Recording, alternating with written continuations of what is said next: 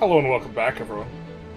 We are going to be continuing our run here as Granada, and we have prepped a fight. We have early arquebusiers. Let's see what other tech we might have here, but I do believe we have researched our Age 3 military tech for a nice little power spike. We have lancers, we have early arquebusiers, we are ready to go, and we have been, in this run, discovering the truth. And the truth, and they said unto thee, give them free forts, and it was good. We might be forming another country later, specifically to get the last 10% fort maintenance that is possible, so that we get a 100% discount on forts. I don't know what happens if you go over 100% though. This is something I'm really curious about. Does it pay you fort maintenance? But the main idea here is that we have gone theocracy, which kind of seems overall trash, but we're pretending like it's not. And with that theocracy, let's see if we can find... with that going of theocracy, we've gained access to 2 laws. And those laws give us... not the Confederal Union. The laws give us 1 instance of fort maintenance, and also, if we knew exactly where it was located, surely a religious law should be the religious law, another instance of 20% fortification maintenance. So our forts are very, very cheap. We are paying max maintenance for our forts, 2.8. And this is significant because of economics. Because our forts maintenance is really low, right? We have a really big discount. We're not paying very much. All these buy orders go into the market. So this stimulates prices. This makes weaponry more expensive, which gives us an opportunity to build weaponry for value more easily. And this is true with all the things. And so this is quite nice. But also, possible nobles. Possible nobles, you say. And I say, no, I'm the one who said it. I said it first. And the nobles, there really aren't that many nobles, but they buy a lot of goods. Yeah. The nobles buy a lot of goods. We have around 7k nobles. They are consuming 72k worth of stuff. So each 1,000 noble buys about 10 ducats worth of stuff, which dramatically increases the price of everything, giving you more opportunities for profitable buildings. So this is the thing. The timer said 15 minutes, but he's here. Scammed. Yeah, I hate it when he starts early. Usually I try and do it where I will be started by the time the thing hits, not I'll try and start on it.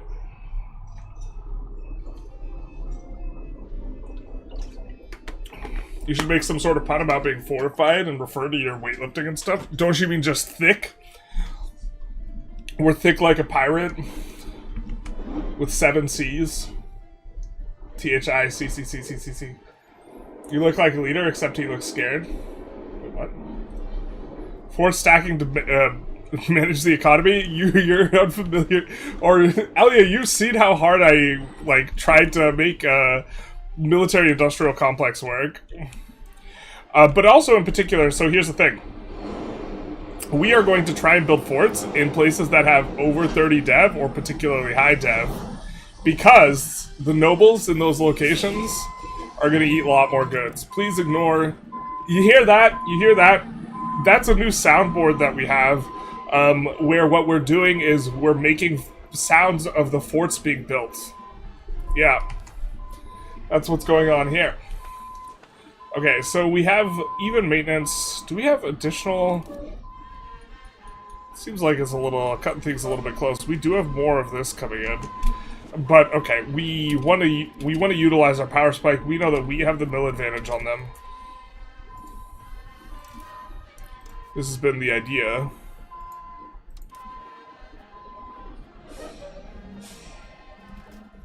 And we have a truce with them for 4 years. Because we broke the alliance. We're ready to go, though. Oh, man. Even the predictor has us winning. That is not good for them. That is not good for them at all. Alright. Sorry, I missed most of yesterday's stream. I don't think we streamed yesterday. You mean the day before? You Gucci. New loud car. The loud fort outside, basically. This event is just so silly. It just, like, perma-fires. Alright, but here, for example, we can increase the nobles we have by, like, 10%. Functionally. And these nobles, they do be eating the stuff.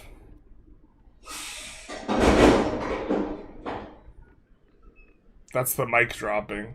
And with the extra development, they have a bigger multiplier. If our fort is free. Well, our forts aren't quite free yet, though. But, okay, we have, I think we want a fort there.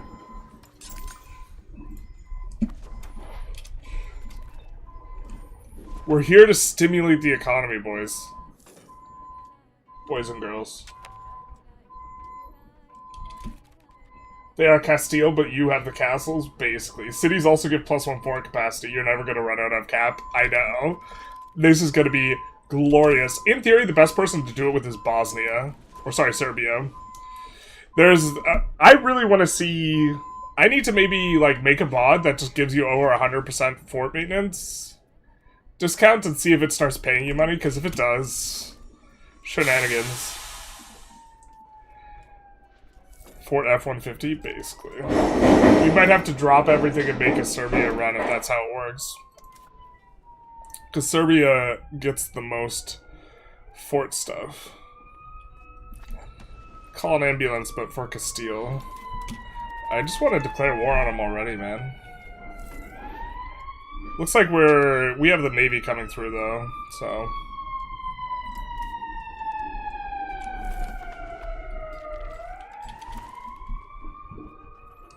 Tolerance might make us rich. I'm pretty sure we were trying to push mysticism here. Are we annexing 2 powers? I think we are.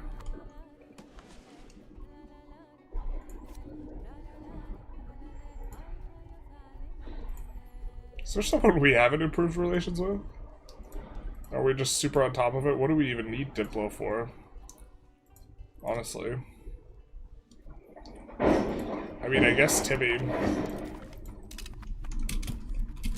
Nubia's formed. Kind of nice. I don't think Nubia has any content.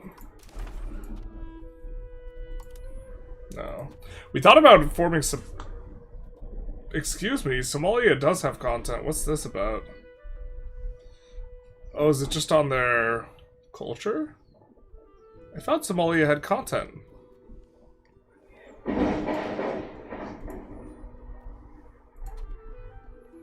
Alright, well, fair enough. Serbia gets more fort stuff, more than Georgia. Georgia gets fort bonuses. We're not looking for fort bonuses, we're looking for discounts. Where do we live? In a fort. Hang on, I'll go check for you now. Give me like 2 minutes. Alright, you're on the clock. I'm just kidding, that's very rude. We will make a 2-minute timer for the amusement of chat, though.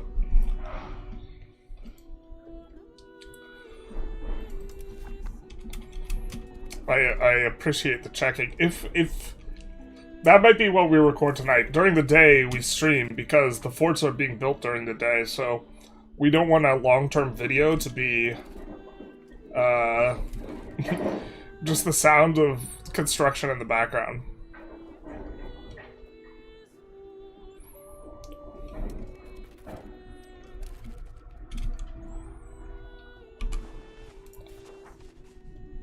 What are the forts demanding here?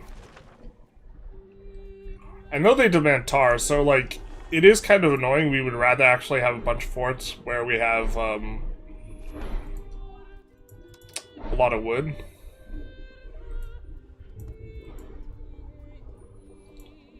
Also a little bit of a bummer that it doesn't apply to these buildings. Was really hoping to get the maintenance discount, but those aren't even that expensive. Where do we put our forts, man? There we go. Tools, weapons, stone. Okay. How much of this is for forts? Some is getting spent on nobles. which we've added, but castle maintenance and forts, like 0.1.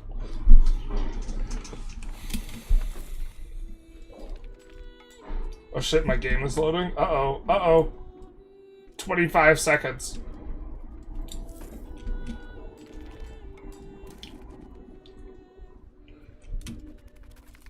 Add the construction sounds as a mod? It is a mod. What do you mean? Okay. Feel a little bit rushed here. Do we want to accept another culture?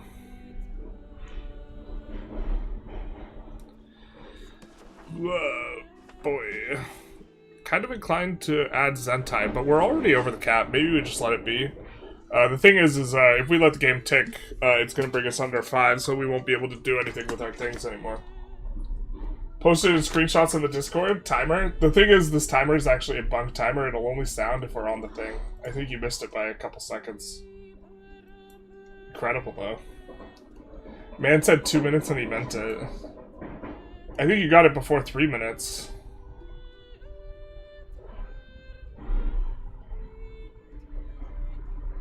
Earn more money? No, wait. What Discord? Oh, probably in screenshots.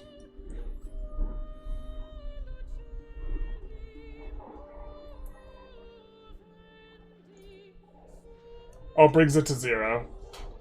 Okay. Okay. Still, that's stimulus. Your mid-sentence comments of your cars are hilarious. I appreciate that. You guys have no idea how many clips I delete because the cars are loud outside. There are more loud cars. I'm not like... I've been accused of adding... Oh, I forgot we've vassalized Byzantium. Womp womp. I've been accused of doing the clips until I get a loud car. It is quite the opposite. What's the best capital in the Mediterranean? Well, here's the thing.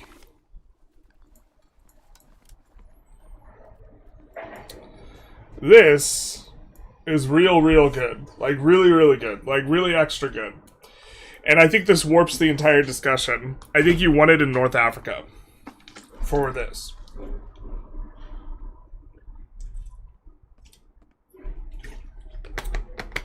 Which is kind of awkward, right? I think if you didn't want it there, you would want it in Asia for the Asia tech. And it would be, you know, maybe Smiria, maybe Izmir, something there. All kind of reasonable, but as it stands, it might be Carthage. It might be Carthage. This might be the best capital in the game. Actually, this is probably a little bit better. This would be good if it had more harbor suitability. But yeah, this might be the best capital in the Med.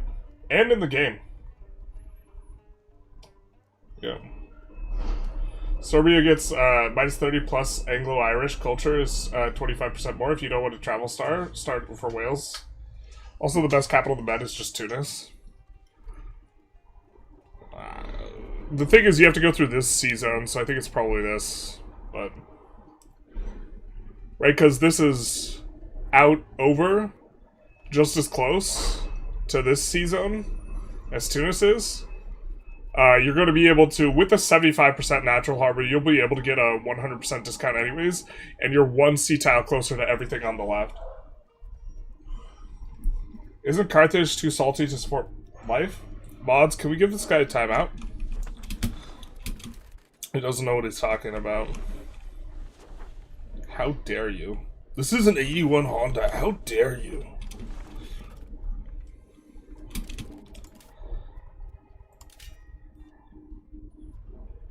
But yeah, our current discount is really big. I think we're still pushing defensive as well. No, we're not. We need the events.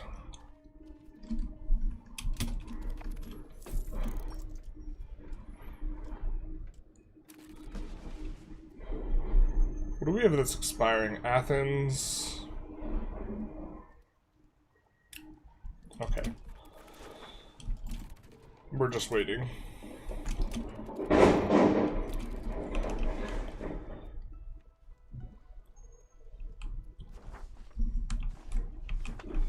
Yeah, I don't know how good this fort's gonna be, but I did kind of want to cut off... Actually, this is silly. Well, no, I don't want them to be able to just zip through here.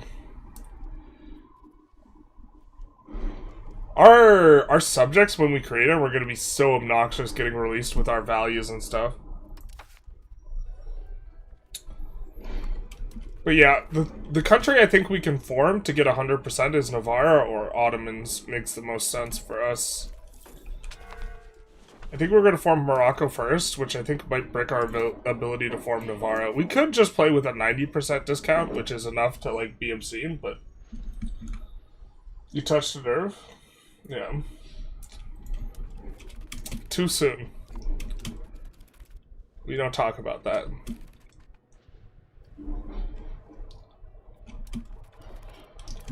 The capped interest to 1%, take my loans, get paid idea. Even if the interest were 0%, it still might not be worth taking loans. It's kind of the really awkward thing. Or frustrating thing.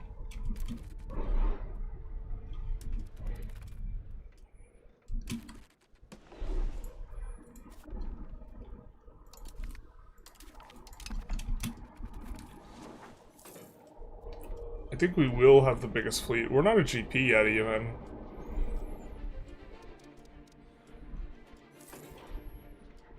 Yeah, we added a ton of ships because Spain had a ton. What's this story look like? I think we're using develop?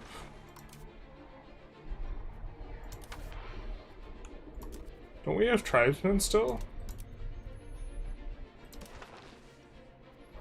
Oh, we've gotten rid of most of them. We have tribesmen here. Man, tribesmen are so annoying.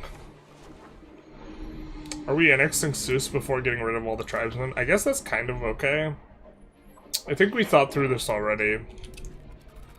That it was okay because a lot of this is on the coast, so the fact that it hurts proximity deeper inland is not gonna be really that relevant for us. And we need to kind of get the ball rolling on forming Morocco.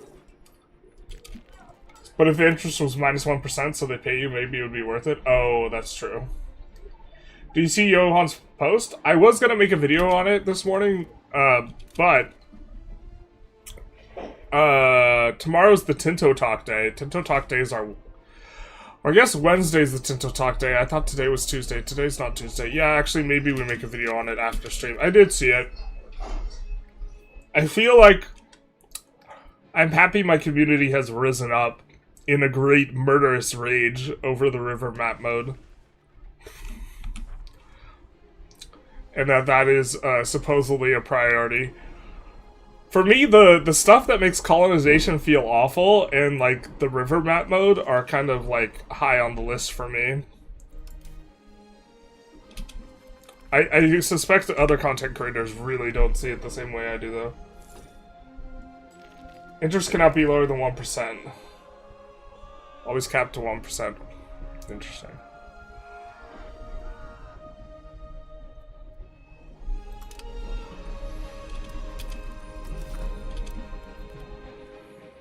Price of the burger's gonna be real nice. I wonder what we go for here. Does anyone off the top of their head know what rank formable Navarra is?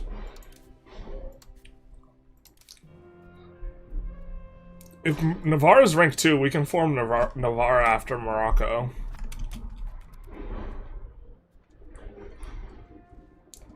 Also, Morocco has slave trading on their tag, so this is really nice because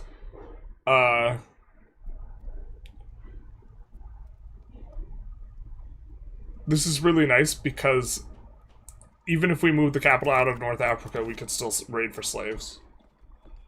I think we still keep it as like a proof of concept, but it's probably not even best.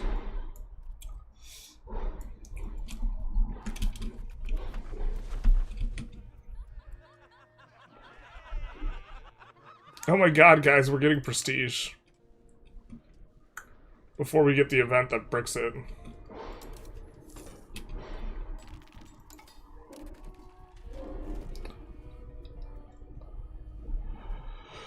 Oh, it's so silly that it's so much cheaper to upgrade like this. Alright, how much units do we have? Oh, this is kind of the ratio we want. We could get 6 more cavalry and 3 more infantry. No, we don't have remotely the manpower to support that, actually.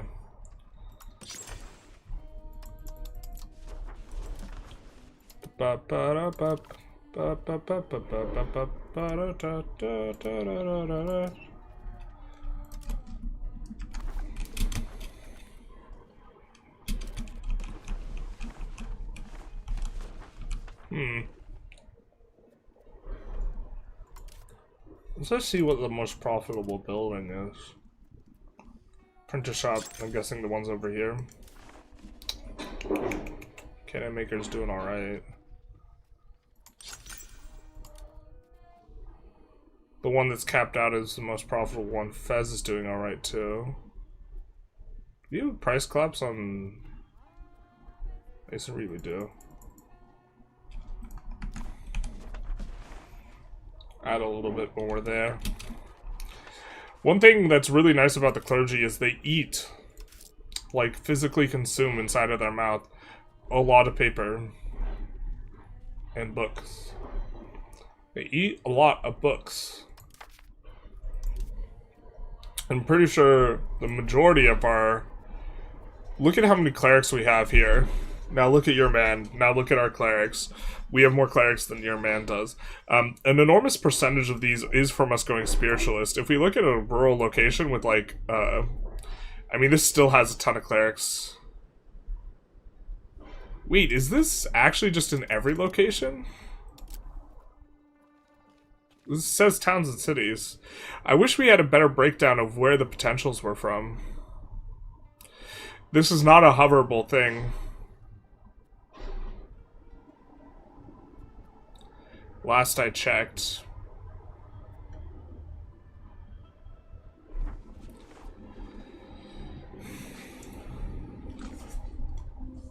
Yeah. Creates a lot of demand though.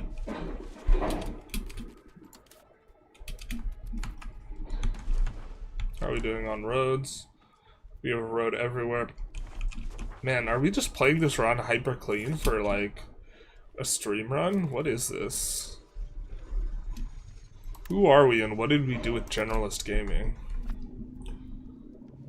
Navarre's tier 2? My understanding is you could do one lateral tier 2, so we'll do Morocco into Navarre then, I think.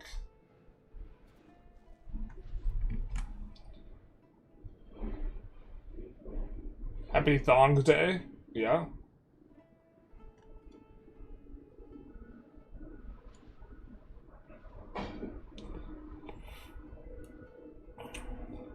They were petty in the message for the river map mode, were they? I mean, I think they might have gotten annoyed with me for publishing the screenshot of the river map mode a while ago. Because, like, it was obviously not complete, but, like... Or not what they wanted it, like, I don't know. Like, the river map mode seems, like, so important to me.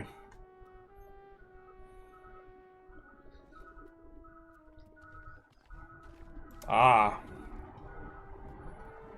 You're pushing outward. Fair enough. Did it seem like there was a lot of shade? I'm actually gonna look up what exactly was said. Nope. Don't want to accidentally play copyright music. Don't want that either.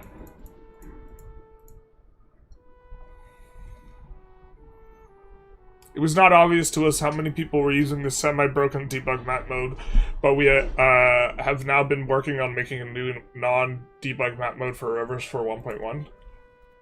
I don't know, I don't think that seems... I don't think that seems like that too bad. Which continent gives you the best advance when you move the capital to it? You get Sub-Saharan Africa because you get like proximity, you get like everything, you get the bag. We could show it real quick. But you get slave raiding and you get a bunch of really good stuff. Oh.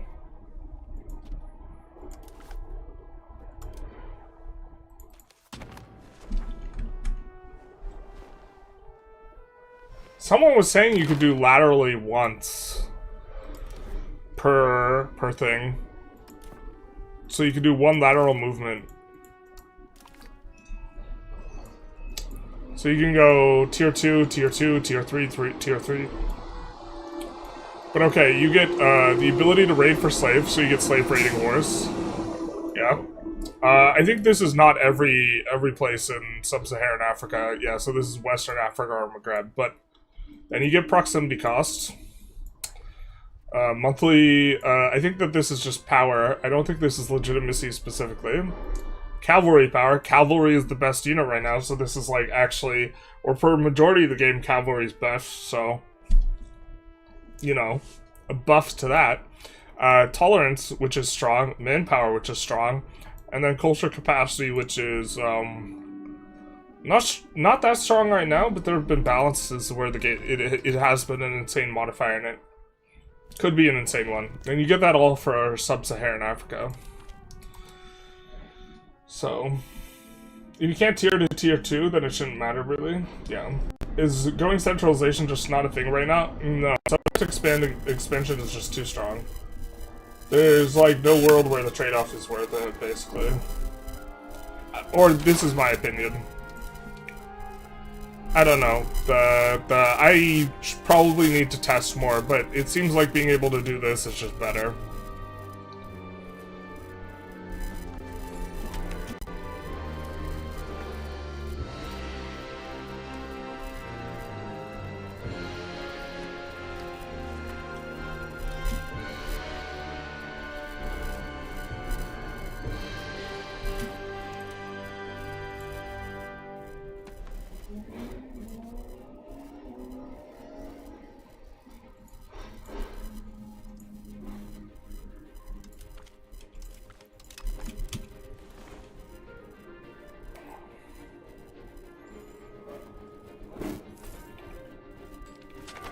Static? Oh no. I don't know what's triggering that.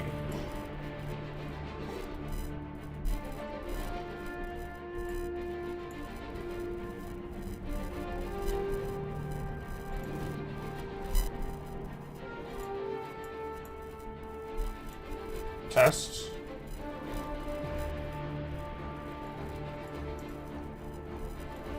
Test.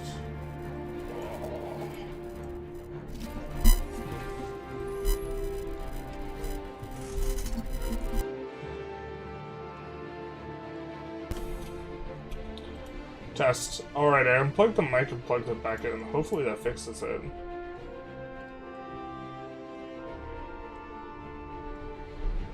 Is the jack funky? Maybe. I think it could be a driver's issue, too. Because we...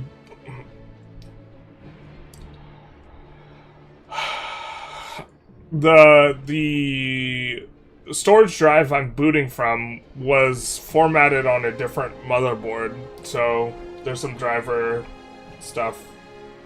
Alright, cool. It's fixed. Thank God. So I suspect that could be it. Alright, we have a bit of a choice. Here's the thing. We want to push to 100 plutocracy. Which brings up a little bit of a problem for us.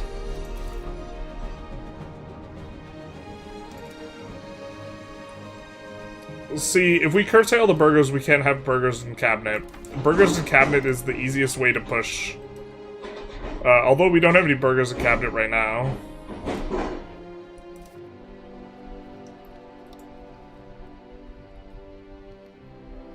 Why don't we actually put one in cabinet?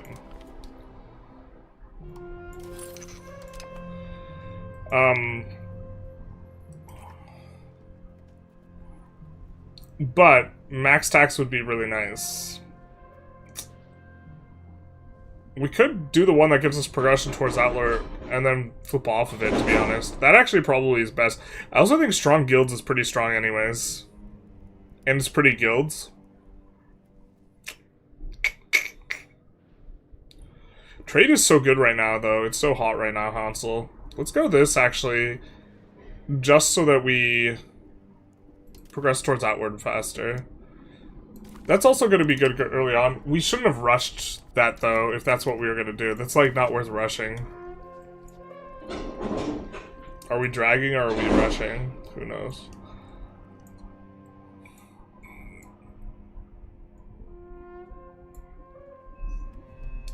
Let's go for being able to discover the new world. And then proximity through maritime and then trade range. I think that that's okay. And then we'll see where we are after that. I think we might just be super underestimating trade range this early. There have been times where we get the trade range and then it feels like we can already reach like Japan, and then it's like, okay, but how useful is the marginal trade range? And the answer's not useful. Getting it earlier in the run is maybe like worth.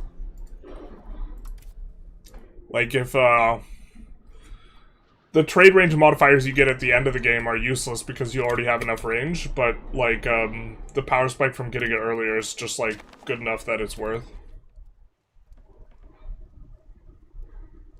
Seems like a messed out jack. That sucks because I just got this. Or maybe it could be the cord too, I guess. I just got this case. Do you think it's worth enforcing culture on every vassal? Not universally, sometimes. Do you see the river map modes coming back? I did. Or it's not coming back, they're gonna do a new one. Like, they're not gonna have the scuffed river map mode. I low-key kinda like the scuffed one, though. So... at this point. I feel like when everyone was doubting the river map mode, we stood by the river map mode. You know what I mean? And we turned what should not be a romance story into a romance story. It's just us against us in the river map mode against the world, baby. Although I suppose the us makes it a little bit bigger there.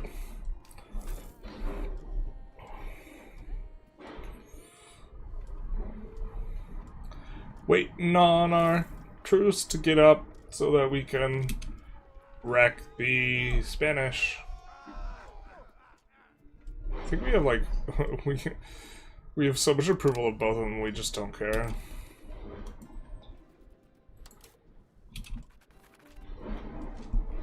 Hopefully they don't get tech in this like interim. I don't think they'll get the embrace in the interim, but that would be annoying. River boys forever? That's right. Boys to men. When did you become a man? When I discovered the river map mode and let it into my heart.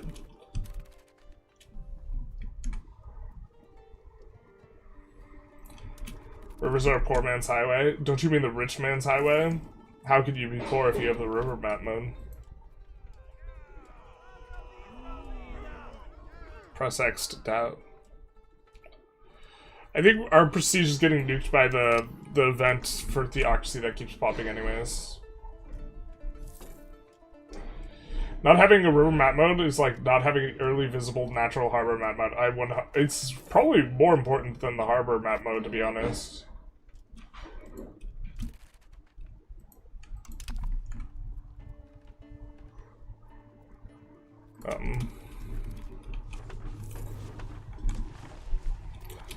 Yeah, most of their pop is in the north, though.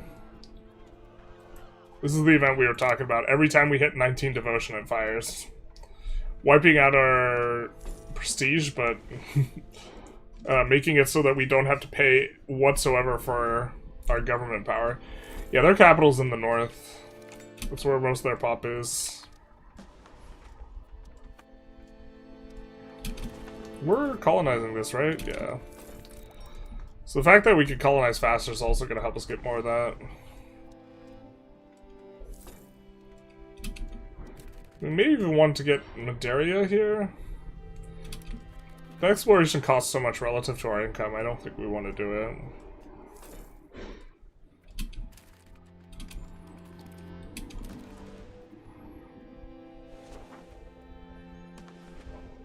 Serbia is popping off super hard in the Kilwa run. It's cool seeing the Papal States like kind of take a bunch of stuff and maybe have a little bit of rivalry with two Sicilies here. So what do you think are the biggest issues right now? I really hate that I hate that plantations don't work properly. I don't know how much gameplay patterns this, like... It's not a pervasive issue, but, like, I think... Well, I think colonization just in general could use a facelift, and, like...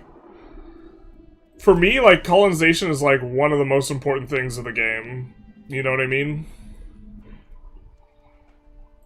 And so...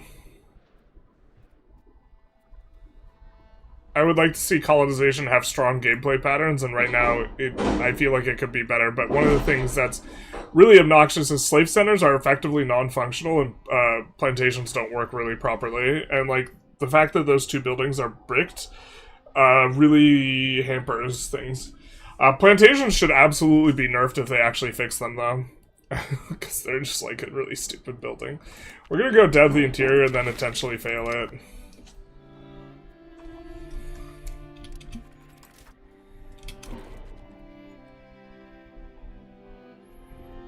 Ugh. I don't think we want to break the alliance with them. Oh my god, we needed to wait one tick. Not like this. We can go inward look. We need... Oh, that's gonna work. I think we're just gonna go for the additional taxes here.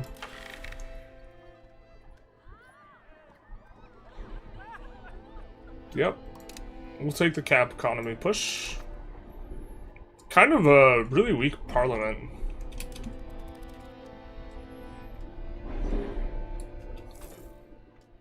We could, in theory, cancel some buildings and rebuild them, but we're not going to be that kind of anal about things. The idea being that since we have a discount now, we should actually cancel every building and re-queue it. In theory, we shouldn't have started the buildings, but we've made our cake, now we have to lay in it. One more tick, and now we will spend some money. I think we'll finish upgrading these in Fez. I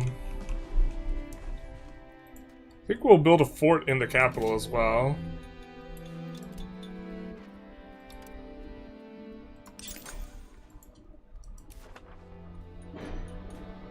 Kind of do love these uber granaries. Have we built them everywhere? Yeah, we have.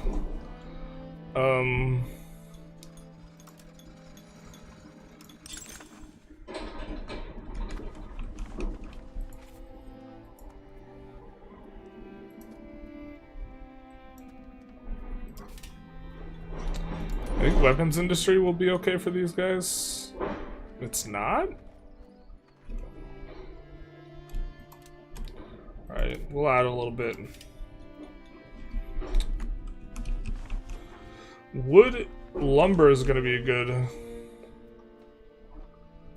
I'm thinking we might build over this cotton here. We might urbanize this cotton. That way we can get... Well, the lumber we're going through here. I think we definitely want to urbanize the olives, though. Not right now, so I guess we don't need to think about it, really.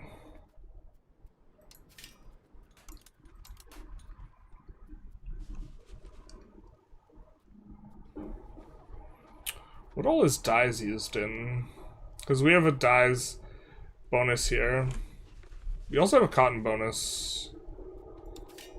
kind of, like, this is the weirdest shaped province.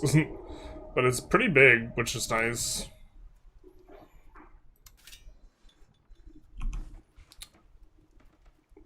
Dyes is used in carpentry guild. Well, we're not going to do that. And textile mill? Yeah, fair.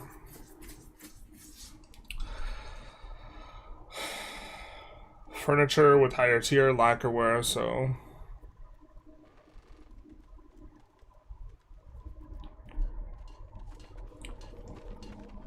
Old reliable. Let's do some tools. And then...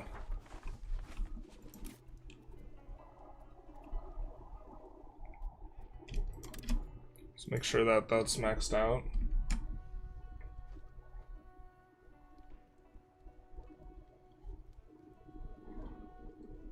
Colonization is a bit weird since it's all settler colonization now, no single location trading posts and such. Yeah, I'd like to see this. I'd like to see, like, trade companies, like, kind of feel a lot better. Like, they're semi-functional, but, like, maybe a little bit of emphasis on the semi, you know? And so I think there's like a lot of places to improve. Wow, did we really spend all of our money that fast? I mean, all right, I guess. We're poorer than I thought, the truth hurts. I guess we did add a whole lot of those buildings. So, nice to get that little progression towards naval from intentionally failing. By the way, you can still see the full pop breakdown in the demographics tooltip.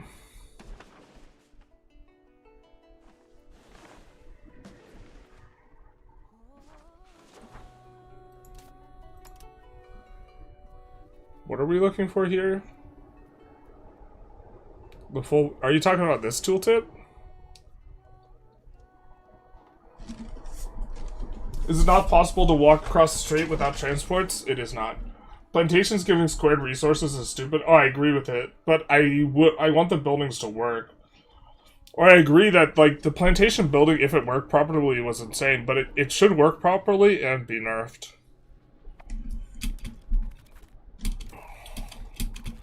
No, I mean, like, in my Kilwa run, the #1 highest tax base location gives, like, 250 tax base. Let's compare. It gives, like, 250 tax base, and it's because it's got, cotton. And cotton's, like, prices completely in the gutter, but it produces, like, it's got, like, 20 cotton RGO, and then 30 cotton light plantations. Demographics tab, it tells you why you have clerics. It does. It tells you why. This is something I left feedback about. It tells you why you have clerics.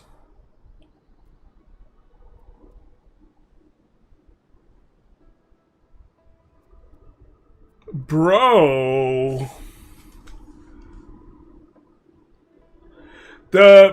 There's some significant inconsistency on, like, the way that this is represented, but this is just possible clerics per 1,000 pops. Dude, this is so strong, then.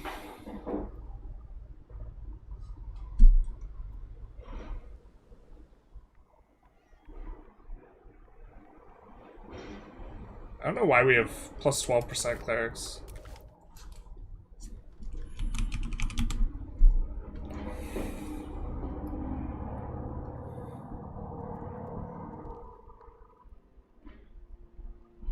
So this one is flat. Yeah? This one apparently is per 1k pop. I thought that it was flat. This one is per 1k pop. Dude, that's big. How much of the tax base is going to clerics in some of these rural locations? Like... oh, like a third of it. Jesus. So us not being able to tax them is actually so bad. Huge leak. We really shouldn't have given tax exemption. I mean, we could be impatient now if we want. Do we want to be impatient?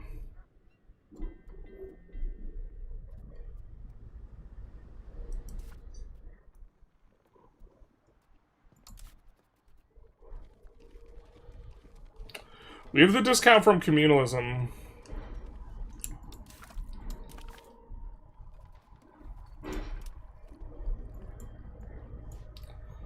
I think we already have the discount. Yeah, revoke privileges at the top there.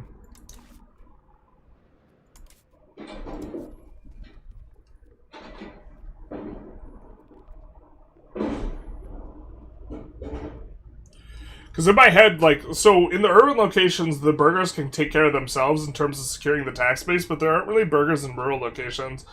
So that means our ability to tax peasants is much less relevant, and our ability to just tax the clergy is much more relevant. It's actually 126 from clerics that comes from spiritualism, 2% of the location's population. Plays the theocracy. Someone talking about how upgrading the RGO should be more consequential than just flat building cost. Also, current pop employment seems way too small. More tax earlier? Yeah, that's true too. This won't even cause a civil war either. I think we'll just hand out them some privileges as well, because we've been holding back on handing out privileges because we've been trying to decrease their power.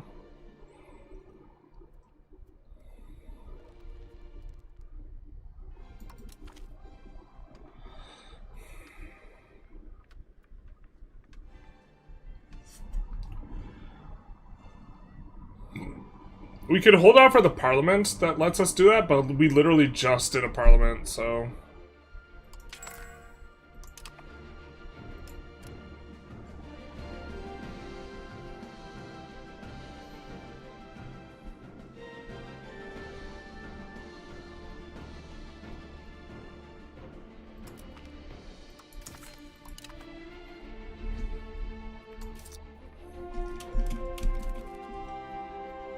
Although now clergy satisfaction matters a lot.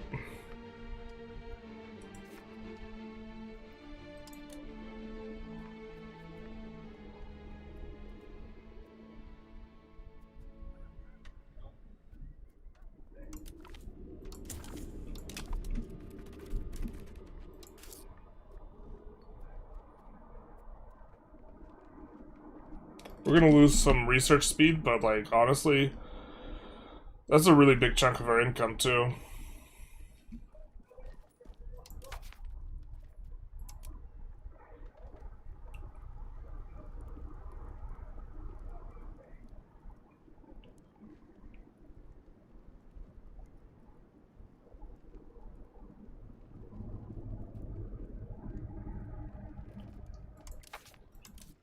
I don't think we mind humanist progress, because we have so much spiritualist.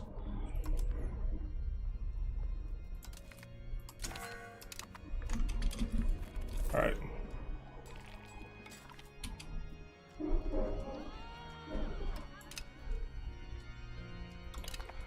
That constantly giving us satisfaction is also pretty nice. I didn't even consider that.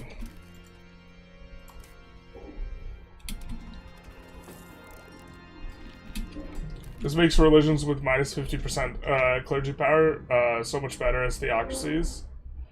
Yeah.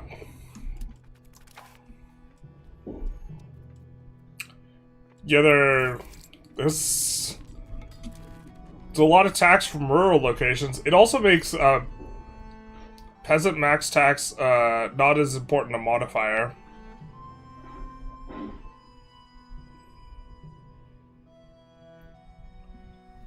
Which is kind of interesting.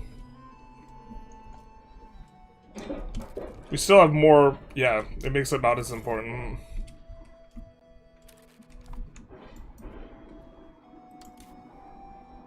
Our net income went up by like 50%. That's a pretty big deal. That's so huge for theocracies, though. That's so many pops. There's so much consumption. Like, you have to understand, like, relative to... These guys would otherwise be peasants, right?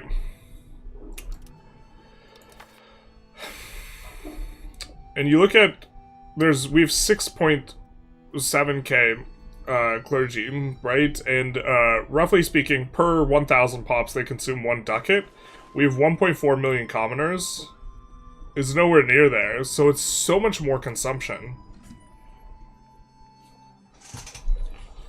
This also makes, yeah, there's also like, okay, the nobles consume like 10 times as much as clergy, but we have 10 times as much clergy here. So I feel this changes a lot. Why do we have nobles?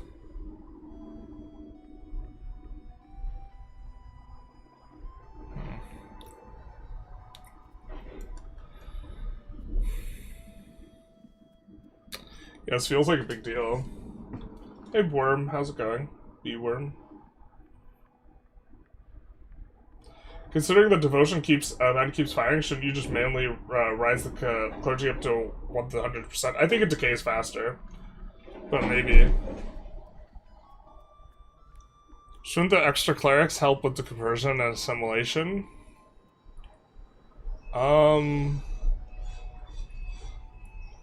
Well, their literacy is relevant, but it doesn't matter how big the clergy are for that. Playing as the Mamluks, they're pretty powerful, so all is well. Yeah, I thought about whether or not people would prefer Mamluks or the Ottoman or an Ottoman's run. Mamluks are real strong though.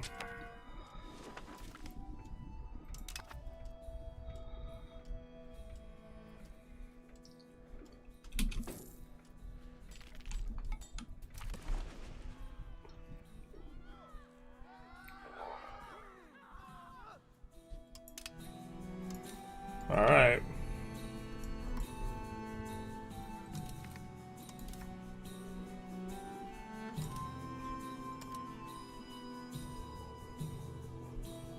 Is this a light ship? No. Our heavy ships just look funny.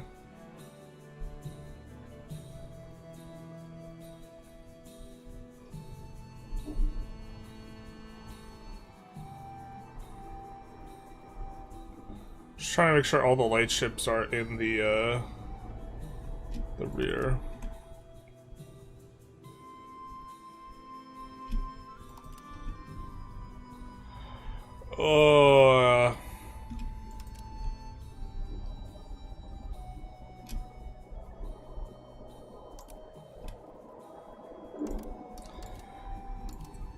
I wish auto, like, the auto thing, like, now at least doesn't put, what is it, transports in the front at least, but I really wish it didn't put light ships in the front as well.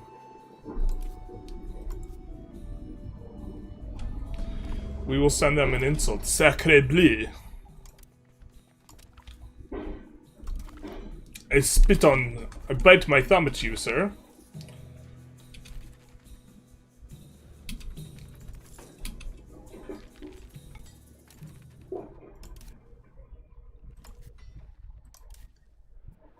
Actually, we should see what war goal. We have choices. Rosello or Zaragoza?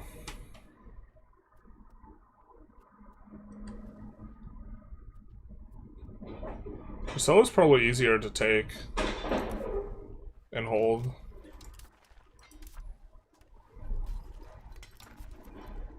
Oh, but that's a religious war.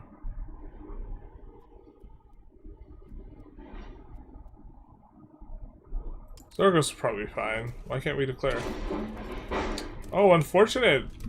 Why aren't you wanting to help us anymore? You're at war? With who?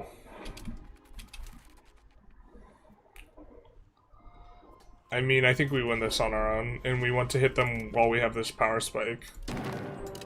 So...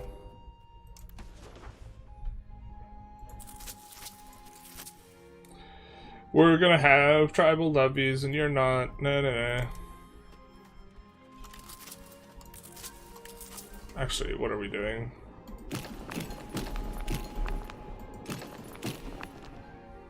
We do like it when they raise in groups.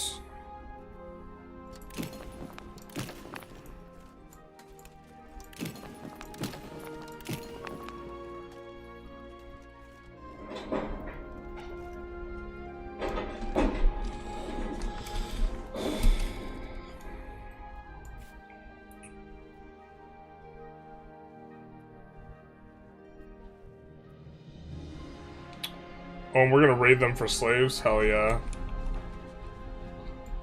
Alright, let's go in.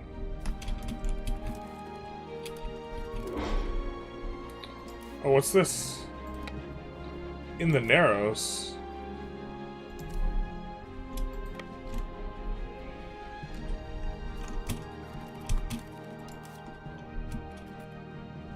Opening salvo here.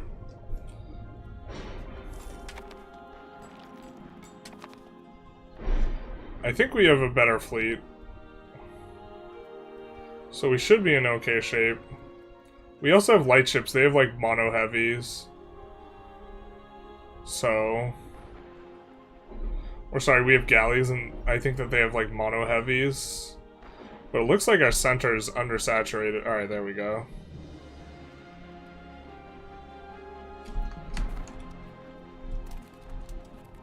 This looks like it's not going well for us, actually.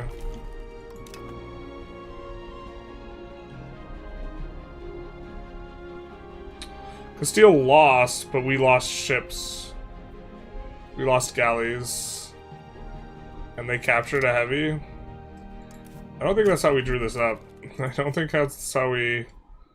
And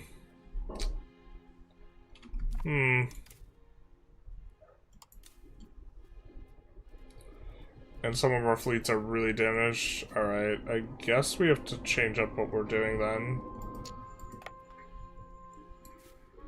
We're gonna bring all of our fleets back.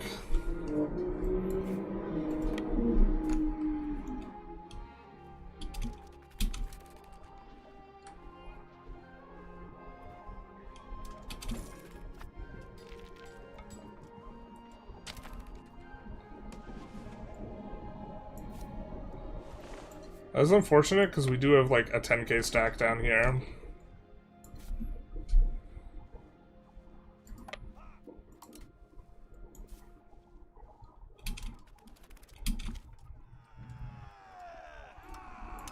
Hooray for the redacted, my favorite.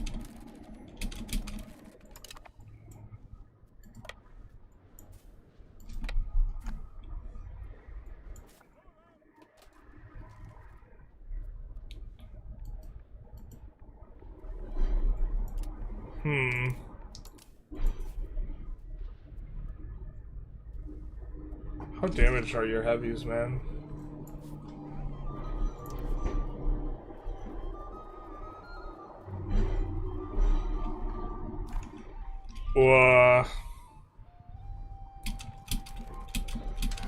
I mean, we have a bigger Doomstack stick, but we also really want to get this army across.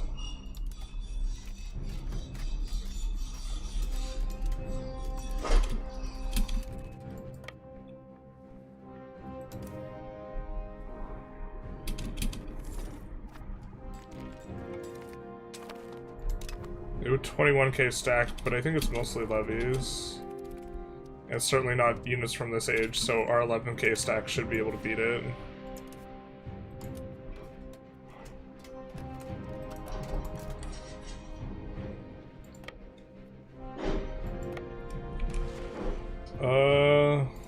Let's sit on this +2.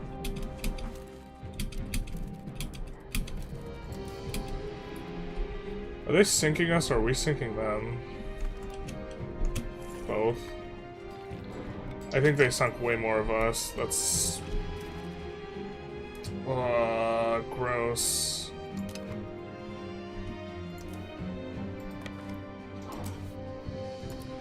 We just want to get this army over, though. I mean, I guess, yeah. I don't know. The Navy's performing a function. They are absolutely clobbering us, though. I don't know exactly why. It's probably because they're better looking. Yeah.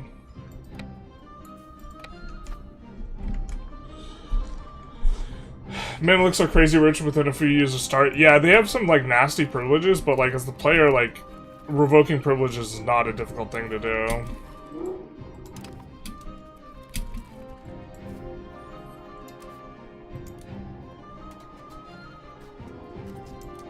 I think we're gonna move some cav from the reserves onto the flanks. and move some infantry to the middle. And then head on over here. And play some army hunting.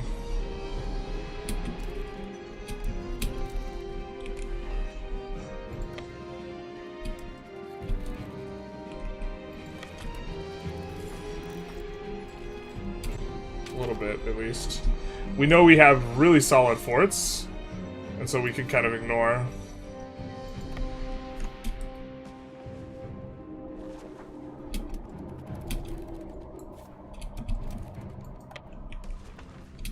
We'll take the -1. Get some pew-pews to open things up. Saturate the front. 2-to-1 damage. Pretty solid. 3-to-1. 4-to-1. 5-to-1. They are collapsing.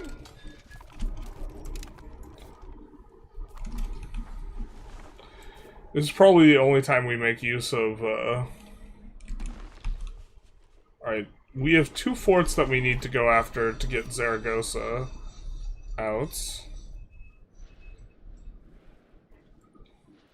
I think we prioritize catching their armies.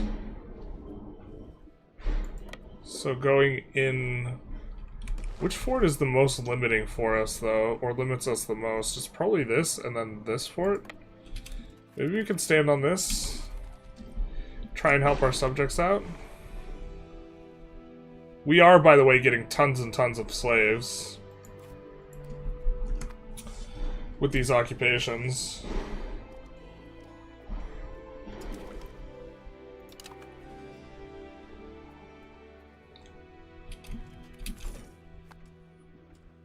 I wonder why they like shit on us so hard.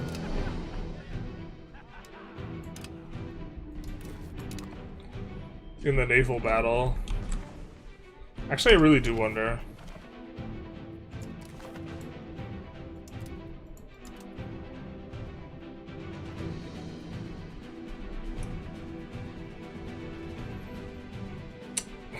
Yeah, I mean, that'll do it. They shit on us with this. We had a bigger navy, it didn't matter.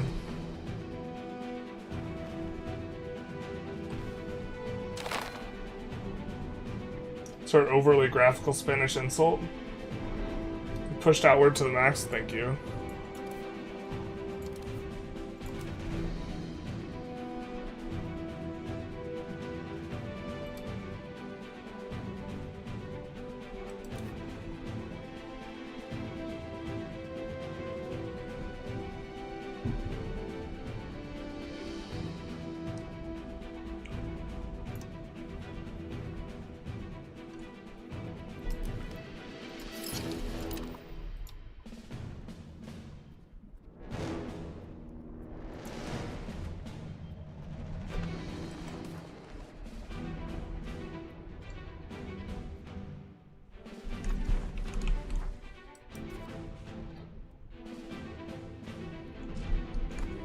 We're thinking about Tribesmen right now.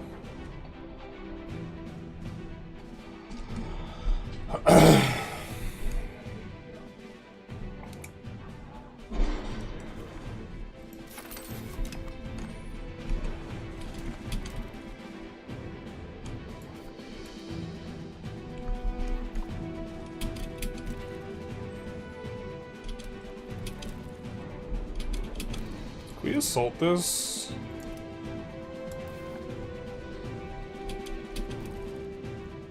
Oh, wait.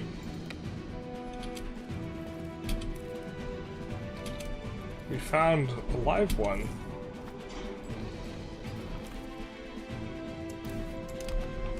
Nice.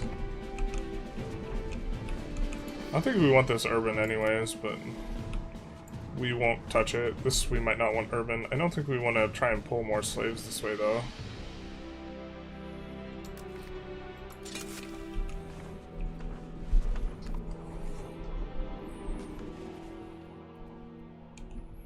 How far are we from forming Morocco?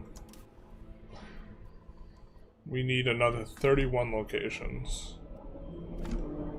I think this is the guy, one of the guys we wanted to annex.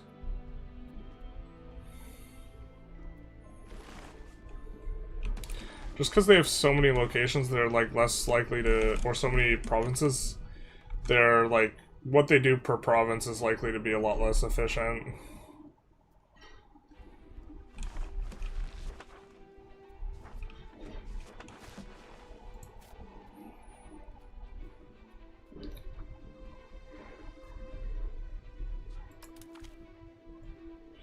Their land is going to be a lot less valuable, though,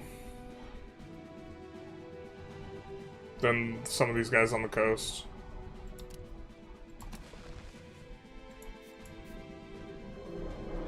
Ton of tribesmen for these guys. One of the values that our subjects can do is getting rid of tribesmen.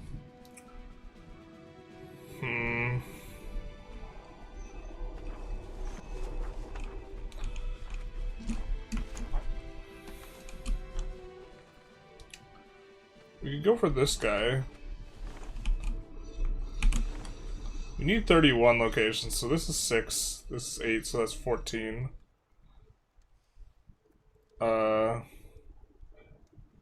It's 11. Is it 18 minus 3, because 2 impassables and something we already have. So 15.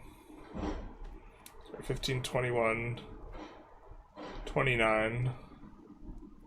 So we need the coastal stuff, that guy, and 1 additional thing.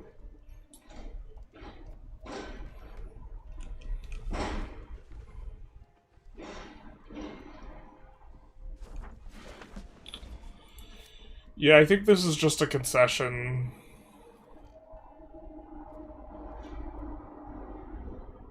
We just go for the coastal guys.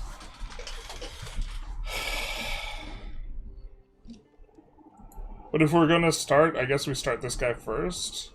A lot of tribesmen, though. The thing is, he won't be that good at getting rid of them anyway.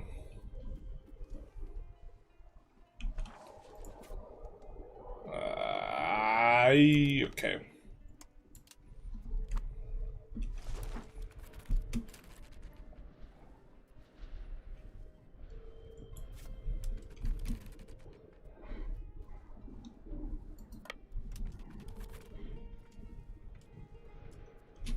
Actually, what's Zaragoza province look like?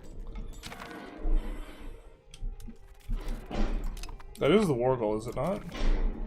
Yeah. Zaragoza. How does he have a gorillion ducats? It's a mod I have for the UI for when I get over 1,000,000 ducats, that it shows decimals. I have 1.6k. Settle tribes action is directly converts tribesmen to peasants, and the best bit is they become your culture.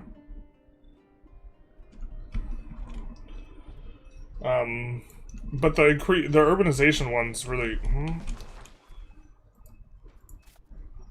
You saying it's better than the urbanization one? I think the urbanization one's better. I think this is better as long as you have over plus 100% control, because this, in the rural areas, which is the areas that struggle, this gives you plus, 100 versus plus 1,000% tribesman promotion, right? But what this means is that we currently have around 180% increased efficiency, and so we're getting this 110 times this 1.8, right?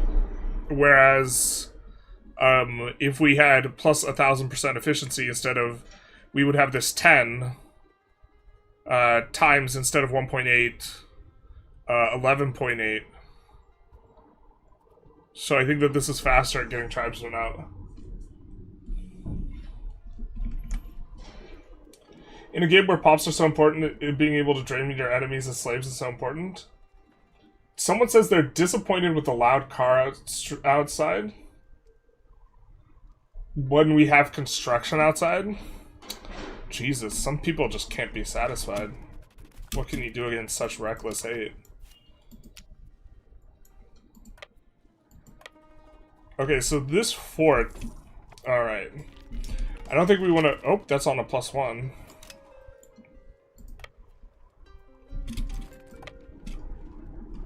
We don't mind fighting him on a +1. If you agitate someone vassal for liberty and then annex the overlord, you can't, then the agitate? Cancel it? That's rough. Why not use promote tribesmen to peasant cab? Well, I think we kind of answered a little bit. On rural areas, the promote urbanization one's faster.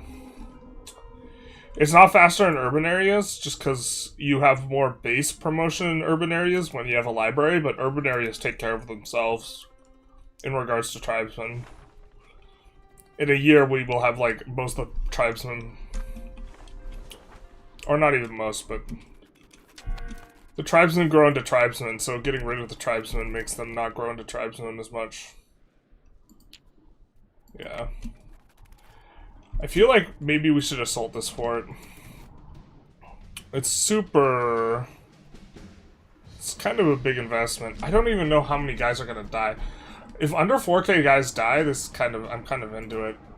Actually, you know what? No, we should be trying to tag their armies more. So this one will get the defensive bonus.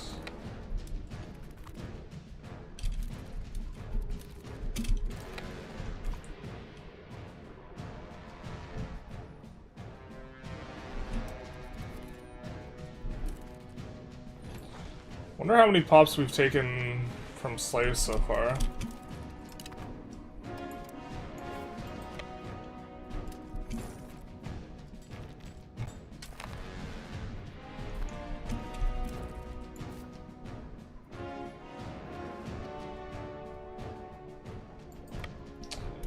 Maybe we should siege it, because that means we get to siege everything behind.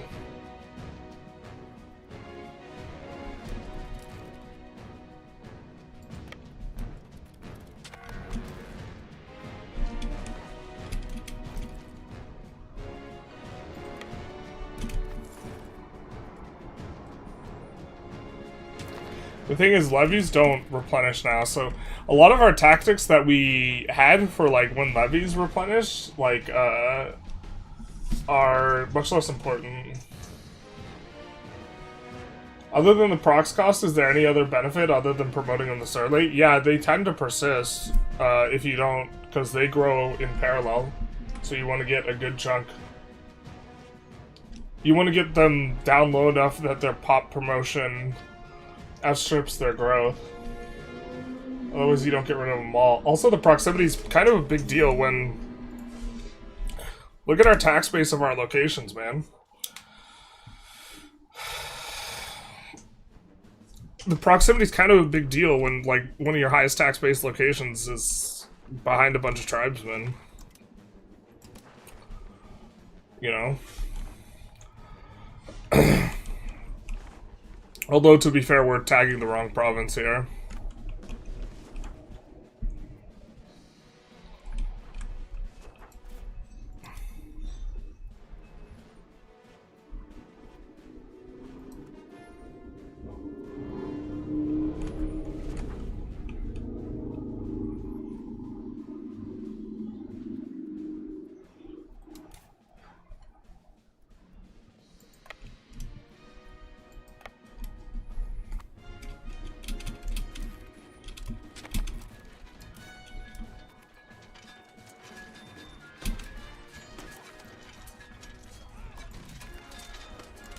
Cool. That should help out a lot, actually. Tunis is relatively strong.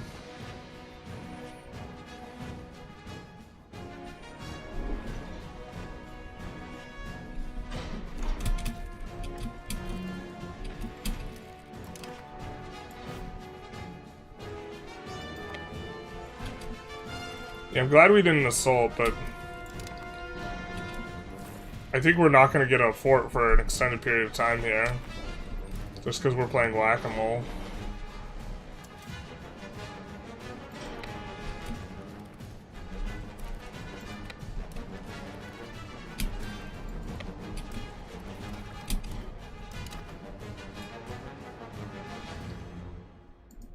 Although maybe we should try and play whack-a-mole over here.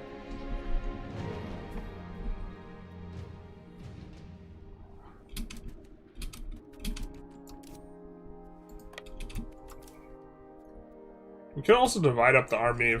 If we cook them enough, we can divide the army into two.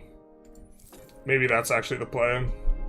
We're trying to get enough damage down that we have two armies that will just like crush their armies.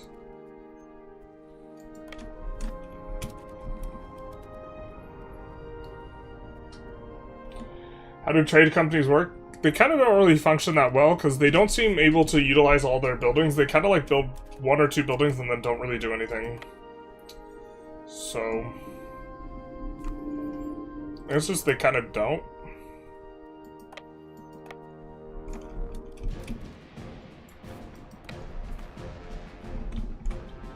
Urbanization is flat. Yeah, tribes is a percent. Yeah, that's exactly it. It's way faster, like, in places where you have, like, library, university, where you have 30 flat already, the plus 1,000% or whatever is going to be really, really strong. But we don't have that in rural areas, and unfortunately, I think that the thing is to do is actually to just micro brains out and have, like, these little armies zipping around, sieging down some of these places.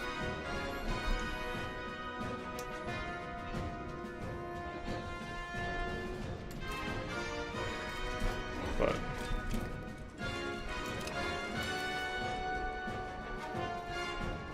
how have we lost more troops? I guess our subjects just getting clipped repeatedly.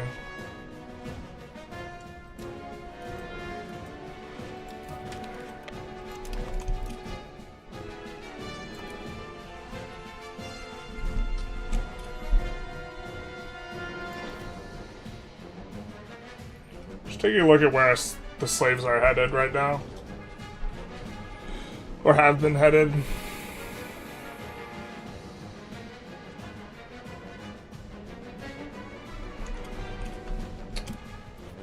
Fair enough.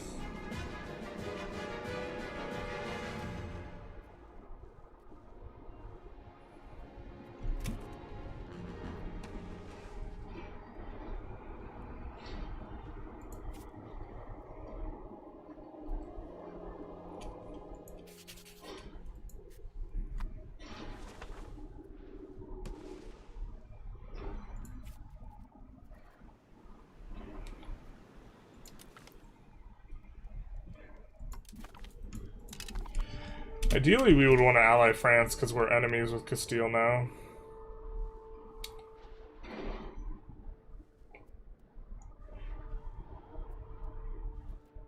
Bro, Tribesmen are so strong. They're actually beating like 10 times the amount as men. It's what we... The estimator doesn't really take into account that Cab is so much better than levies, and the levies, the tribal levies of Tunis are really strong. That's why Tunis always shits on Italy. Because they like are a lot stronger than what they look, because cavalry is really good, and is a lot better than infantry, and they get tribal cavalry. Or tribal levies are Cav.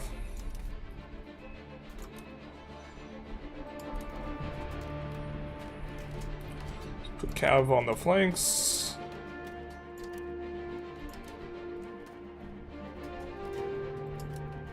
Couple more infantry in the middle. Not trying to sweat it super hard though.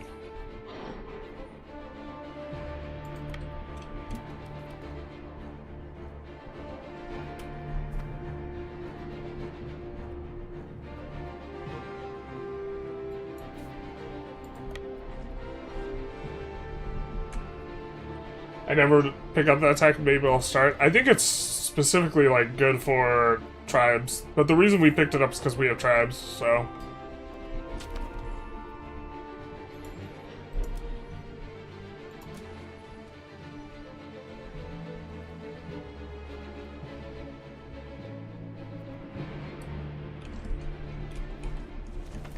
I don't think we'll like do it for like all the way down.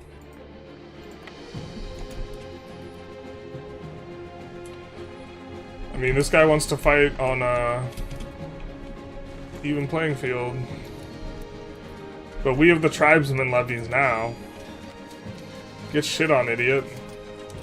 Welcome to the new world, the world of Tribesmen. Alright.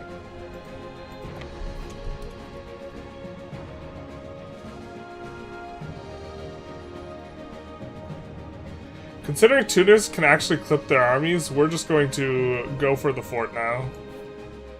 We need this fort to get the war goal. Looks like they're gonna kind of get some of the stuff behind. We can... Oh, assaulting's so attractive here.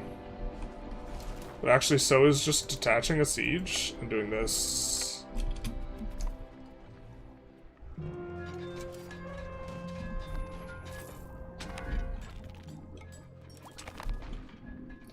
Woohoo, that's really powerful for us. Losing money here.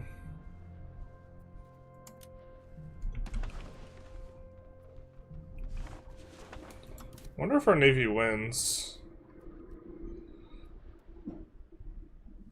They only have 4 heavies. Let's do this and then head them back for repairs, whatever happens there.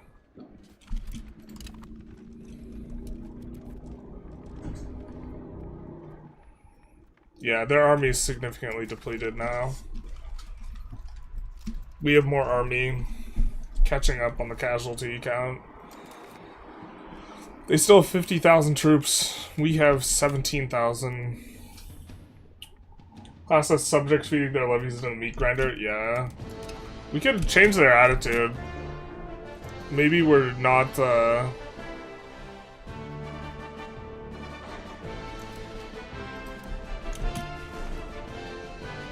not thinking through it right. Pretty sure Tunis wins that, even with the 2K.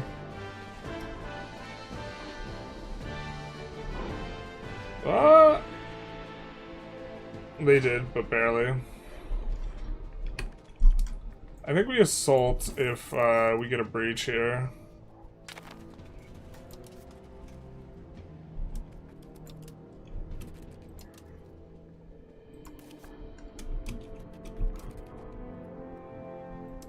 I would like control of the siege, thanks. So, if that guy stands next to us, he's standing kind of next to us.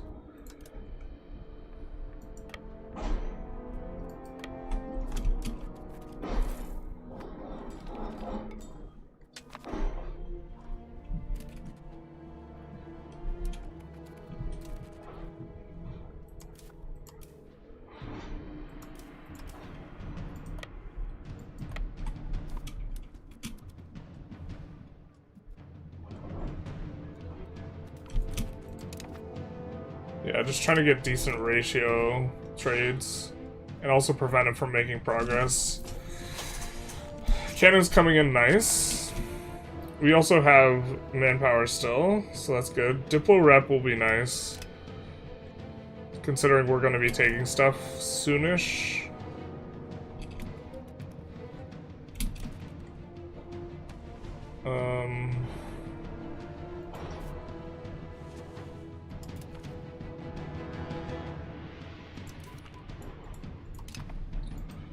I think we want to take the rest of that for these guys.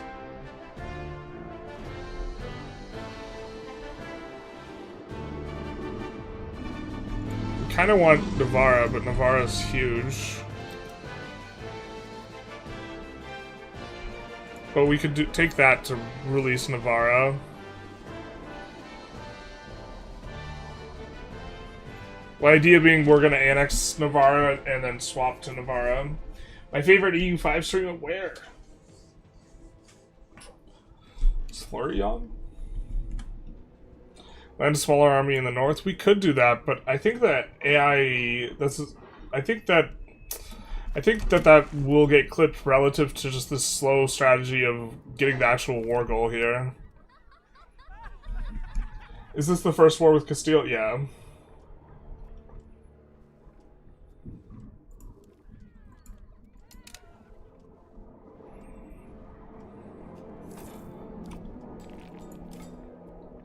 I don't think we have a... No, we don't have a breach.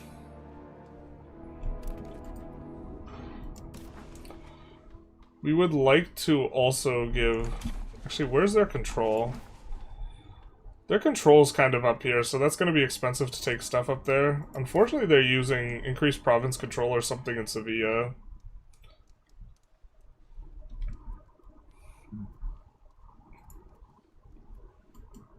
We could go for the market capital and something like this, maybe?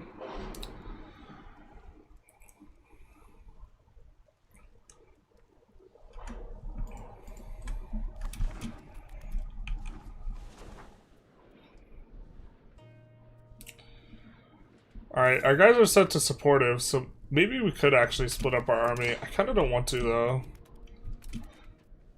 I think everyone's loyal. We don't have a disloyalty thing. That's one of the reasons we didn't culture flip anyone in Iberia.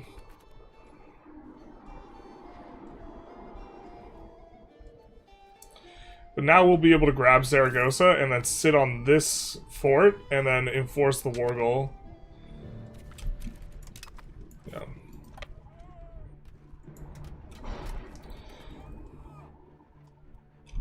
Actually, let's just step forward.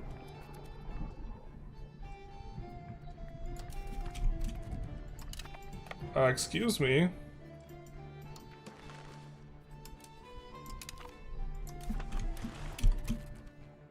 Oh wait, we don't want...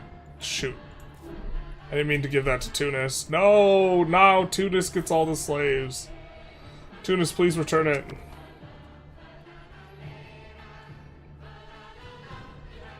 In my head, we were Tunis. Nice.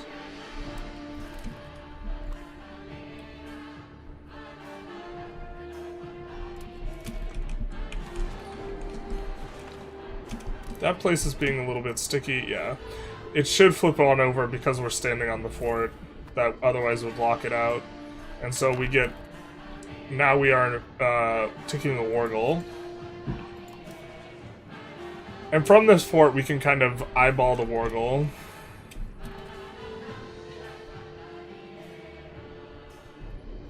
You can steal the market center to move it to Granada. We could...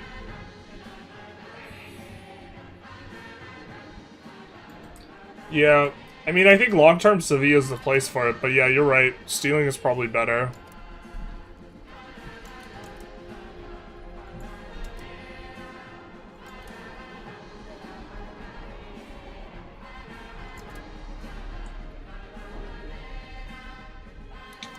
Isn't stealing it supposed to be in there?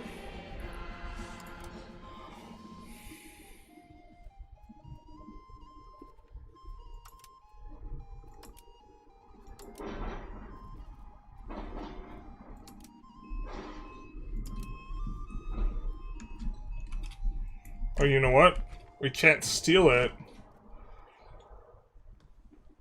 because we don't have a location in the Sevilla market anymore. Yeah, big unfortunate. Makes sense. I mean, at the very least, we know we're taking this exact thing, I think. Is good. I wonder if we have a decent way of pushing something into the Sevilla market. We just need literal one location in the Sevilla market will do it. What's the attraction look like here? Oh, it's so much closer to Foz. Yeah. Okay.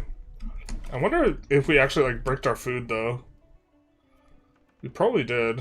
Yeah, yikes. Okay.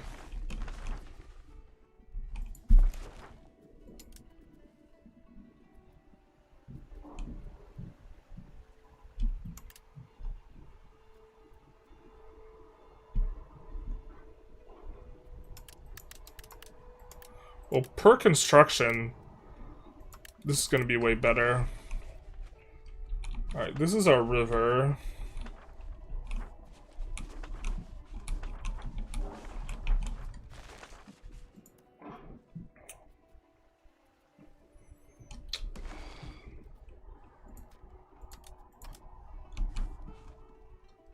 That's unfortunate. We would rather have, like, all these locations be in the Sevilla market. The Sevilla market has a lot of food.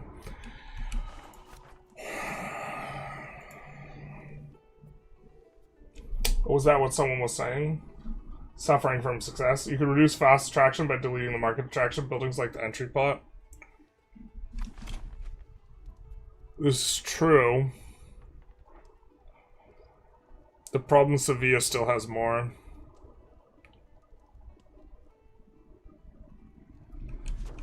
We only have one of those buildings, I think. I think we only have an entry pot. We don't even have an entry pot. Yeah. Frustrating. Alright. We could downgrade this location. I don't think that's what we want to do, but we can add more food there. It's going to be one of the places we could irrigate. We could irrigate back here.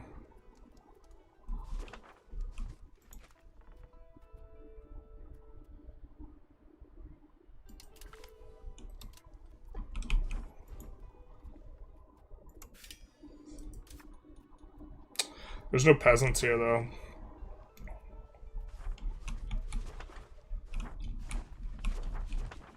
What a mess. We're like so far off of being able to right this ship. So many pups are gonna die. Fuck, dude. Stupid tribesmen, man. Tribesmen don't produce food like peasants do. So we have a bunch of premium pups. Basically. Or like, within this market we have tribesmen which don't eat food really, but they don't produce it.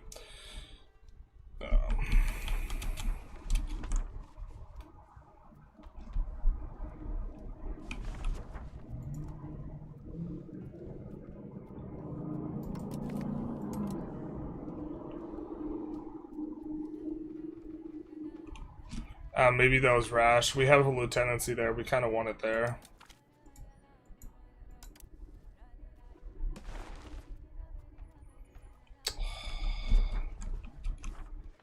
This place is super in the negative. I don't know how we get it better, though.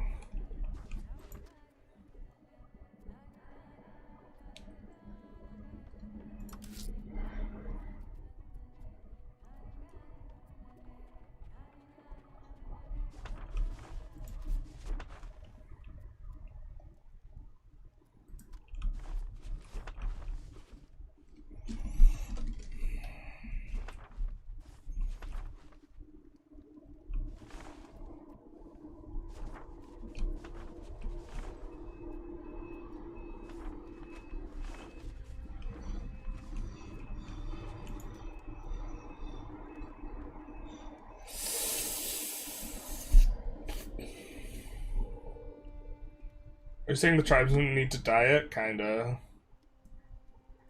The thing is, we were bragging about these clerics. The thing is, these clerics eat a lot of food. Right, so peep this.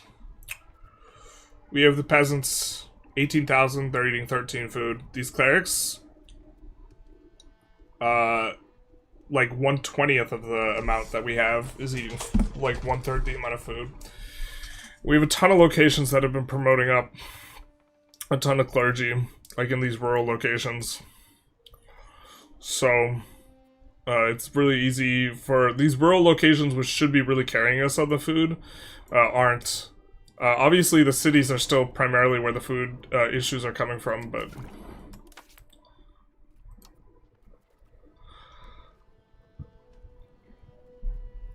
feels bad, man. Considering appointing a clergy, or no, this guy's so much better. Was considering appointing, well, actually, that guy we could put in charge of the fleet. Who's our current heir? What has he got? 173. Yeah, that's better.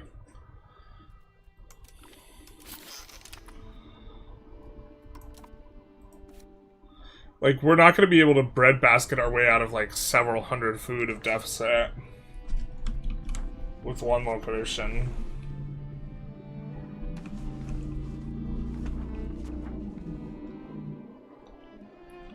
I mean, maybe this just has to be a breadbasket location. It sucks we built a bunch of stuff here, though. Well, no, the thing is, like, long-term, this market can sustain itself, but the problem is, like, all these locations not being in the Sevilla market is, like, backbreaking. If we had Sevilla, this wouldn't be an issue at all.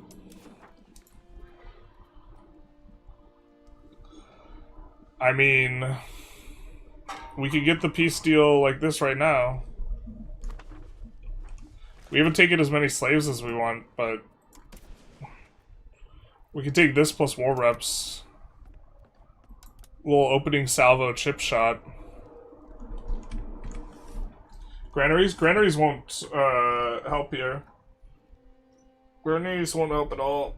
Ramadan not going on for the clerics.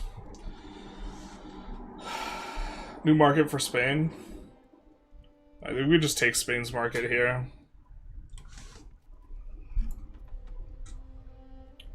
I think we do want to connect some of this if we can.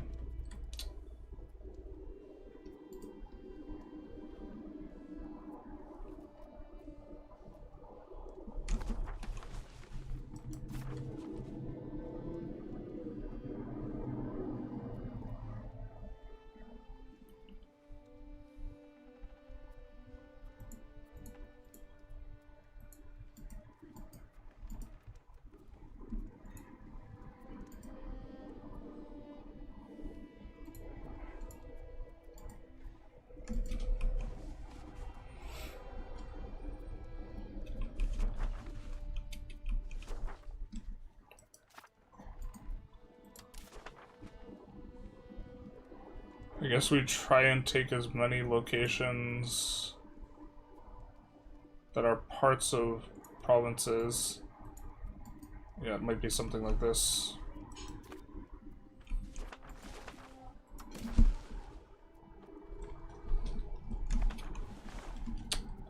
Because continuing this war is going to be ungodly expensive just because of food issues. And we just want to get out of here quickly. We should have gotten out of here earlier. Maybe you take 2 spots for Navarre? Didn't we take a whole province? You took a province. I think we should take more than 1 province. The issue is right now they have control up here. So all this stuff is more expensive. I think I like this.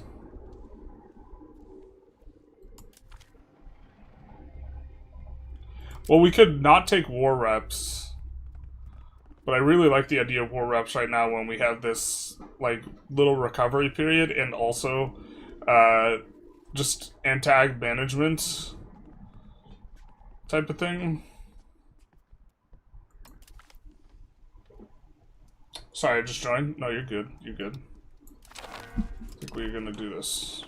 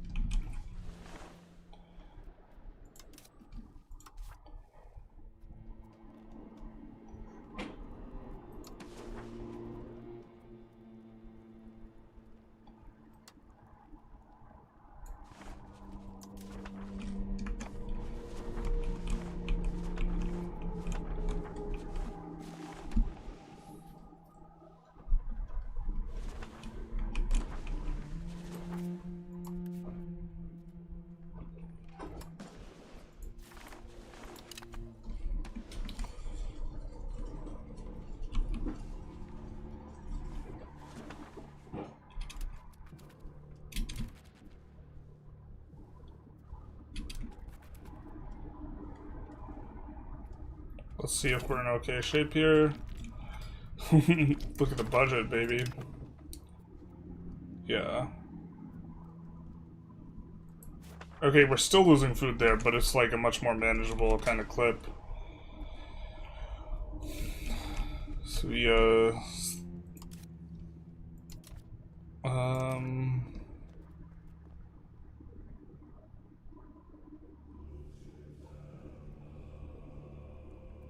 We have two options here. We could actually release a...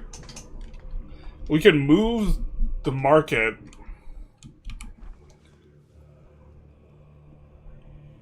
We could save and... Actually, this is really concerning me. Because I don't want them to make a market in Valencia. We could move the market to Granada. Let's save. I don't know exactly how this is going to roll out, but I think... What I'm thinking is we move the market to Granada. And then make this into a subject. And then eventually move the market back to Sevilla, but keep it in Granada for a hot second. Yeah, let's do this. And then back to Granada.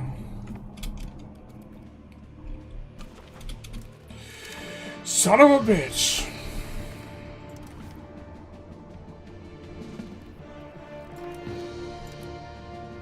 Save there, because I didn't want to have to use the diplomat for this, because it's like literally just like a speed bump thing. In 4 months we'll move the market to a spot where they won't do that, but...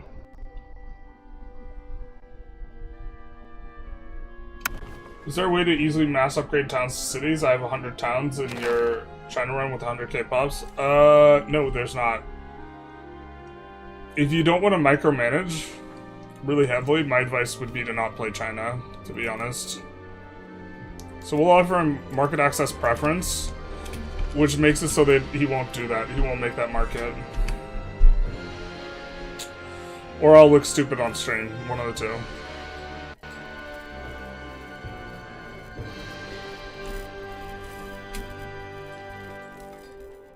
So that one's gaining now.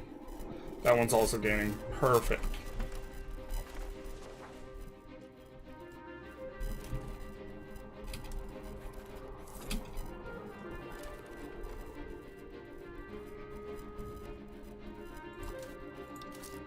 We're so smart and handsome.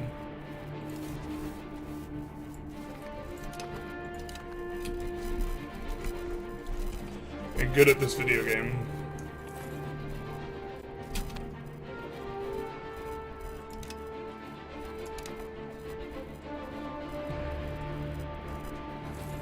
If someone makes a market over here, I swear to God, we're actually gonna give him market access preference so he doesn't.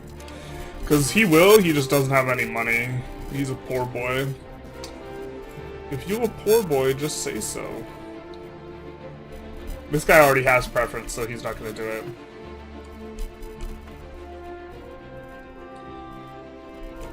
If you're a broke bitch, just say so.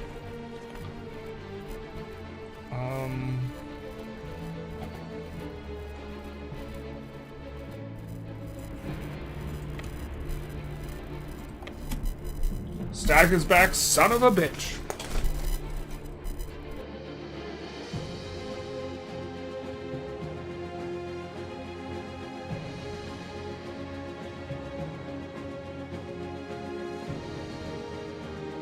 Is that better?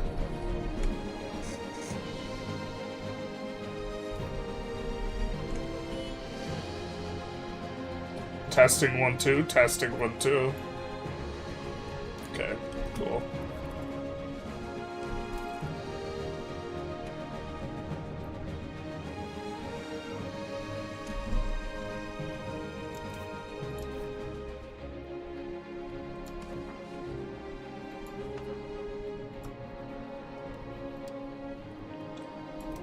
We eventually will move the capital back there. If it rebels and we lose it, that is what it is. Yeah, that's going up in food. That's going up in food. Perfect. Perfect, perfect, perfect. Fair dealings. Us? Surely not.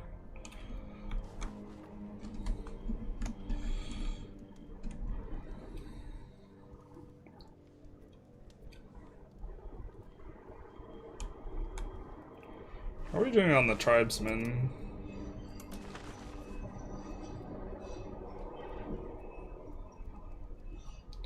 Bring it down quite a bit. Still have quite a few. The thing is, urbanization really lets you just crush tribesmen super fast. Like, urbanization is the truth that deletes the tribesmen.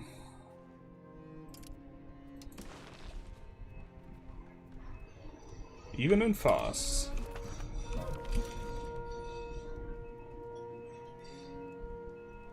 Why'd this idiot get elected?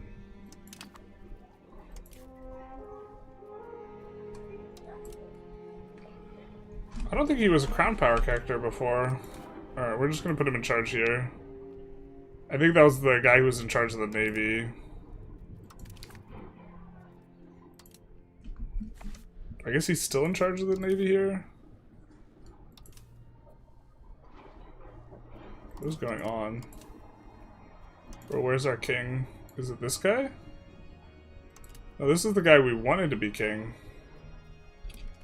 He's got the better stats. I guess he just didn't have a naval trait. Womp womp. But our crown power character should be in here, unless this guy's not crown and it's lying to us. It says he's crown.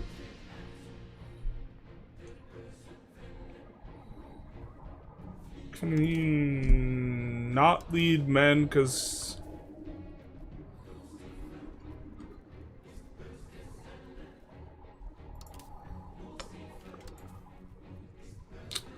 I mean, we wanted our current root ruler to die because he had shit traits. This guy has a naval trait, but he can't lead the navy. And he's a crown power character. I don't know what's going on there. Do I not have eyes? Necesito ojos? No. To push serfdom through parliament, do you need a noble in the cabinet? Really hard to push serfdom, but easy to push free subjects. No, you need to make a lot of concessions. You need to do a lot of stuff like grabbing agricultural cultivation, progress towards serfdom, right? Getting the nobles, rural noble authority, progress towards serfdom. Ultimately, I don't think it's worth it to push serfdom anymore. You have to pay army maintenance to suppress rebels? Not as far as I know. But thank you for reminding me that we're paying. I think we can nuke the slider a little bit here. And start raking in the cash. How much are we getting from the war reps from Castile? Nice. Nice, nice.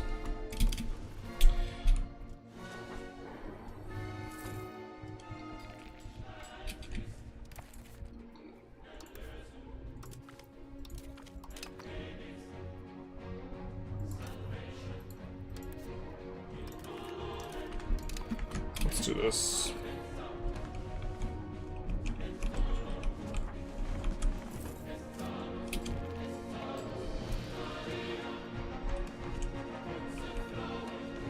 Forgot to give this guy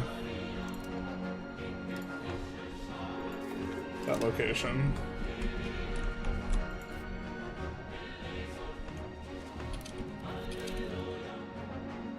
Can you get proximity in India as the Mamluks? Probably.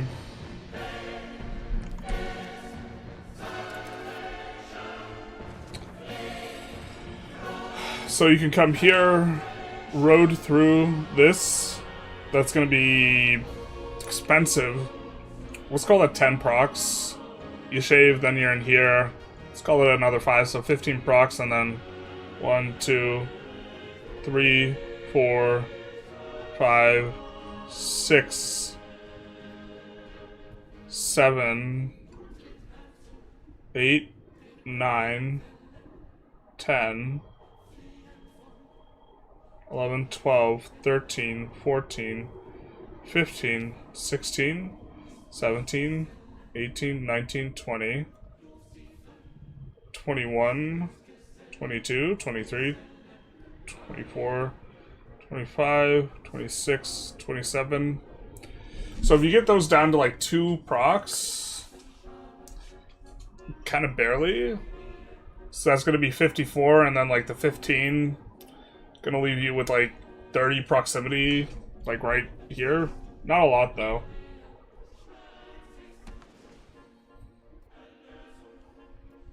So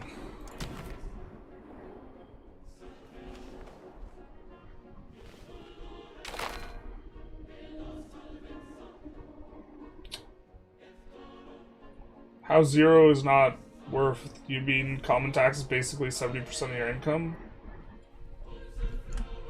What?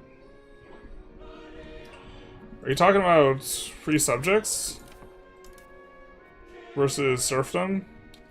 Yeah, the issue is it's hard to get enough satisfaction on the peasants to go for this. Because everything that gives peasant satisfaction is trending you to free subjects. So there's one cost. And then the second cost is this is your best source of prosperity. And then another idea is that you will have lowered location satisfaction if the peasants are at 50% satisfaction. And this will further eat into your ability to push 100 prosperity, like really, really hard. I don't know... because you'll be getting bigger malices from average satisfaction, right? And you won't be getting the free subject bump.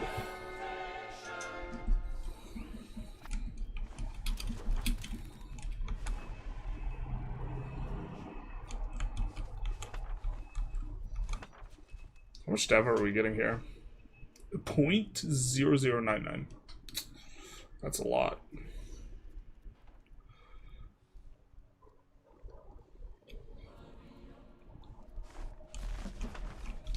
The 30 dev breakpoint is so important because the clergy, we have a ton of clergy, right?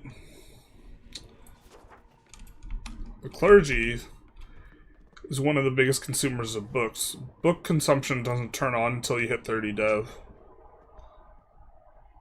Notice they consume more books than the nobles, and books is also what we have in high amount right now.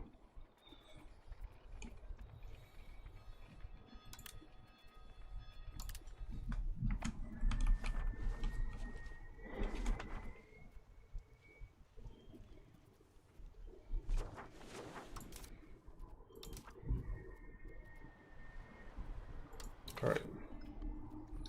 Don't think we have any New World, or very many New World tax.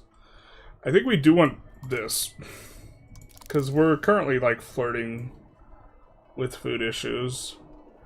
Pop promotion speed we're kind of into, for dealing with some of the guys, some of the boys.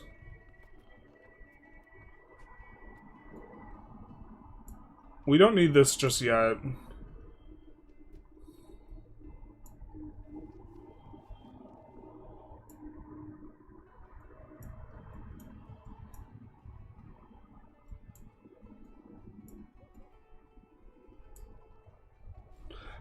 It's like a lot of things that we're gonna want soon, but we don't want immediately.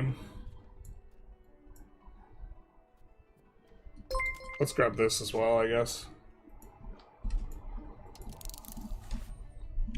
And... yeah. 1 FCN with nuclear power. Thank you for the follow. Much appreciated.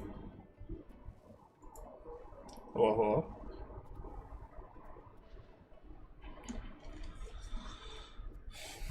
I was getting 0.015 from stacking a whole lot of modifiers on Masca, including Tara Yoke. Ironically, by 1450, I have the highest dev in the world. The highest dev in the world.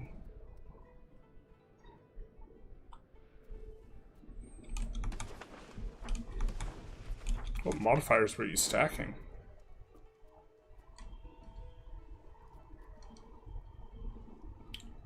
You mean in a singular location you had the highest, or like... you're beating out Italy and India in the general sense? Alright, but we can go for the New World now. We're discovering it. Just kidding. We need more sailors. That makes some sense. Alright.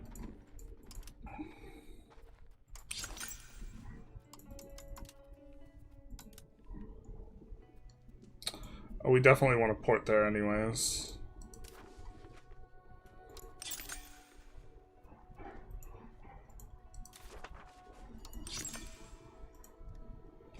Let's do that.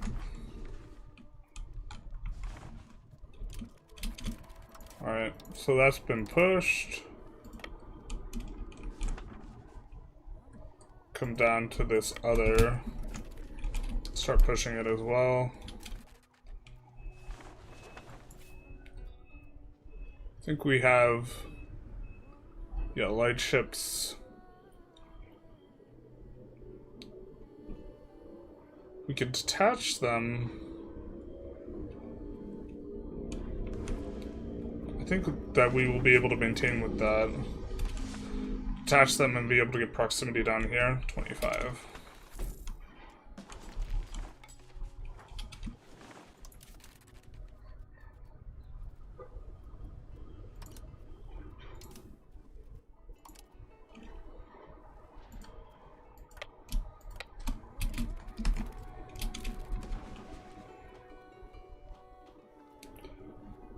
This should work.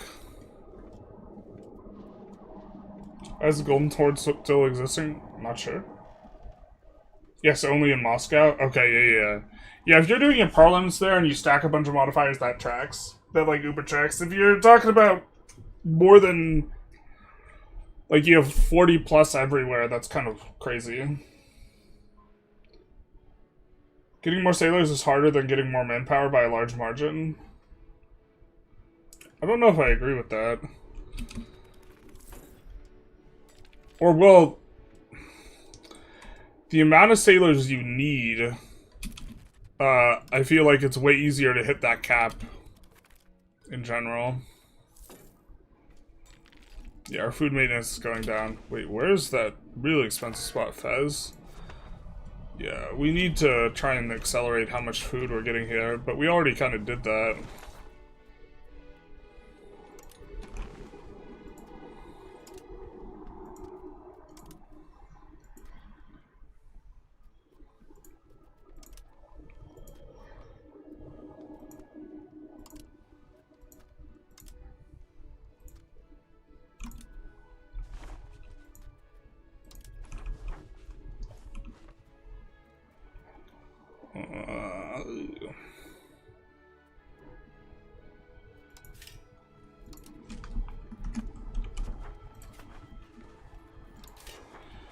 I have a fever, and the only remedy is making sure our farming villages are subsidized.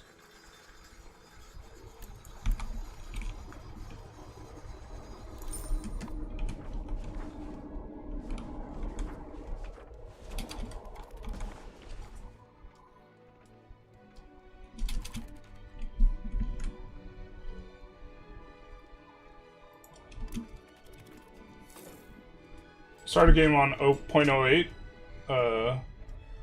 so maybe they're much more unstable now. Maybe. Creating a new market in Agadir, a good idea?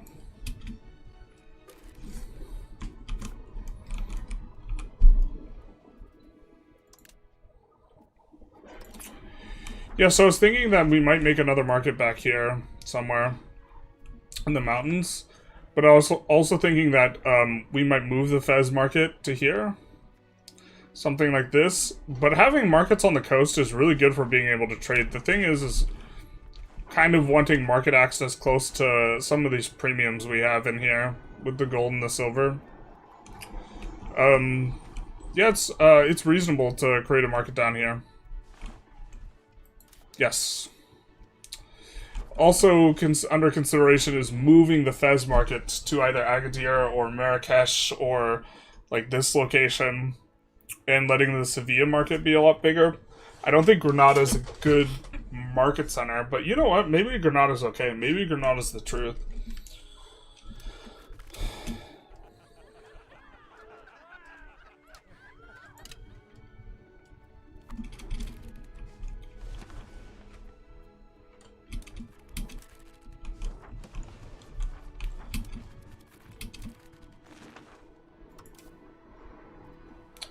We can transport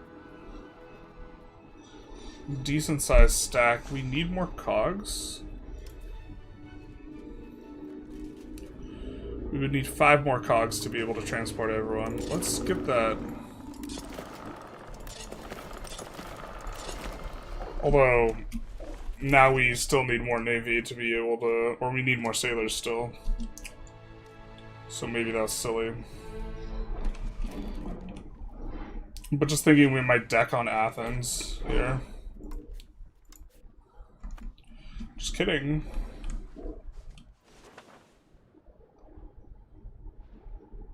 Ottomans Corsica on Genoa. Oh, Genoa got liberated. Wait, no, Genoa just never got conquered. Super cute.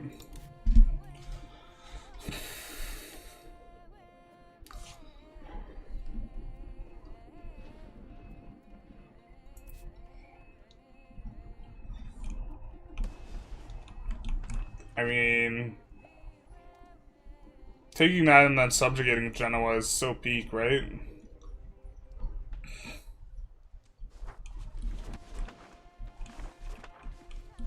Well, I guess we don't want to release Genoa. I keep forgetting we own this.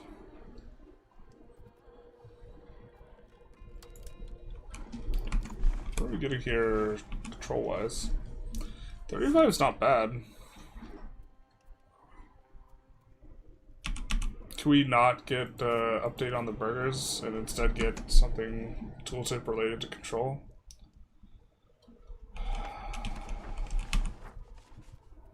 Thank you.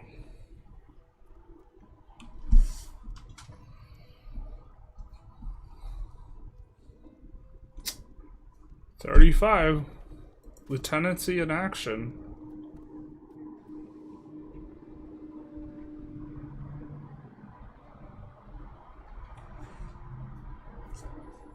Giving us like half the control we have in this location. What's the tax on the Demi look like? I mean, it's starting to become substantive.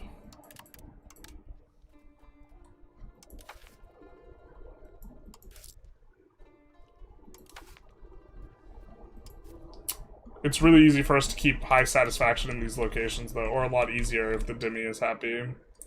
Is one of the things. Or wait, does it matter? Yeah. So it's helping. It's helping us dev, and the Demi don't pay a lot.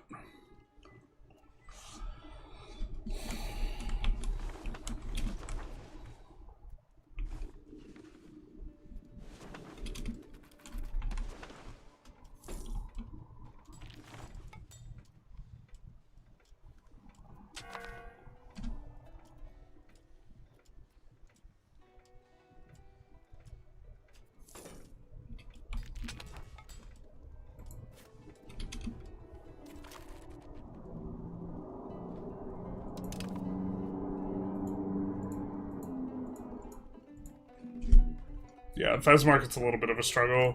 The rivers are just so critically important, and like this is one of the issues with North Africa as a region in general, is like the general lack of rivers. Do sailors benefit from the population like manpower does? What do you mean? Manpower really benefits from population in that it directly... The number of manpower buildings you can build scales linearly with... After the first building, it scales linearly with pop. For max level.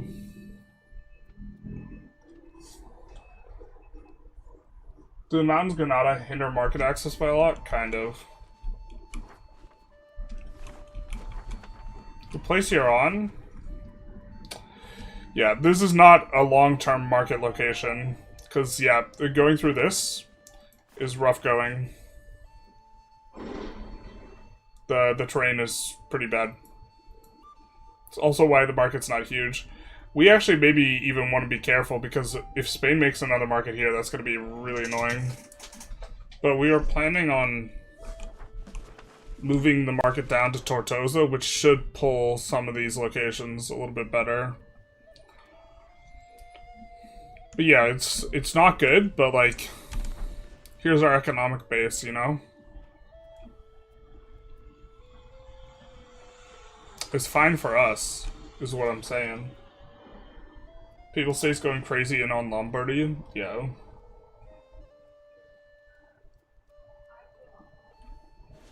Can you just revoke your cores if you go to war with them? Oh, that's true, yeah. You're right. That's probably the way we do that.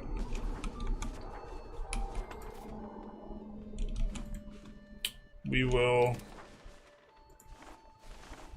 Revoke their cores on the 2 locations we own, and then release Genoa here and use their claims. Promote state religion, no.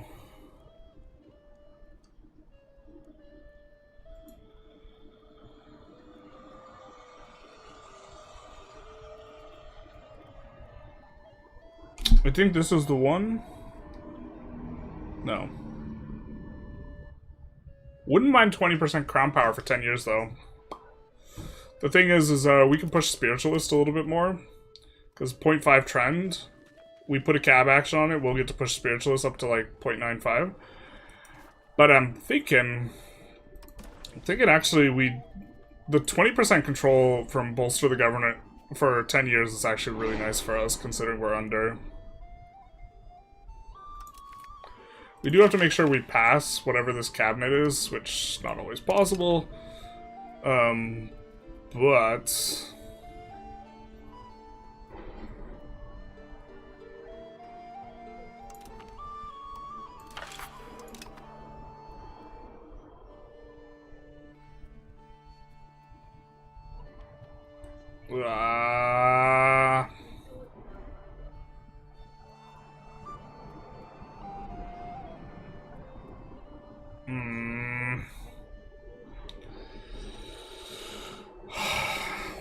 We could go trad ideas and lose 2% research progress in order to pass Bolster Government.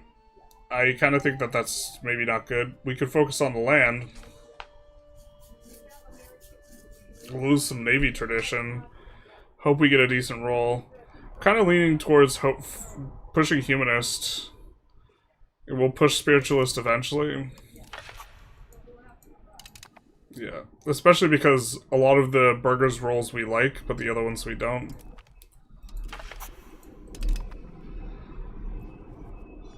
And we'll take another plutocratic roll. Cool. South Italy also has no rivers. Yep, that makes Naples actually like a hard place to manage from a food perspective. You had bonus to manpower with soldier literacy, so those misspeak on my part. Ah, gotcha. Yeah, literacy you just need 1. It should scale with like proportion of the pop that you have somehow, but it's kind of whatever. You could just subjugate via war. Yeah, but we want to release them with our setup, I think.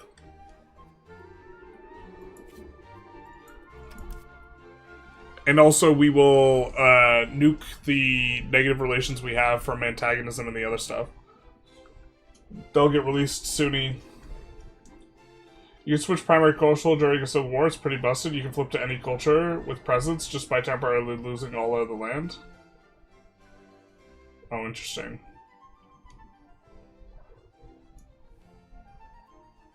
The economic base by the market capital makes sense. Yeah.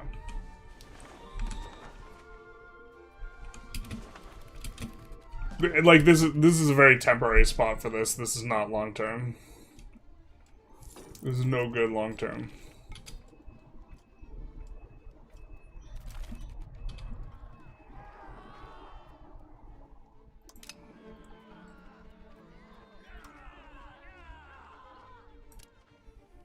Is there a world where we want to spend?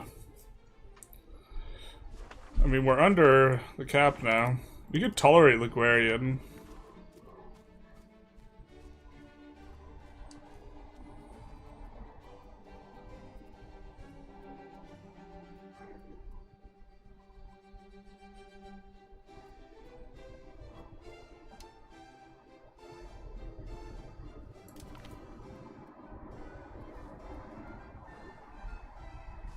Wait, what the fuck?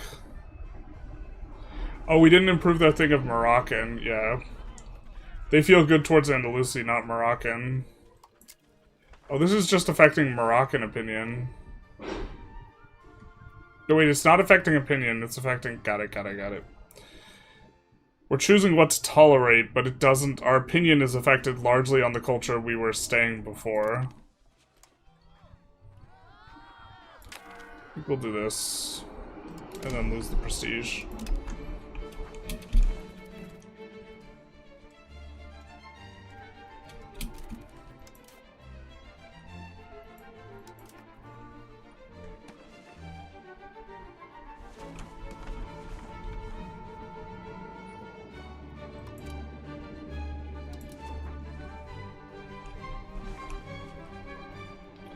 Well, sturdy grains and olives on the coast we might urbanize anyways, so that would get rid of all the tribesmen.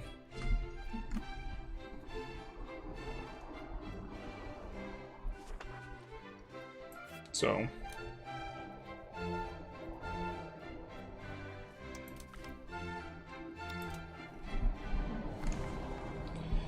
we need all the coastal guys, these guys, and one additional guy, thinking Marrakesh.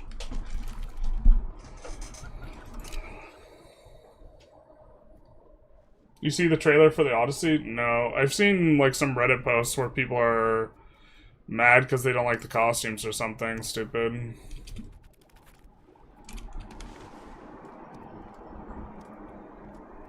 Which is like, I don't know, people get upset over weird shit.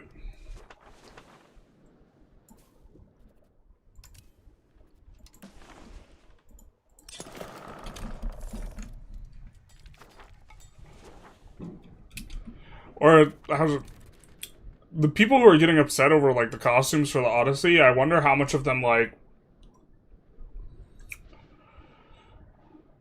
people, like, bandwagon getting upset a lot online, I feel like, in a way that, like, is strange to me given people's, like, what I am inferring about people's actual interests. And, okay, you might not, like the costumes, but, like, having a really big-ass argument online over it seems a little bit weird to me. Because how many people online who are whinging about, like, costumes have, like, ever read a book about costume design in movies or something like this, or have any type of background or knowledge or anything, like, remotely related to an interest in this, over some, like, extended period of time, and then they're like, I watched Lord of the Rings, I remember the orcs, and then I'm like, fair enough.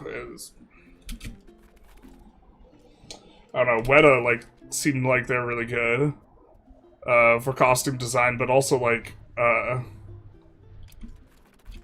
it's weird to see people who seem like they have no skin in the game acting like they have a ton of skin in the game, is what I mean, I guess.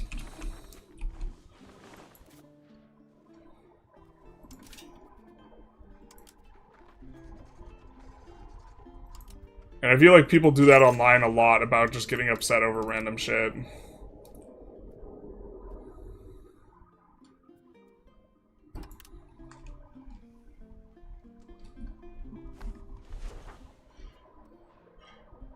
Not that I'm saying, like, the costumes are good or anything like that, just, like, I'm not trying to make any type of argument like that. Oh, we might be over-annexing, guys. Yeah, we are.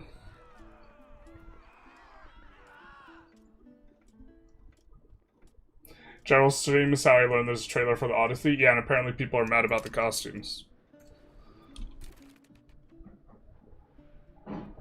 I just don't like Nolan's movies. Christopher Nolan did Batman, right?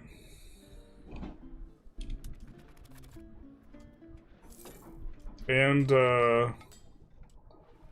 Oppenheimer? Oppenheimer was pretty sweet. I enjoyed that. Oh, we have too many guys here.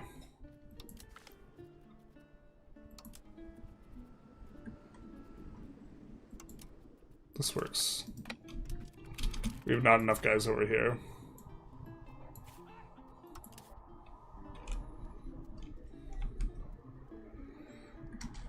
It's unfortunate you have to just, like, actually just park the navies in spots.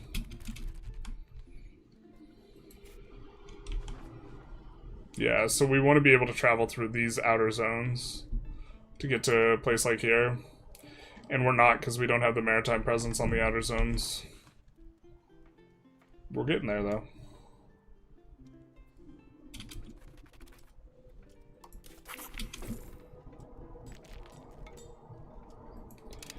That should help a lot on the crown power.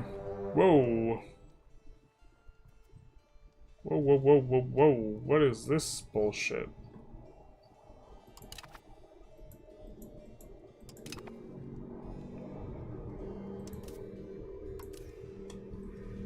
I think since this can transport our navy with these two together, we're gonna combine them. Or transport our army. I don't know what this is about, my guy. This seems like an ambitious prospect at the absolute minimum. Very ambitious. I think the AI like doesn't understand overlords very well at all.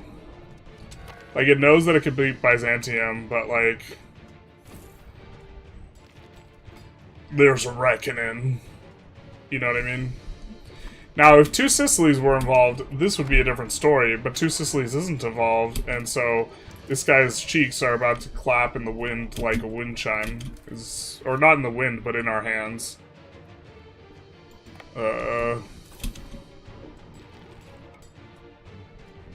And, like, we were thinking of decking on this, like, type of thing.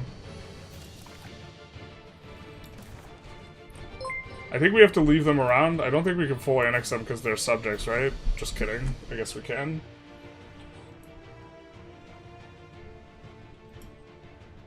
Raid Basu. Thank you for the follow, Big Nice. People know to get in the game, pulling their excess elbow fat in there. Pulling out. Well, I mean, they don't have to be fat to be wrong.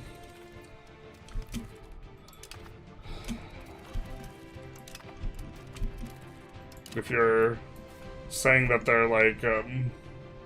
I don't know what you're talking about, but doesn't any spectator or media have skin in the game and form an opinion on it? Why would they need prior experience in costume and design to comment?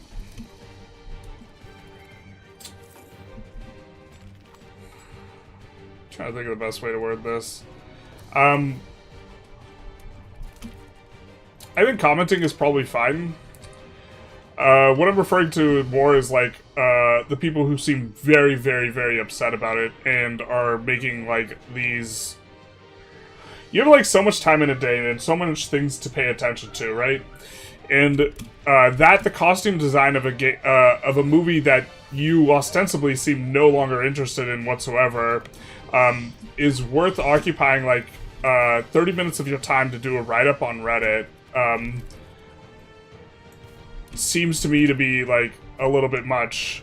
And also, I say this from the perspective of also being just generally kind of annoyed with the way people engage in like discourse about meaningful topics as well, because you will have people who will spend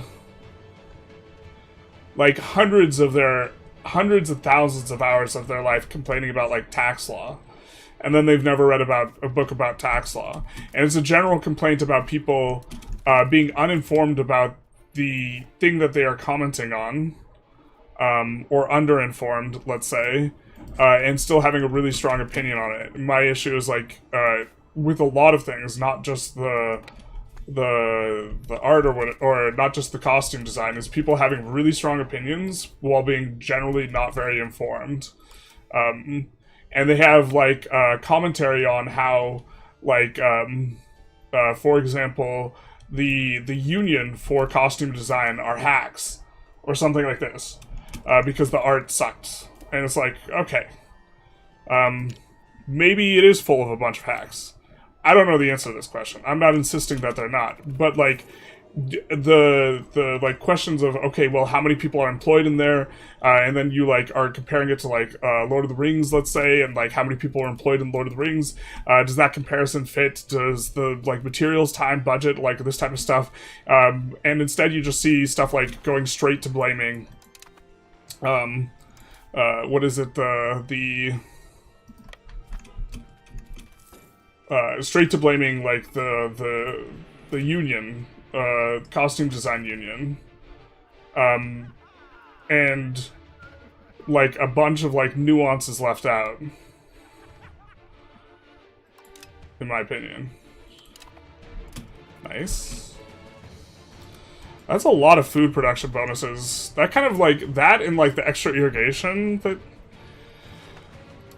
we get is kind of a little bit of a lifesaver. If I recall correctly, that's from us like being Arabic or something like this. Or the Arabic culture group, this one.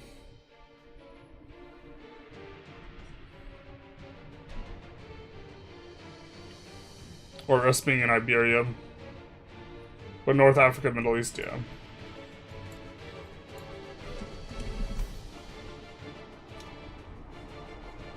I don't want to say I'm mad, but I'm sad that my favorite topic, Homer stories, are getting movie dedicated to them kind of wasted by not sticking historical.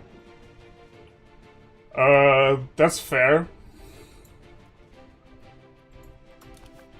I think my question is, like, how sad and upset are you? And I think if, like, you're foaming at the mouth, then that's a little crazy. If you're just like, well, this is a bummer, I guess I won't see the movie, then, like, I think that's kind of fine. I also don't think that, like, costume design, like, necessarily, like, ruins a movie or something like this. And people are acting like it's the end of the world. Coalition on your doorstep? Nah, we're fine, we're chilling.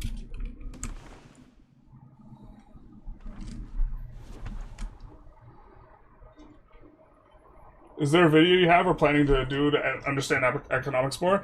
I have several videos, like, planned. I can't, like, record in the mornings because construction going on during my house. Or there will just be a ton of construction. It's kind of frustrating right now. Trailer looks great, but I'm a Nolan fanboy. Yeah. I don't know, like, I don't...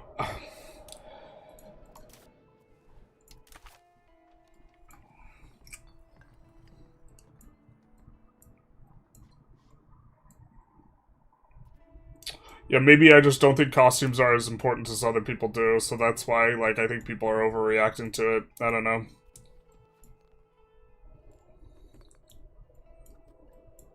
That's possible as well. I think more of my issue is, an extension beyond people having an issue with it, but them ascribing blame to specific groups is maybe what I have more of a problem with when I think that the comments attacking, like, the guild or like the what is it, the union for costume design in Hollywood, I think I have a little bit more problem with, given that those comments seem to be, like, kind of devoid of any, like, additional context. Construction speed, legislative efficiency, we do want these eventually. We're in H3, right? Yeah. Let's go for this promotion speed.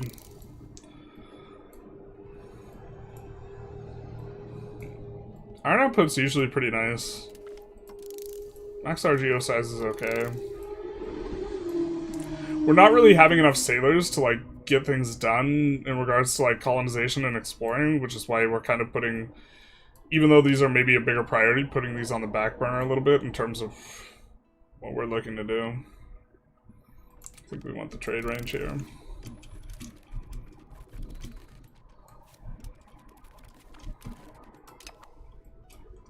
I don't know.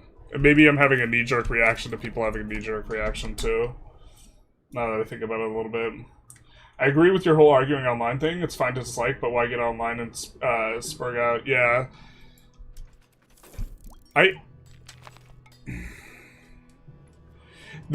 Costume design, though, is in, like, consumption of media is perhaps something that people are actually more qualified about without having, like, read a book on it.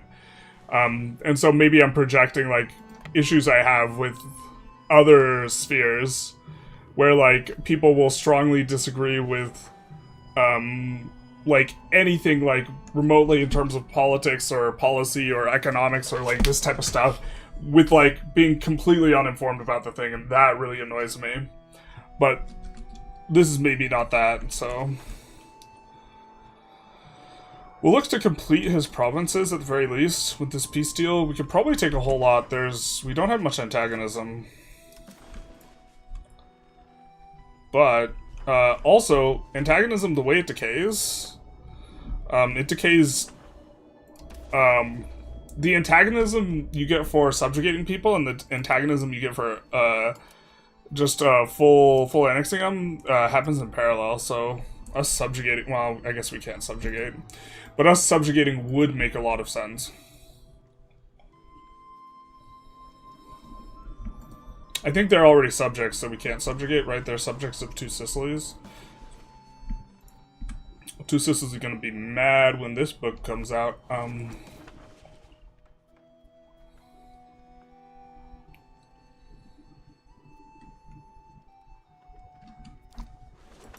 I think we want to give them a full province, so I think we want this. I think we want to stay under like 50 Antag, but this is maybe okay.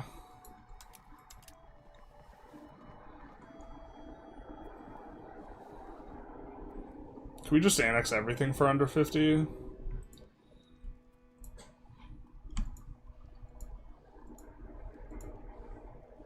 No, we can't. We have to choose. We have to make choices. I kind of like the idea of taking Achaia and releasing it. I think that is a historical releasable. I don't know why we don't see it.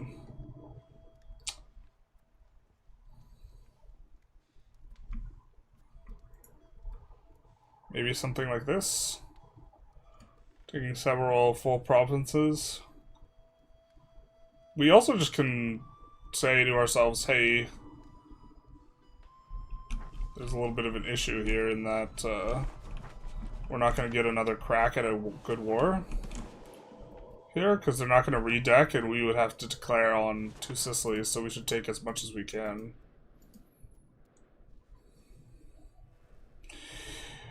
If we annex them, they also can't coalition us.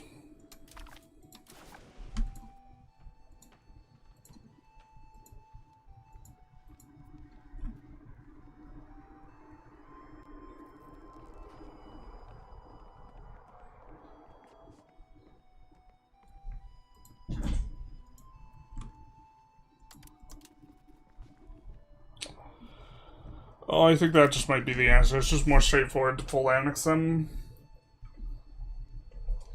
The costume stuff is just culture war nonsense. Conservatives just don't want it to happen. Historical accuracy is just a Mott and Bailey rhetoric strategy. Yeah, I think that that's kind of often the case. We could wait until we get a little bit more devastation down so that they lose access, right? Or us just getting a little bit more occupation will do the trick here. Yeah. Where we will be able to afford the full annex once this finishes. We want to wait for whoever's occupying this to flip it our way. Unless Tunis is going to be annoying.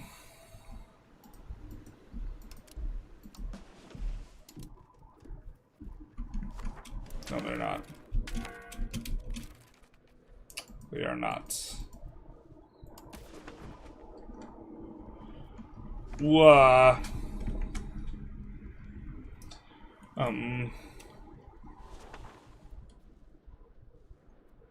There's also, like, a lot of, like, complaints about, like, movie stuff that I think is, like, frivolous.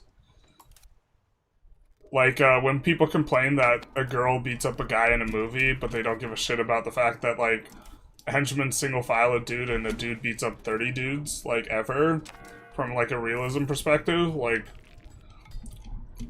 a James Bond movie, the fact that they just go, like, rail through, like, a bunch of, like, henchmen.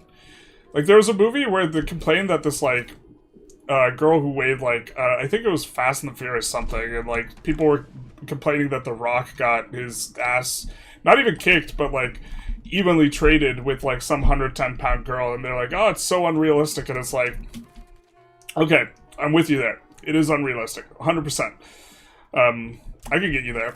But if you're gonna complain about that, and then you're not gonna complain about, is more realistic for a girl to beat up The Rock than it is for The Rock to beat up 50 people that are trained to fight, or who are, like, henchmen, who are goons.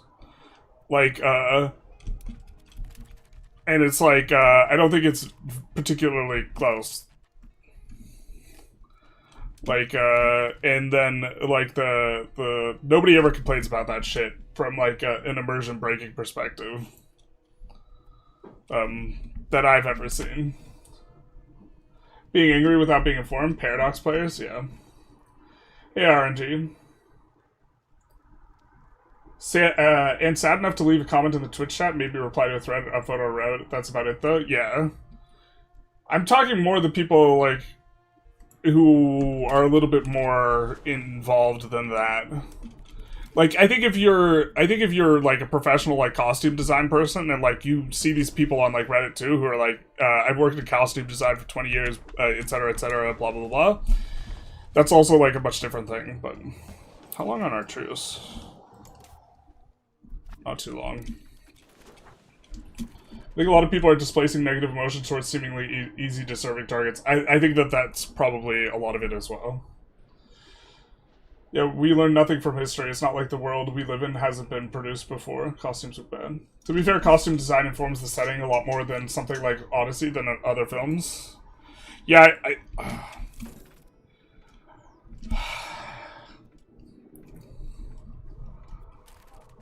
maybe. I feel like, also, it reminds me a little bit about people complaining about, the UI in a game that hasn't come out yet, too. In that, like, that's, like, all there is to complain about before the actual product is out. So, like, of course there's going to be complaints about that. Because if someone wants to complain, that's what there is to complain about. We just need to wait a little bit longer. Occupation. Thinking art is garbage is fine. Describing blame and attacking people because you're upset is psychotic. Yeah. Or it's a little crazy if you're not informed. If you know who's to blame, that's like a different thing. If you know who done it. Pretty nice. My empire's built on 110% prod efficiency bog iron smelters, basically. I don't think we have many opportunities for bog iron smelters where we're at. We have, like, no lakes. We do have some iron, though, so it's not a big deal. Oh, we have these lakes. These lakes. What about these lakes? Let's add some more of this. Wonder what our best eco opportunities are here. We definitely do want this for the pound lock. The pound lock into Granada. I don't know how easy it is for us to collapse wood price for this. What's the wood price for this, though? So here's the thing, is the price collapse required, it varies from thing to thing. Alright. So, like,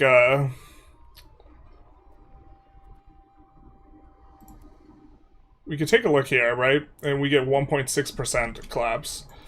What do we get when we're expanding out the sugar? Oh, we get a 6.7% collapse. And then roads, I think, are the most expensive price collapse.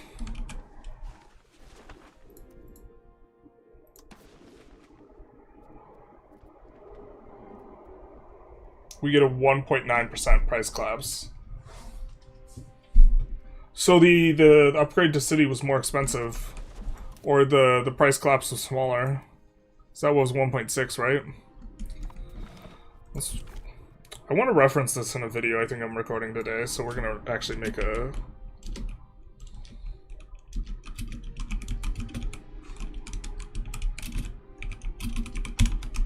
little bit of a save and a note.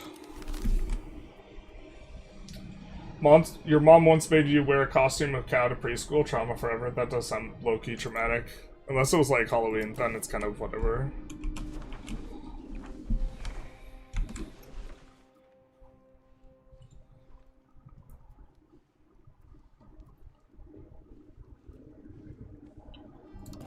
Did we not get paved roads?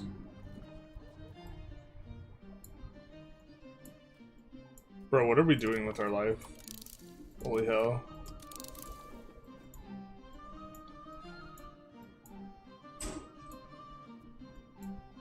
Alright, let's just do this. Let's get the pop promotion speed, but we're getting it so we don't feel stupid. This is a sunk cost fallacy. Like, in reality, we should just cancel pop promotion speed and the iron... Actually, no. Let's actually try and play correctly.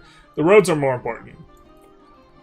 The roads are more important. You break your tech progress if you cancel the tech you're researching, so we won't do that, but we will cancel this and admit defeat instead of say, but we already started, sunk cost fallacy, make fun of ourselves, but then make fun of ourselves like we're gonna make the right decision, but then make the wrong decision. No, we're not gonna, no.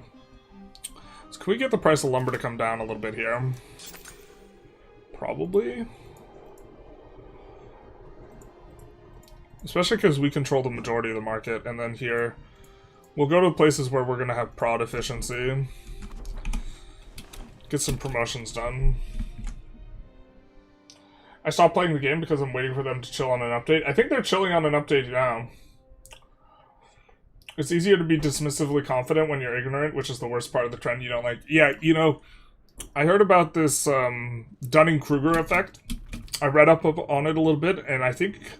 And it talked about this type of thing where the less you know, the more you think you know, something like this.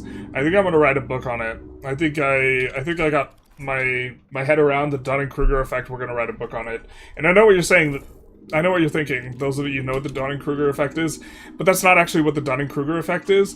Yeah, but I'm the performatively misinterpreting the Dunning-Kruger effect while performatively making a joke about the Dunning-Kruger effect is part of the joke. Now we've over-explained the joke.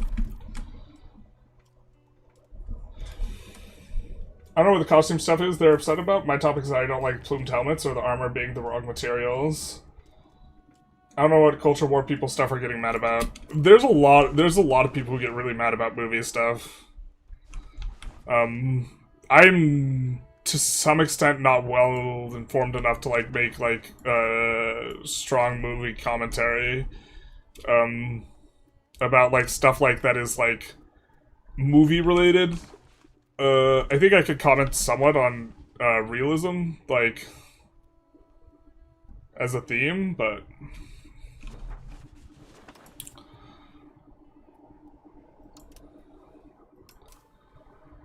let's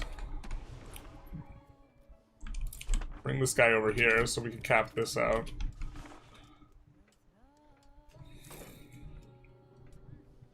So we can use these two segments. I would hardly call the things we listed as culture war stuff. Often the complaint with the culture war stuff is like a proxy for something else, though.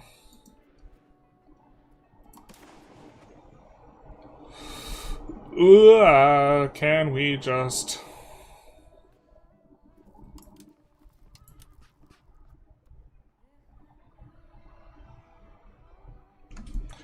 Maybe we just annex one of them and leave the other one.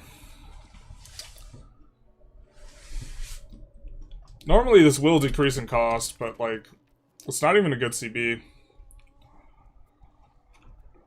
How many more months are we willing to wait for the prosperity or whatever to try and decline so that this becomes cheaper? Or like, they lose control eventually? I forget exactly the way it works.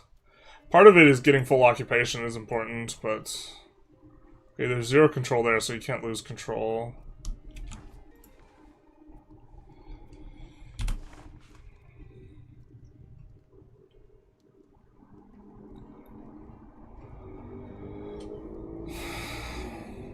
So this guy can lose tax base.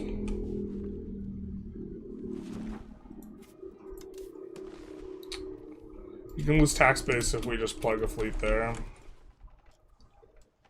Like, not much, but... Tax base scales the amount you get from stuff. I think occupation and, like, high devastation also causes other issues. It's, like, super marginal, your ability to make stuff cost less, but we really would like to full annex these guys, so... I think that this will... Rex there, yeah, this is going down faster now.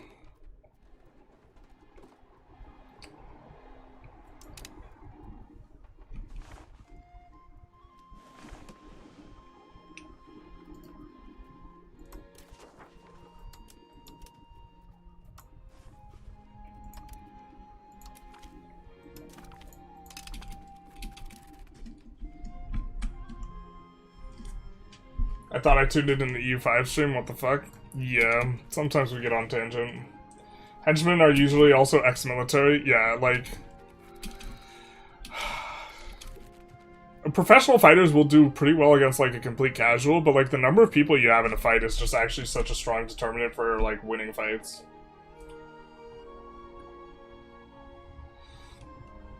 Anger is what drives online platforms. Yeah, that's true. Yeah, I mean, maybe that's just more the way to look at it. Like, it's not reasonable people being, like, angry or whatever. It's, like, angry people being angry, and I just shouldn't even, like, pay any attention to it. I think that we're going to stop promoting these guys now. We've promoted them a lot.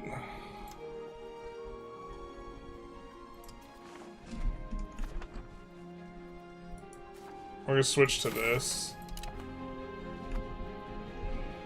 Just trying to, like, get some of these, like, kick-started a little bit more. Because once you take care of a lot of them, they, like, are much better at promoting out. It's about getting to, like, a flat number where they're, like, still decreasing. Yeah, so these guys are decreasing. The birth rate is not outstripping the promotion speed is, like, the idea. So eventually they will all go away. Sometimes that's not the case. Force France to release Genevieve and take the few lands next to it, which is now selling back to 1 by 1 for free. You're selling back for free, or you're getting a ton of money, you mean?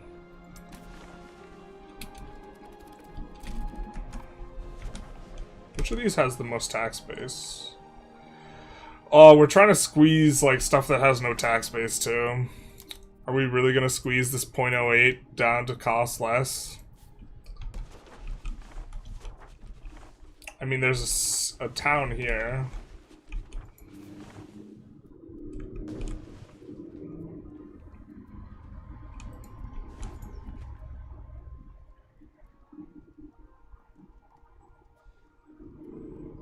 So we're making these segments more expensive by hurting the maritime presence. But this town has nothing in it. Does this town have any? Nothing has anything in it. I think we need to go back to the drawing board, chat. I think we do this.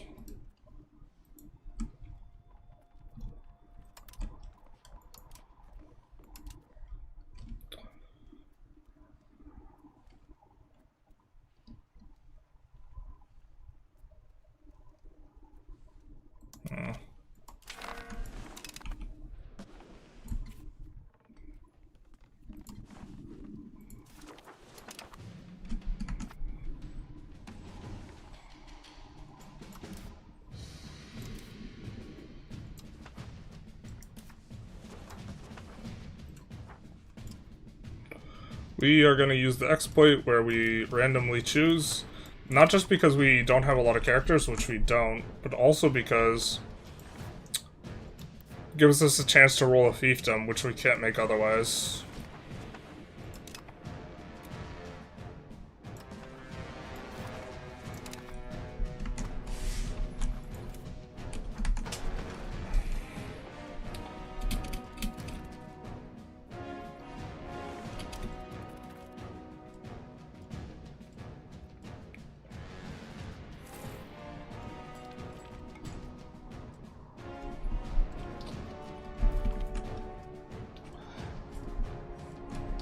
Does production efficiency affect villages? It does.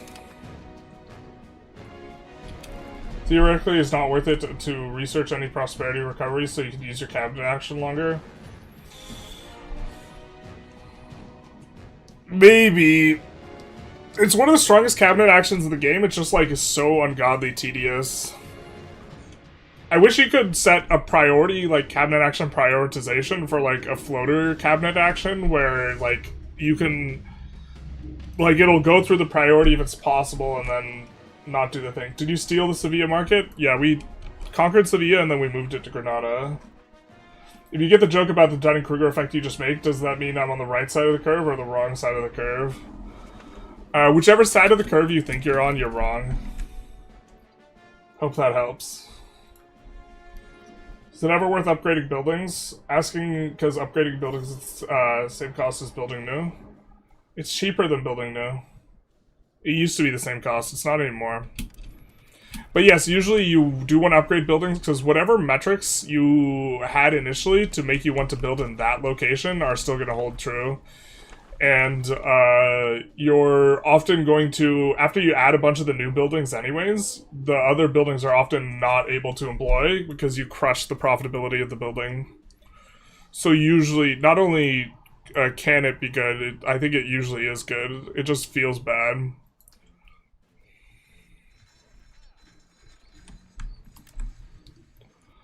Add some more of those. That's not even the capital anymore. Maybe we shouldn't be.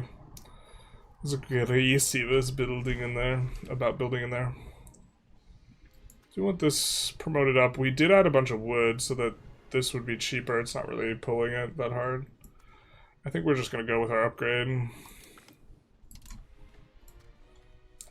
Both of these are locations where we want pound locks because they are ways into more important locations. From a proximity perspective, this leads to Granada. They lead to our two highest tax-based locations that are like inland, which is Granada here and Fez down here.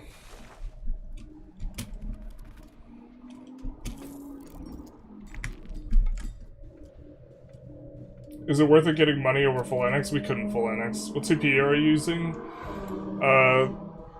Ryzen 7800 X3D, I think? I'm not 100% sure. Game seems to be running smooth. It is running pretty good. For now. It does slow down in the late game.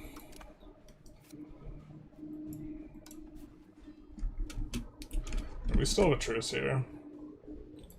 Maxing out irrigation is meta.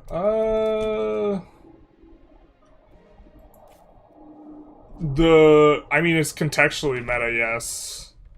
I don't like just saying something is meta, like, in a very broad and open sense, because there's definitely stuff you should do before maxing out irrigation in a lot of spots. I don't know if you max it out in urban locations, because I think that you're pressured by your build slots. In rural locations where you have, like, a food RGO, I think it's meta, yeah. So, like, here, where we have the livestock RGO... we are absolutely going to max out irrigation.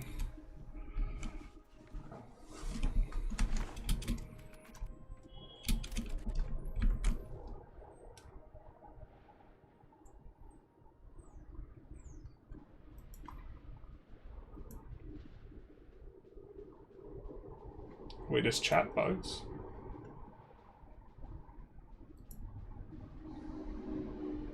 Get the feeling Dunning-Kruger is smart-ass imbecile and Kruger is the indecisive genius.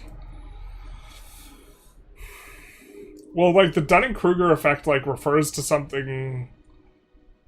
people use the Dunning-Kruger to refer to something that isn't even the Dunning-Kruger effect.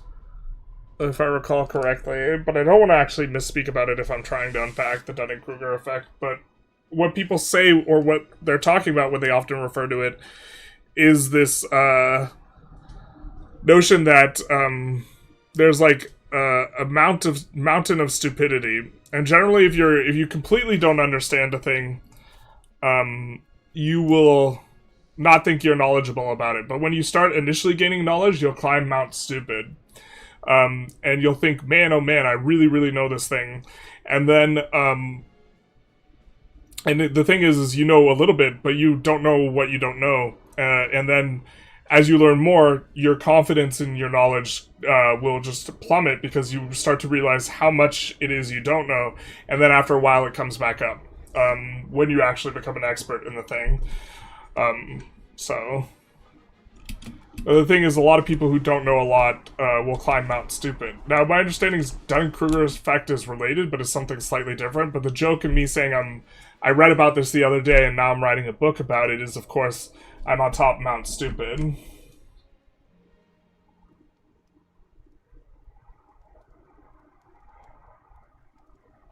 The only example of Dunning-Kruger in the real world is people who talk about Dunning-Kruger. Yeah. Irrigation is really weak, IMO. Eats tools, very bad. Food is super abundant in this game. That it eats tools is actually ridiculously good. We want it to eat tools. Tools is generally a pretty efficient industry. And actually, maybe you have to look at the numbers again, but creating demand for tools is a good thing because it gives you more opportunities for profitable buildings. You don't want stuff eating stuff like lumber, where it's really hard for you to get more lumber and the industry itself isn't efficient. Like, when something demands fine cloth, you love that, because that's generally the most efficient industry.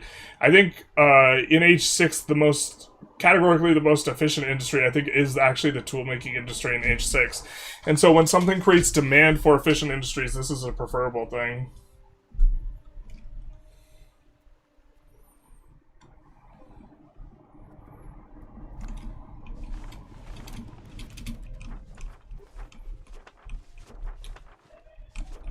Do we have any... Man, this wool probably really shouldn't be urbanized if it's on a river.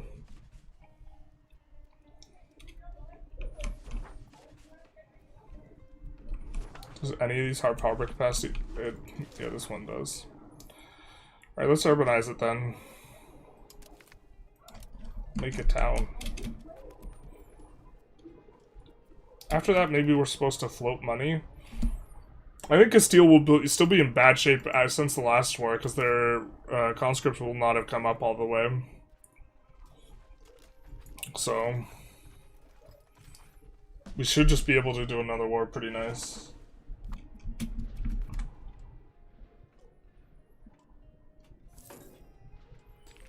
But also, yeah, I don't want to... I'm aware that there is, like, an issue with referring to the Dunning-Kruger effect such that I don't want to, like... I don't want anyone to quote me on it. 3 levels. 1, you're too stupid to know that you know nothing. 2, you understand enough to know you don't know everything. And 3, not even experts are as confident as people, absolutely ignorant people. The, like, hyper-experts, I think, kind of know. It depends on the thing, though. There's, some things, like, being an expert in it doesn't actually make you really that much more competent. Like, predicting long-term events with, like, variables that are unpredictable. I mean, it's kind of a facetious, almost, way to put it, but doing that is just generally very difficult.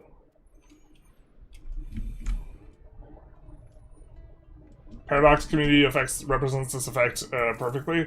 There's a lot of confirmation bias in the way people learn paradox games, I think, but also in the way people learn in general. Oh, where's it? Where do we put our Navy's still over there? Navy, please. I think that people think that something's good, and then they test it out, and then they do okay doing it in paradox games, and they do okay because the AI is weak, and it doesn't really matter what you do, and a lot of things are going to be effective, and then they think that that thing is effective, and that's not...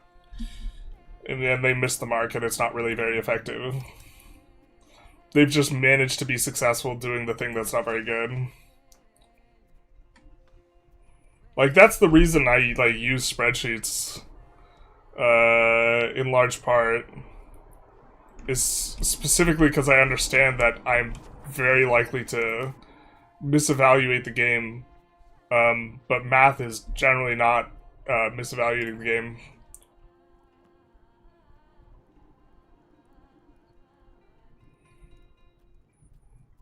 Maybe we switch to dev province. Where can we even dev? Are we like... I mean, this is actually an okay province. This is a huge province as well. 8 locations. This is where we're planning on having our capital, though. Our capital province. It is 1, 2, 3, 4, 7 locations. I think that's maybe okay worth deving.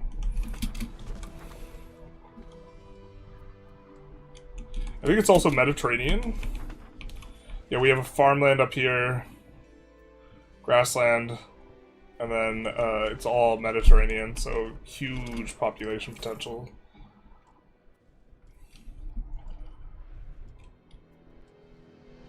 Maybe in late game, but you need tools for lumber mills. Yeah, I'm not sure what the argument is. Tools being profitable is crazy good. I managed to get 200 ducats, yeah. Well, the thing about tools is it's hard to find inputs for tool. Hey, Tarkus. Dunning-Kruger effect. Generalist gang, not like this. Some regions lack iron bronze to feed the endless expansive lumber mills. Yeah, some places don't have the iron or the lakes. Or the wetlands. It's kind of rare to have a region that can't support bog iron smelters or has iron. You know what I mean?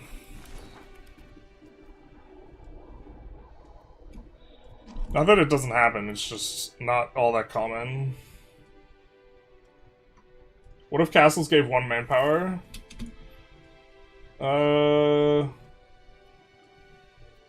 I don't think I like that.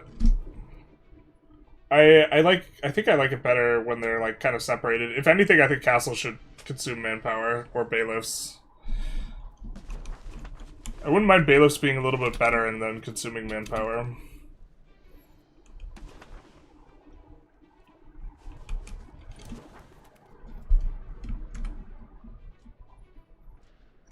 Being an expert in EU5 doesn't make you that much more competent than a novice. Womp womp, the truth hurts.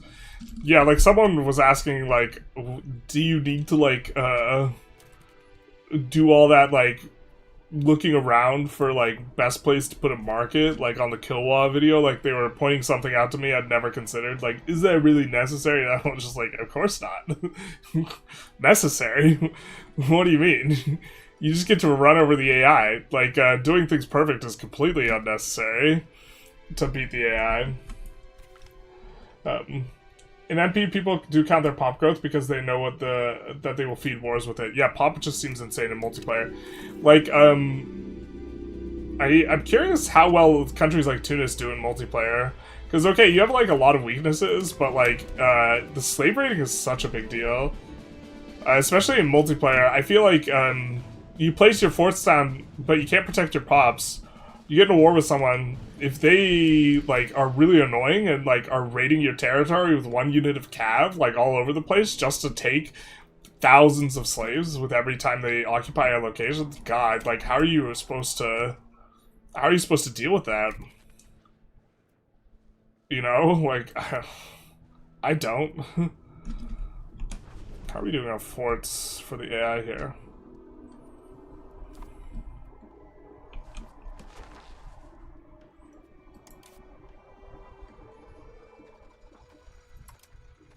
I'm not sure this gets constructed in time, but...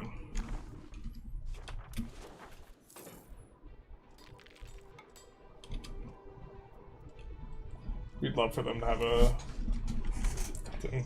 Math is the most infallible at evaluation. Most infallible probably being a keyword. If you, like, frame what's important wrong, like, even the math doesn't help you, right? Like, if you think, like in Vic 3... if you think the only thing that matters is efficiency per construction, you'll completely miss, like, efficiency per pop as, like, a relevant thing, and misunderstand that, like, low pop nations prefer to build different things. Because you do the calculation, but you do the wrong calculation. But yeah, it is it will give you the right feedback. If you ask then the challenge becomes making sure you ask the right question. Could bog a nation down. Tarkus says, please laugh.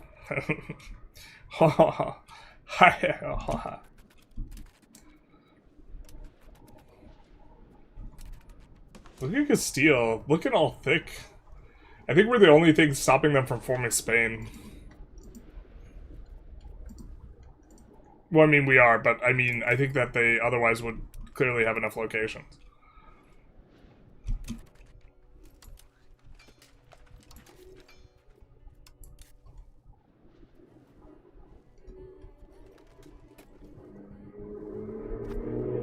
I think we have to hide our navy. I think we have to hide our navy so we aren't going to make use of conscripts. Right? Their navy's just stronger than ours. They have 21 heavies. We would need like 30. Yeah. Their bonuses. Insurmountable.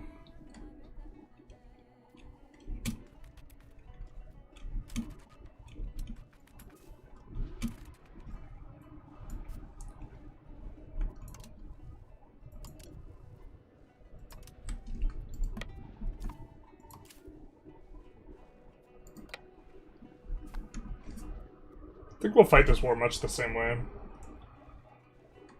Castles did not produce professional soldiers. They had a local garrison. Yeah.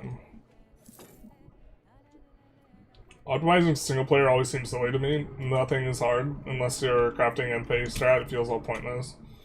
Yeah, I mean, but like playing the game is pointless. Like, the figuring out what's correct to me is the entertaining part, not like dumping all the AI or something. Like the AI is like if doing well versus the AI is like what's interesting to you, then the game is like trivial after a certain point and not worth playing. Like the AI is not that strong.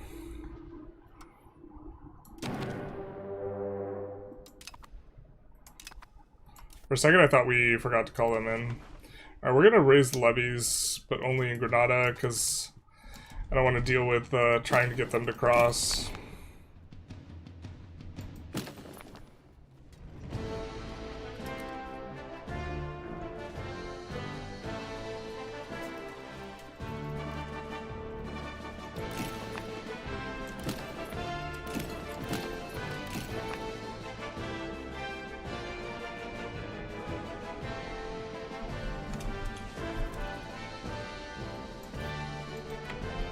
We'll just take these places real quick so that we have time for our conscripts to join up.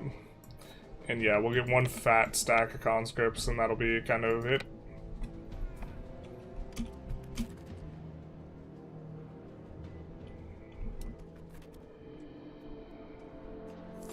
I think we still have a power spike advantage over them. I don't think they've gotten Miltech. I think they've maybe embraced the institution, but looks like they haven't even embraced that many institutions.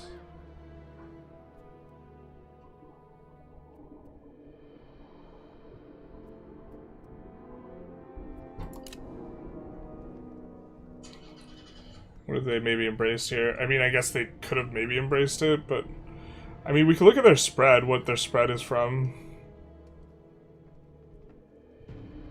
Castile, they've embraced the New World. That's the only one they've embraced.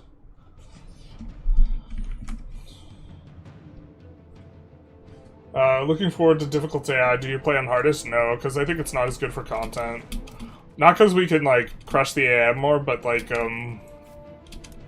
most people play on, like, the normal difficulty, so, like, making tutorials and all this type of stuff where you have a consistent level of difficulty, I think is better.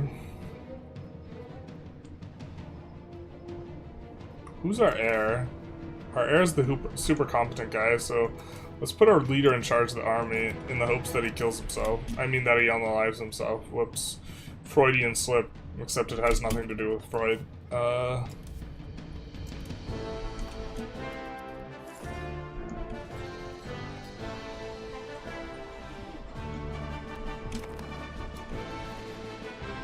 Some of us, the point is opposite. Yeah, exactly.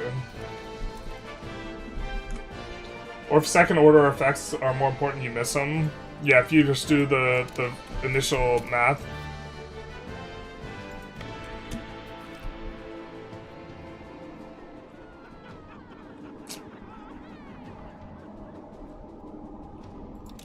We like the hospital. The maintenance on it is probably not as profound as the economic stimulus is, so it gives plus 100 clerics. The thing is, we need to find a way to make clerics eat less food, I think. How's our food consumption? Actually, let's look at Granada. Who's eating the food here? The burgers? Okay. Expected. 30,000 burgers. But the burgers eat just as much as the clerics. Burger food consumption would be the most useful food consumption bonus, but clerics aren't that far behind. Alright, I think we're gonna siege in the same pattern here.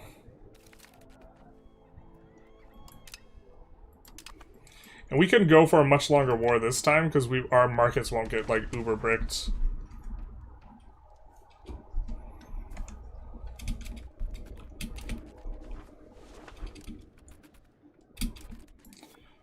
Let's go for this, maybe? And see where this 20k stack is going. We also have from the start Tunis's help here. Any Christians heresies with raiding slavery enabled? I'm not sure. I know the knights can raid for slaves. I don't think I want to try and... Is this a +0? I guess it's a +0. We could start sieging it. It's a 0. 100 dudes on horseback sending 30k slaves over to the Med feels bad. Yeah. No, I mean the... Yeah. There's some silliness in terms of what can be done. But I think that's probably what the multiplayer metagame looks like. Castles should cost 20% upkeep. It's not building owned by the state, by some local noble. I don't know, I think they're balanced around their current upkeep levels.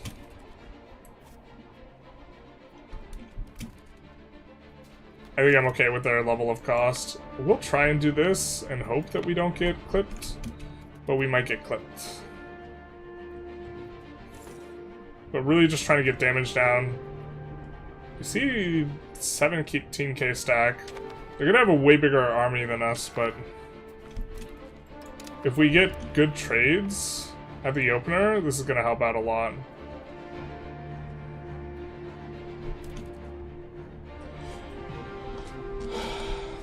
What's the best to do with land grabbed in Southeast Asia? Vassal or colonial nation? I really like colonial nation if they have the ability to build plantations. Probably colonial nation. Colonial nation, well, they don't give you direct income. My answer is unfortunately it depends a little bit, I think. Colonial nations get huge dev growth bonuses and pop growth bonuses. So if you value that more than them sending to you direct income, I would say colony. The thing is like, if they're right on top of the market center, Vassal's probably better. And if they're heavily urbanized, Vassal's gonna look better. And the more rural they are, the more colony looks better.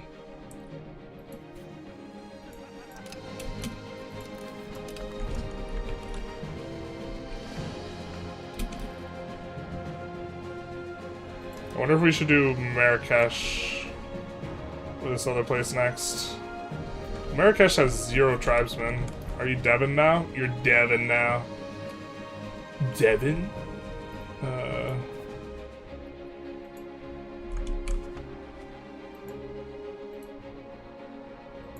Let's see what the end tag looks like.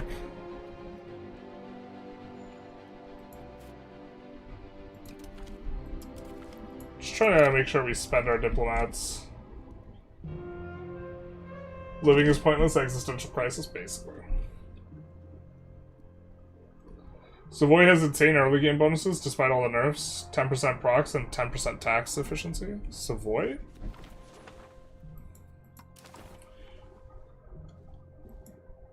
I didn't realize people were...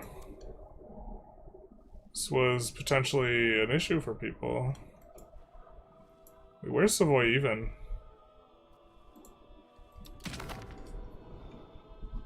You modded the game to make single player harder? Yeah, you could do this too.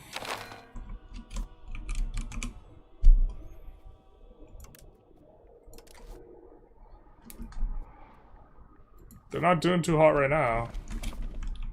Is that all they have? And a bunch of claims. I mean, inclined to subjugate the buddy. Or catch release.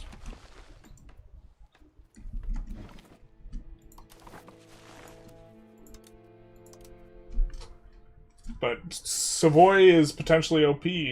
Confirmed. You forgot the other island? Oh my god, really? On the ticking the war score? That sucks. How's fort maintenance stacking going? It's going pretty good. We haven't really made any progress on it. But we're paying almost nothing for forts and building a ton of forts. Proximity through land, okay, fair. Tax efficiency, yep, okay.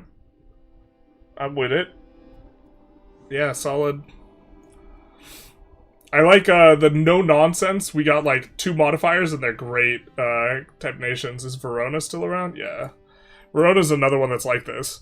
Where you just get a bunch of like, all your advances are like, ugh. None of this chaff, none of this, like, no, like, shitter, like, 15, like, but only 5 are good. No, we just show you the good ones. So, legitimacy, Republican tradition, military tactics and tag received, all great. A skilled new artist, we can ignore that one. Mercenary maintenance, can ignore that one. Monthly prosperity, hell yeah. And then, urban build cost and prox cost. All in the first 2 ages. Verona's another, Verona unfortunately gets dogpiled at game start, but Verona's actually, like, a sleeper, like, or is, like, almost really good. If you click Spain and open their overview panel, you can see what type of units they can recruit.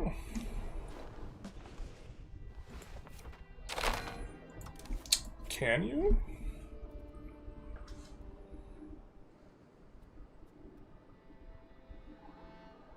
Oh, can recruit the following.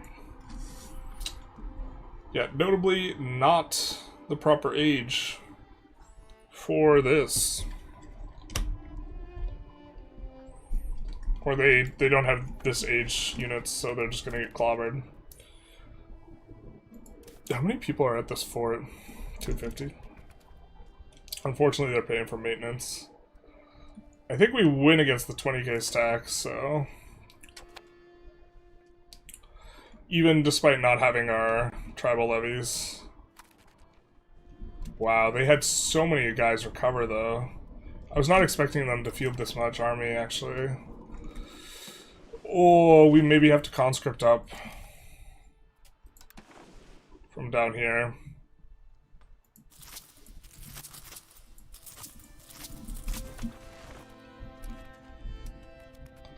You might have to risky to get the bisky on some of this running across the way. Also, we don't. We've promoted a lot of tribesmen, so we don't have anywhere near as much tribesmen. Maybe we should have built more Hoofnices, more cannons. Breach. Oh, I kind of want to assault it. Let's preserve the troop count instead. Our forts are so much slower for them to siege. Yeah, I think we can kind of take this too. Clerics are eating the burgers. All about burger consumption. Bro, burger sounds so good right now, actually. I think I'm going to move all these guys out. And then should be able to do this. Actually, fair. Oh, I just can't read. Just kidding. Here I am flipping out on the game and I just don't have eyes.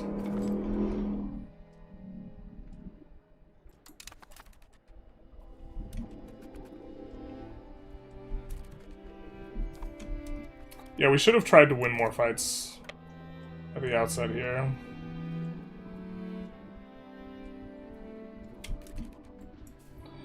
I don't think we win versus this guy, so we're gonna head these guys. We're gonna walk around. They can't interfere with us until we get to here.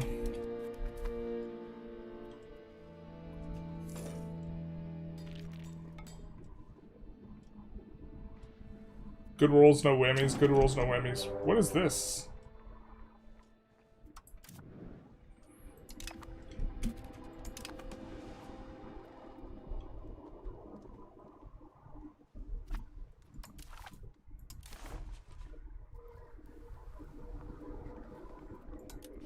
What do you want, dog? You want this? Okay. The fuck?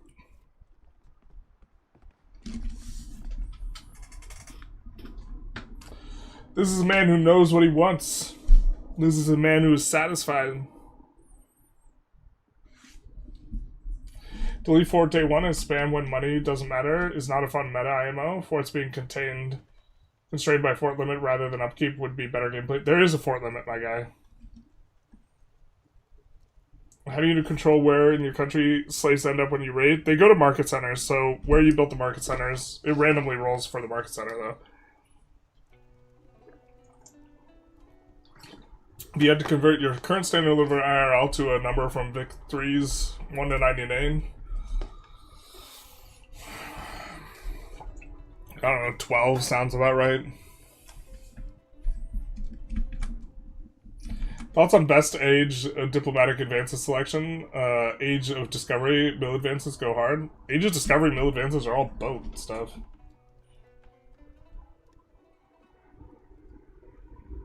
But vassals don't give part of their trade in the center like colonial nations do. This is true. I think the money is just better, though.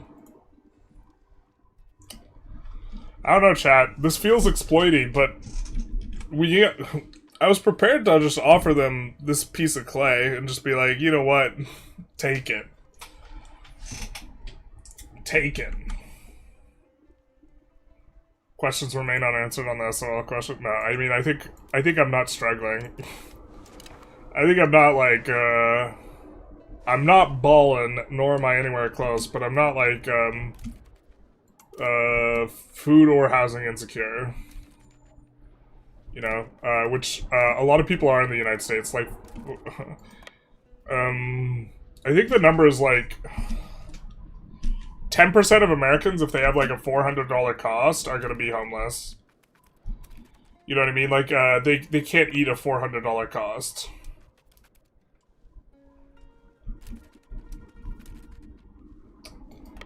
Oh, this is maybe risky. Where are we? Shoot, you don't even have an army. Mistakes were made. Please no, I need an adult. It's fine, because we'll just retreat onto our own army if we get caught. Also, with the tribal levies, we might just win that.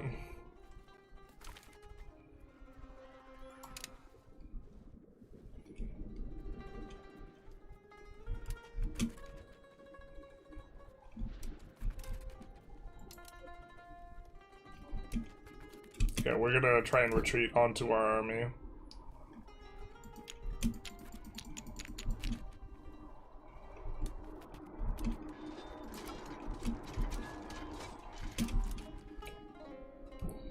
Hey, this is a good way to kill tribesmen too.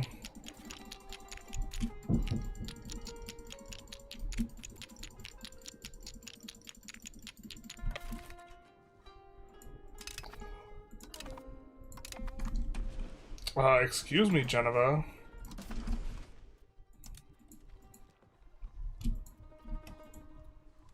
No. Wow, we even... Or sorry, Savoy, rather. The good old retreat onto your own army. What's the best way to figure out where to conquest next? Where you have subject claims? Yeah, generally you want to kind of work in such a way that you will get subject claims, like Navarra here. Subject claims. In places you want to expand, and like be kind of aggressive about acquiring those claims, and then just do kind of wherever's convenient. Technically, I think you want to oscillate like back and forth a lot, but...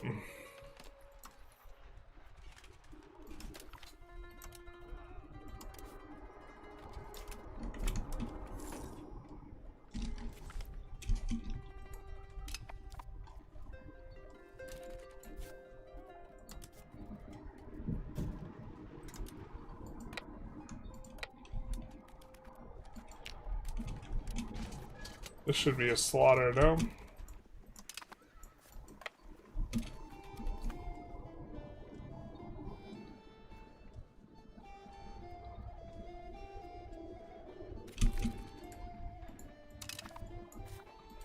I don't know what Tunis is doing. Tunis is drunk and needs to go home, actually. They're not helping.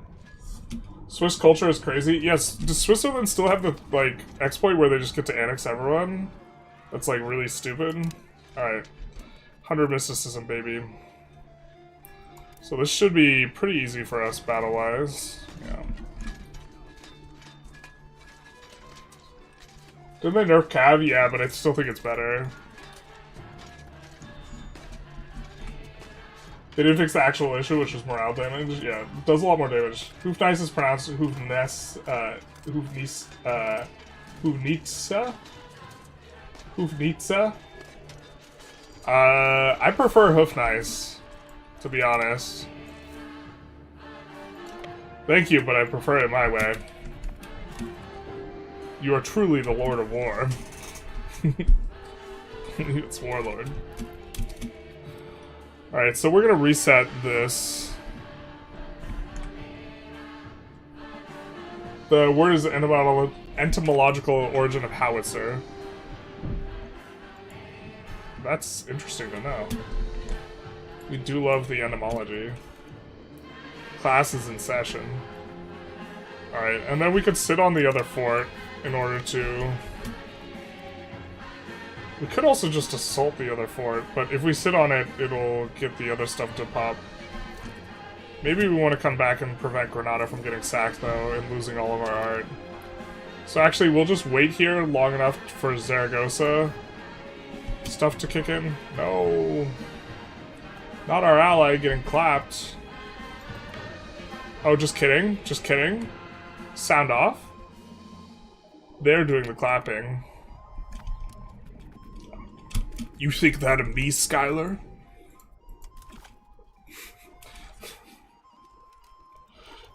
Door. Someone knocks on the door and gets murdered. I'm the one who knocks. Except it's clap. You think the cheeks are getting clapped, Skylar? I am the one who claps. It's like...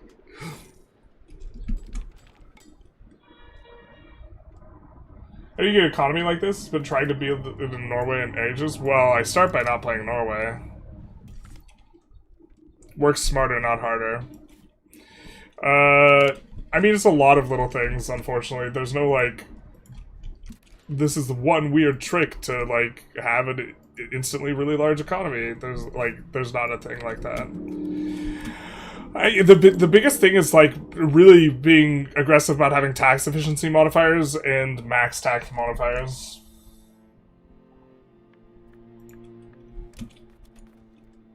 Yeah. But Norway is also just, like, a lot weaker than Granada. In terms of, in single player, I think it's actually just a lot weaker than Navarre. You have, like, a lot of top end, but, like, a lot of what you're doing is for, like, laws and ideas and this type of stuff. Whereas we have, like, provinces that are actually valuable in population and stuff like this.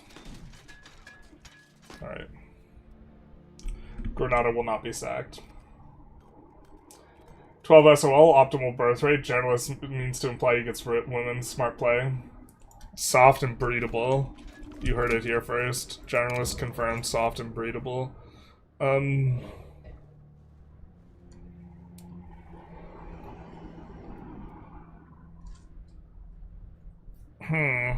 I guess we head back and just try and do the things. We just need to clip armies a little bit, I think. We have 46k. God, we have half their troops.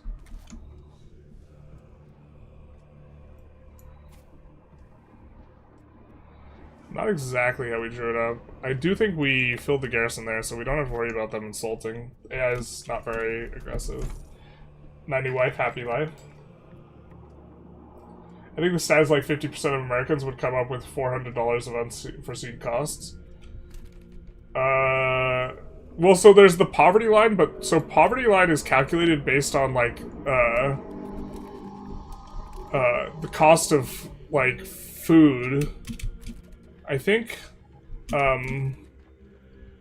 where like if you, the poverty line in the United States is fucking stupid. It's like 15,000 or 19,000 or something like this. It's not an amount you can live on and like be homed.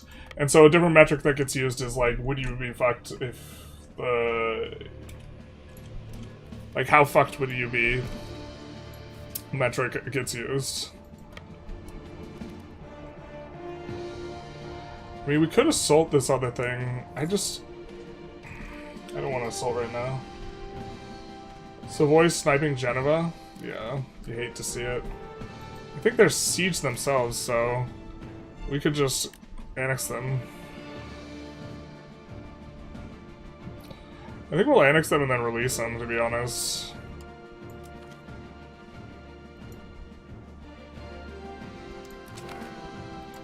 Just to get rid of them. Get out of the war, bro.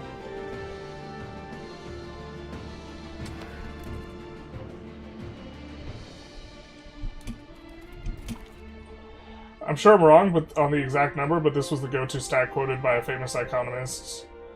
Yeah.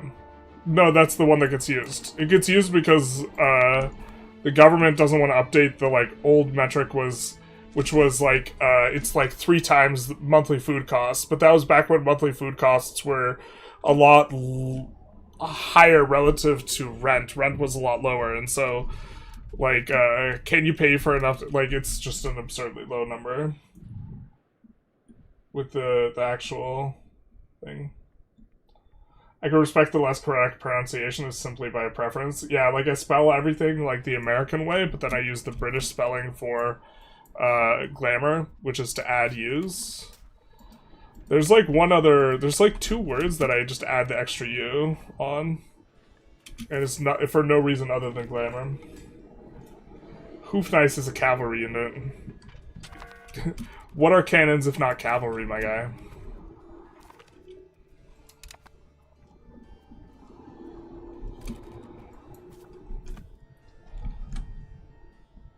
How to choose to play Norway, exit to main menu, choose a different nation. Kinda. Norway's rough. Actually, but like the lake changes super help that region, just generally. You have an insane top end with your... If you go, like, move your capital to Malaysia and take the Mandate of Heaven.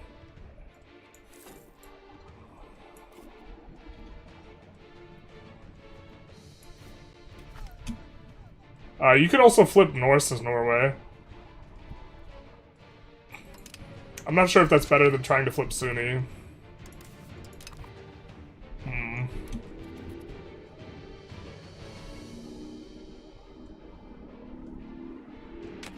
Bro, where's all the Spanish armies? I saw one up here.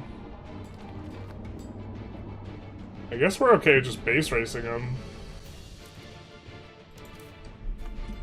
This works for us.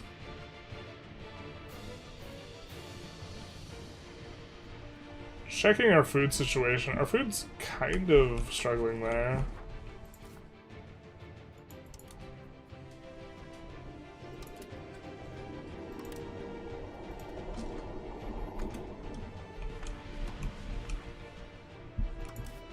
I think we got the padlocks already, so yeah. Padlocks also get 5% food. I think they should give more than 5% food. They gave 5% food before, when you could build 5 of them. And the issue was the prox cost reduction. I think they should give 25% food, but...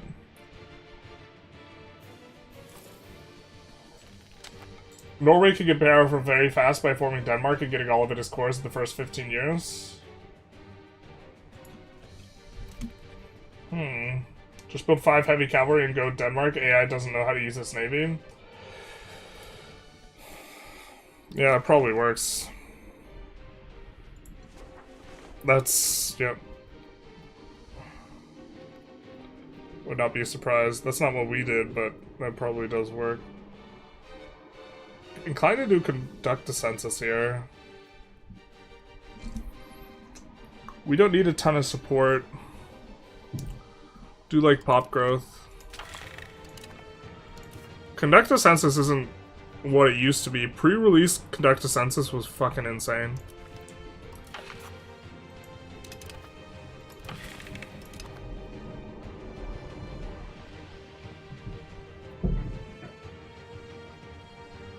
I don't think we're gonna get enough support up to 50%, so I think we're checked out and done here.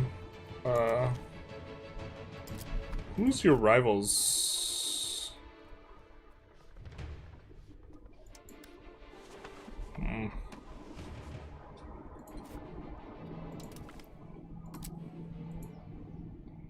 Wow, they took stab. We have a good enough relation with them that they took stab to deck on us.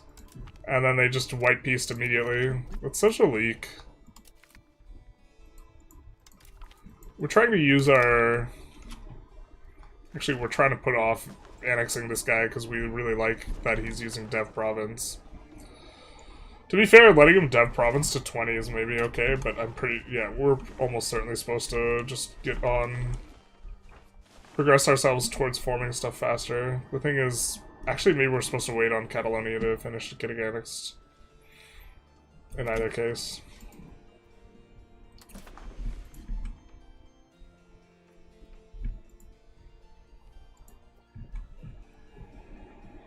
I think we'll go for... We go for low control areas on them, just generally.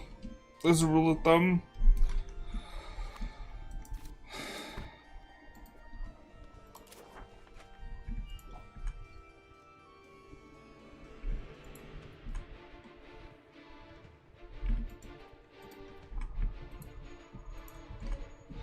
I think we'll go for something like this. It's a lot of antag, though.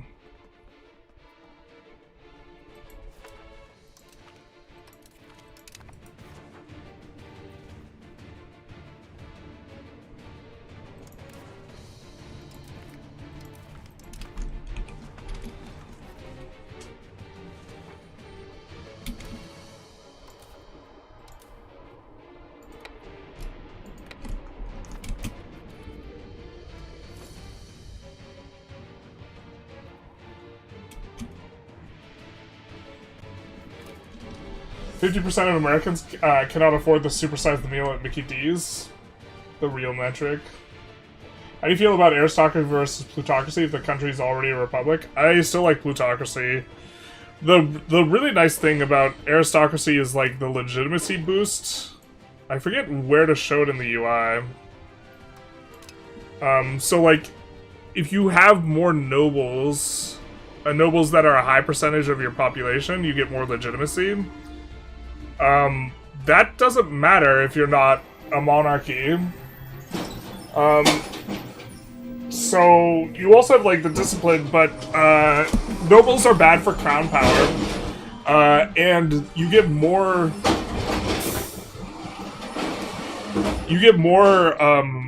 economic stimulus from 100 burghers per 1,000 pops than you do 10 nobles per 1,000 pops, because burghers consume, like, 1/5 what a noble does, not 1/10. On top of plutocracy, I think that the burghers are just like better as an estate in parliament as well, and trade efficiency is nice. Expected cost court's a little bit whatever, but you do have like the discipline here and the discipline from percentage of, I think it's like up to 10% discipline, and you could still get like maybe 3 to 5 if you go Pluto, but like it's way easier to lock in the full discipline bonus. So it might depend on if it's multiplayer.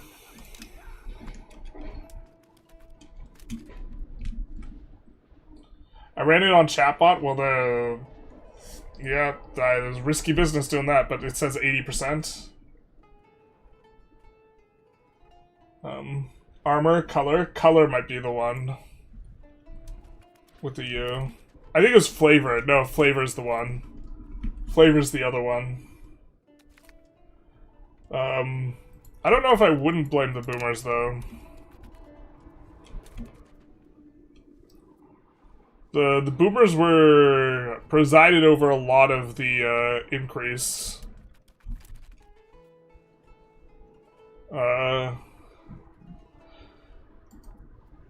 let's put it like this way. If a generation is responsible, the generation to point fingers at, the most reasonable one seems the boomers. If you want to argue it's like just market forces outside the control, or that's not like, generation's not a relevant type of discussion point, I might be on board with that. Is this them fractured? Any fractured? No.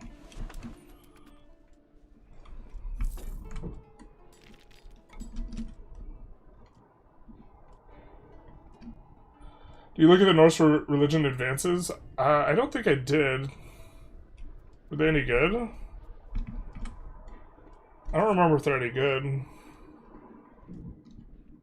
Norse religion has advanced, but Hellenism doesn't. Well, game devs are from Sweden. What could you do?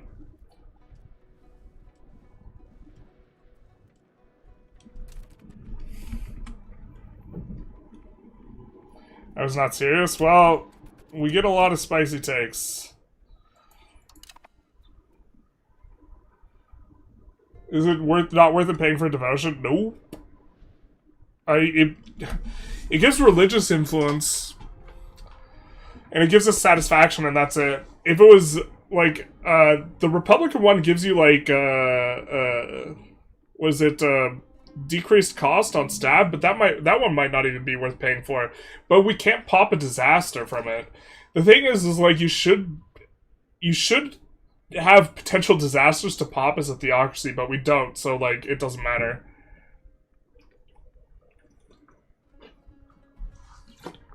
We also just keep getting an event that pops us up to 20 anyways, or pops us back up to 39 every time we get to 19. Which it allows us to swap monarchy. The only issue for us is that we can't hold on to any prestige. But that's not that big a deal.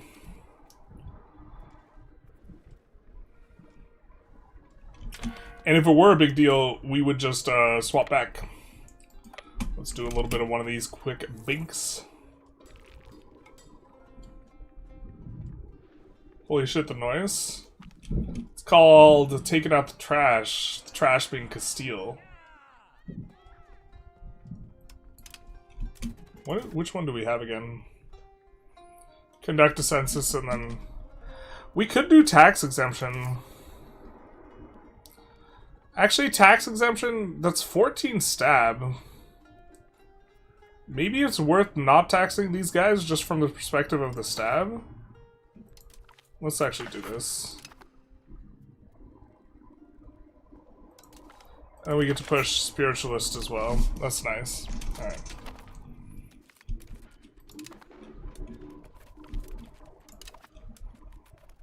It's nice.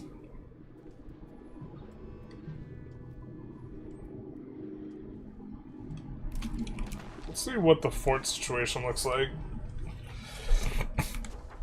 Yeah, we are gonna go a raid-in for some pops. Once we kind of lock in the war goal with this fort grab.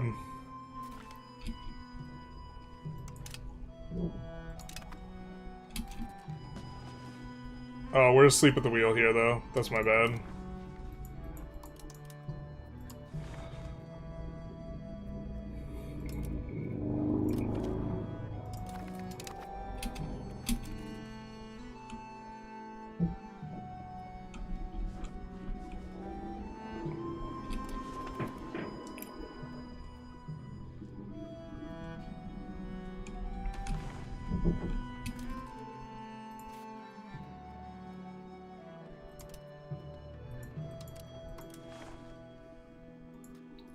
Alright, are we net adding tribesmen or no? Yeah, we're net adding tribesmen, so we have to do something here to break that.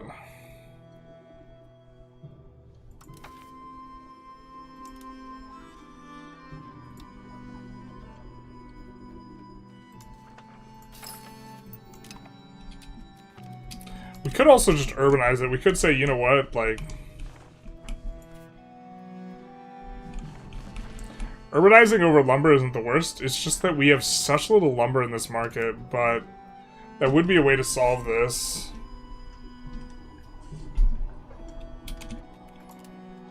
We could also just use the cabinet action here. We would need to use it for a really long time, though. This is not like a short little thing. This is the event we were talking about where it just pips us 20 devotion.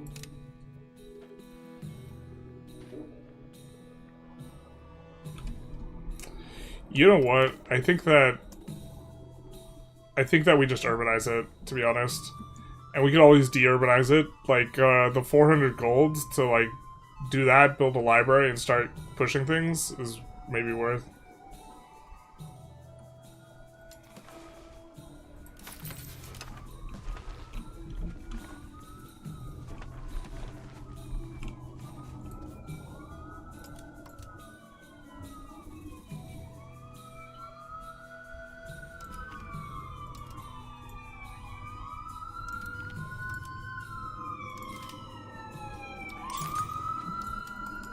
We will.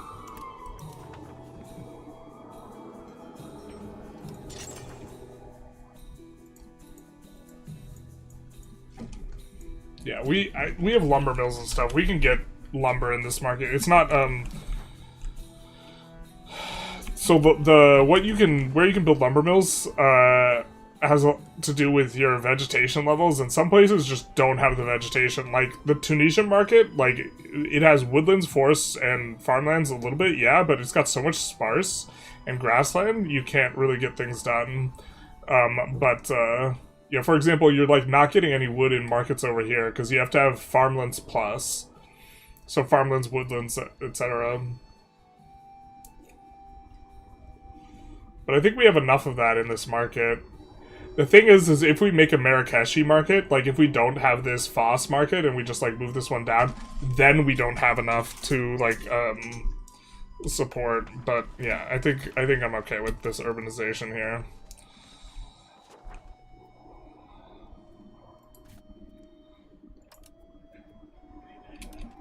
I'm not sure this place will be downsizing tribesmen, though, after the tick. Oh, did we miss something? So we want to check. Yeah, actually, I think there's not enough tribesmen. Yeah, so the promotions will still... See, this is, like, kind of what we want to achieve in the locations, is we want to have the tribesmen at least diluting out on their own, and they aren't in these, like, really high tribesmen locations. So you'll never get rid of them. They'll proportionally decrease, but that's not good enough.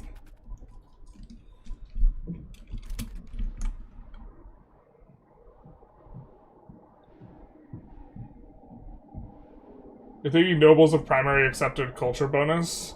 Yes, but it's quantitative. So, like, if you don't have a lot of nobles, it's hard to do, and it's hard to get a lot of nobles without Aristo. The lake buff, the upstream rivers helping Sweden. Yeah, the region that's really insane, it's not even where Sweden starts with, it's this. This is, like, absolutely bonkers. And so, like, you'll have so much control. The thing is, the most important thing is, like, pops. Like, the most important, like, resource that you have just, like, categorically in the game. And Sweden's not, like, they don't look very good on that front, so...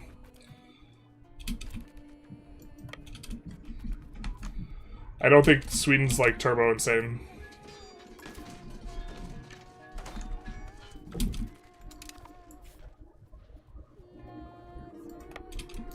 Time to go a-raiding for the slavin. Unfortunately, apparently slaves die very fast to disease. Something kind of discovered. I think that these ones are probably immune by now. But, like, bro... They die so fast to disease, it's so frustrating.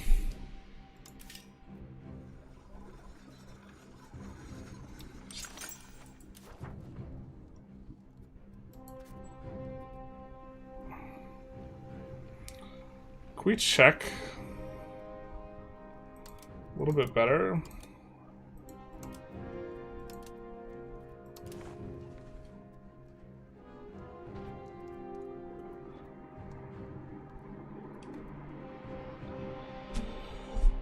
Yeah, so if you are going to have slave centers, you actually want to have hospitals wherever you have slave centers if you have slave centers in areas with malaria.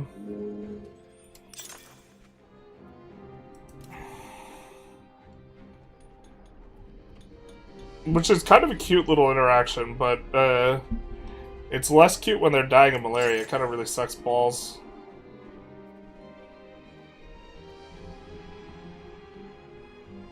So we have slave centers in these two locations, but we don't have a hospital in this one.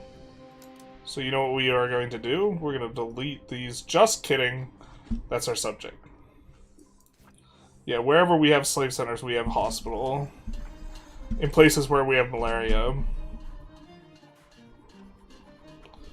Which is going to help. We hit this in our kill will run, and it was actually super frustrating. And there's also this coastal figured out the use for this coastal building, which like seems like kind of useless. Where is it? I forget what age it's in. I think it's in the second age, right? The like coastal 25% disease resistance building, where you're like, okay, what is this used for? Why do I care?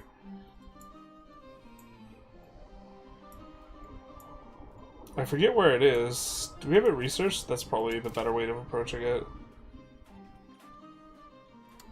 Or did we forget to build this? Actually, I think we forget to build, yeah. All of our stuff now.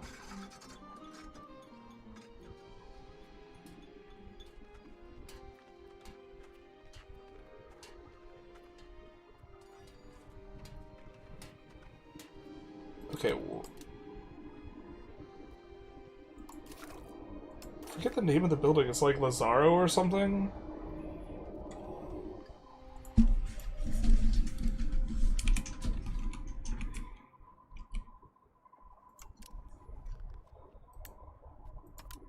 This one.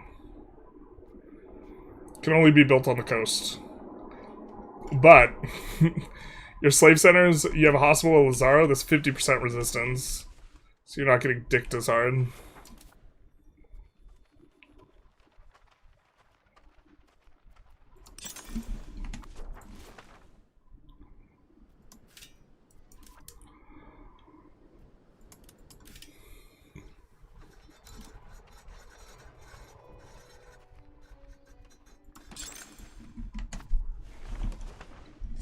Let's do that.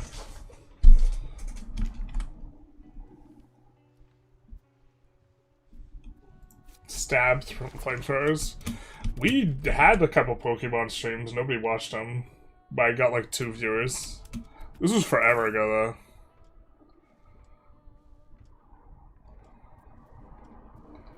Speaking of stab. Can you culture convert pops that are tolerated or no? I think you can. I think you don't convert ones that are accepted.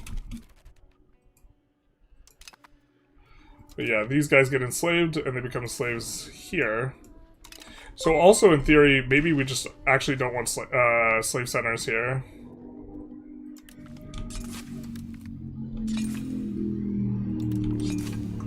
Because the slave center is like that. I think we have one in Granada. But we prefer slave centers in places where they, you know, aren't going to have malaria.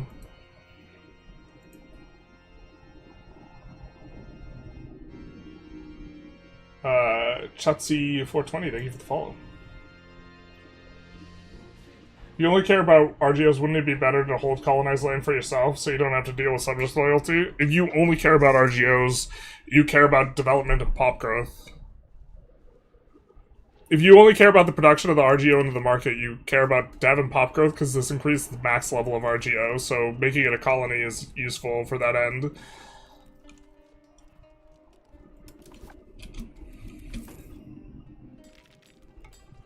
You also won't, like, you won't generate a lot of tax, even if you have it cored, if it's just out in the middle of nowhere.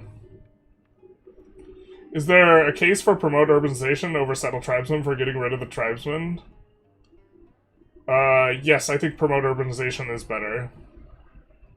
Just, like, generally speaking. It's better to use your homeworld trade capacity to import from the New World. Yeah, generally you can do that, but like if I wanted to send chilies to Bordeaux, I don't have any trade capacity in Bordeaux. Right? So the trade capacity there is still relevant, but coming to your markets, yeah, you use your own the stuff that's in your local markets back at home, you use that instead. Oh wait, we're still urbanizing.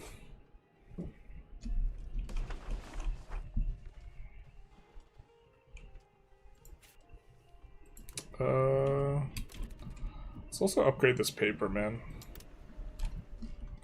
It's gonna take a hot minute. Hey up.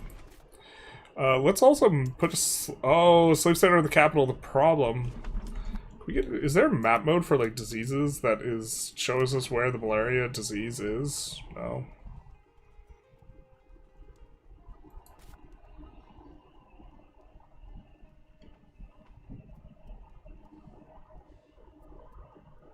So malaria has presence here. Does it have presence here? God, I feel like there's... Okay, if there's 100% resistance, I'm gonna assume there's malaria there, and there is. Alright.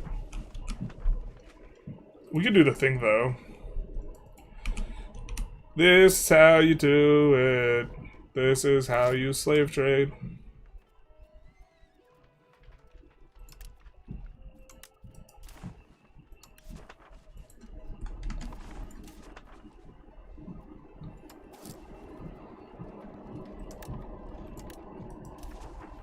You trade them back and forth.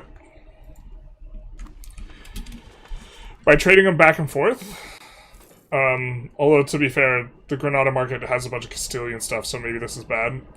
By trading them back and forth, though, you pull them out from the slave centers and you get them to working the RGOs, basically.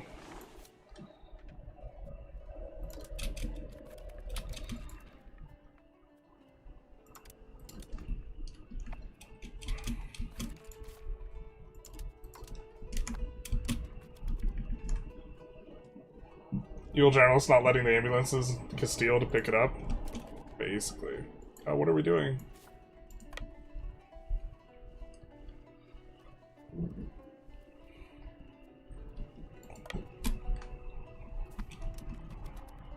I think there's like the most pops over here. I think we just go for the raids though. We don't go for another castle. I think we just go for all the slave raids. What is this? Oh. Okay. Sorry, I'm getting distracted.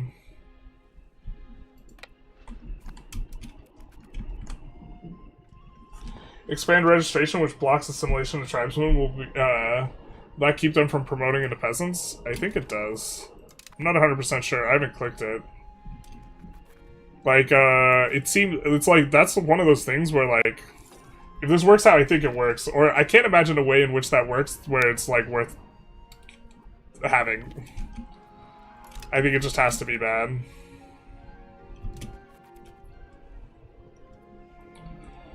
We're gonna get a ton of slaves.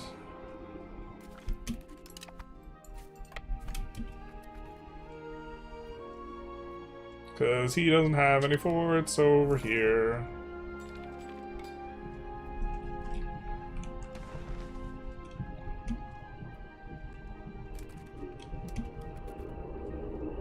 It's around like 10%. Or it's like 10% with some asterisks. Like from...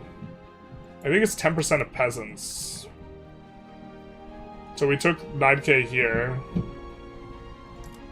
But we only got 74 pops from here. But that's because almost everyone in here is a laborer instead of a peasant. Yeah, it's 10% of peasants. So like... This is actually the map mode we should be using here to determine where it is best to siege, is the peasant map mode, not the population map mode.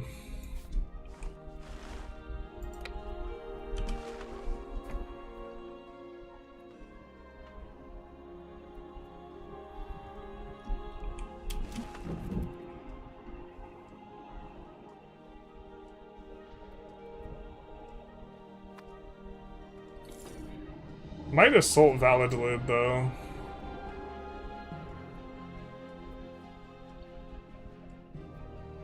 Taking the capital also seems reasonable.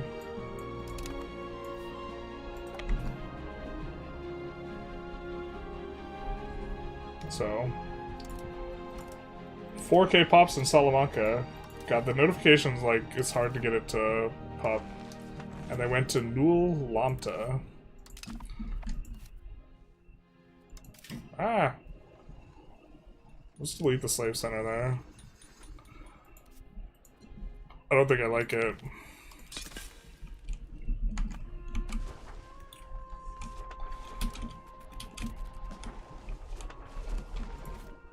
You also maybe it's worth just adding a hospital just because that.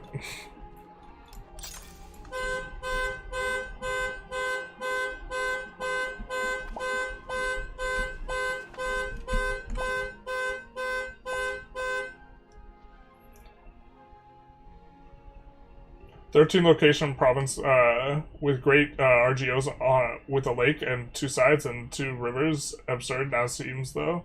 Best province in Europe? Probably. Let's take a look. Which one are you talking about? You're talking about this one?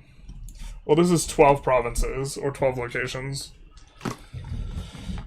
Yeah, this might be best.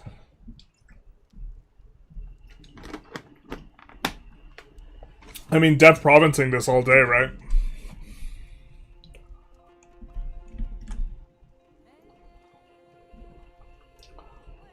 Heartwarming. Gamer built a hospital to give to the enslaved people. I care about them. They won't escape their mortal coil this easily.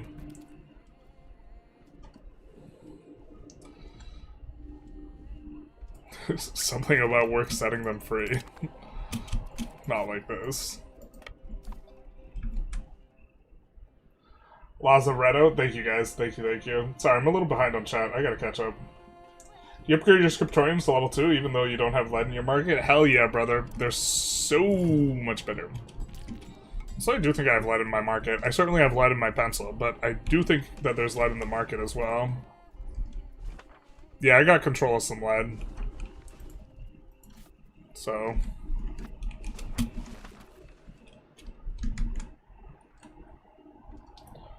Slave Hospital, truly an alternative timeline. If you think about it as morbidly and dark as possible,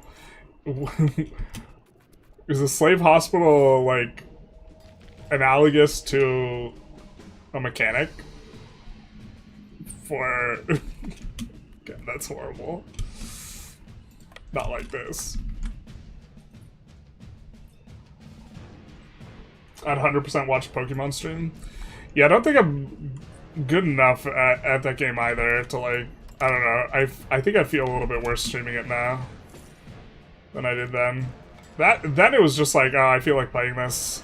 They just updated the, like, the things. I wanted to play with some of the... I mean, I approach it like... I don't care about the IP that much. I care about, you know, the fact that creating teams and this type of thing is like what's interesting to me. Wait, why do you have 1 billion gold? We only have 7.5k. It's a mod that makes it so that you have more decimals because normally when you get over 1 million gold, so it's a mod for basically when you have over 1 million gold. It doesn't show any decimals. It just shows 1 million, 2 million, 3 million. And so it just adds a bunch of decimals. One of the 2 viewers of the Pal World stream. Pal World was sick. Oh, hell yeah, brother. See, this guy we won't put in charge of the army, but this guy, no crown characters for this dynasty. Oh wait, do we have some crown characters kicking around? Say it ain't so, except say it's so. I think we don't.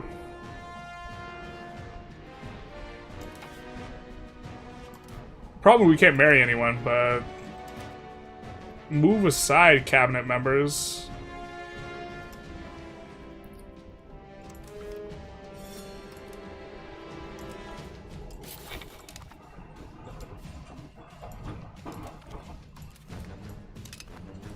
And then we want one guy who's a burger. Unfortunately.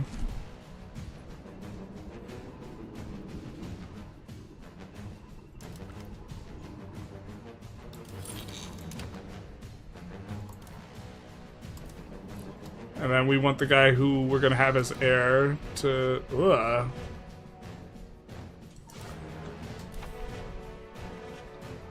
I guess we could let this guy just be heir then.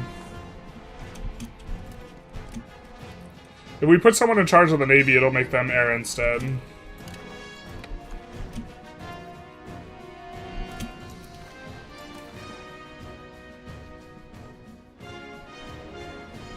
Yeah, he's super willing to give up the bag. think this is kind of what we're into. What does this antag look like for other people? Alright, the Bacon Party, we don't care about that much. And it's starting to push it with some of these other cats. But they're people that we don't really care about that much. Like, the ones that we care about are guys like France. We don't want to push a bunch of French antagonism.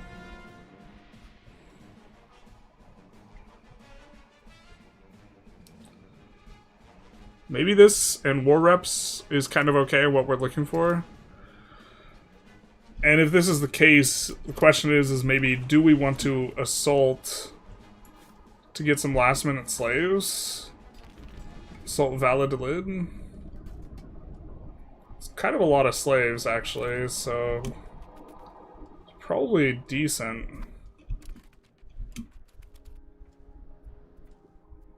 How many peasants do you have? We'll be 12k slaves, man.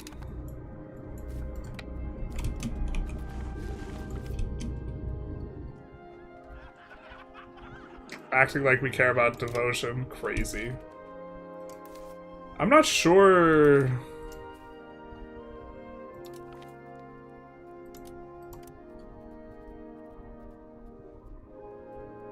if we win this?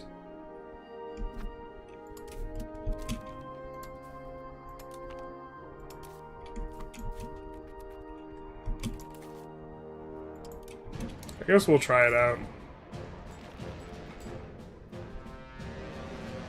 It's been a while since I assaulted, like, forts in this age.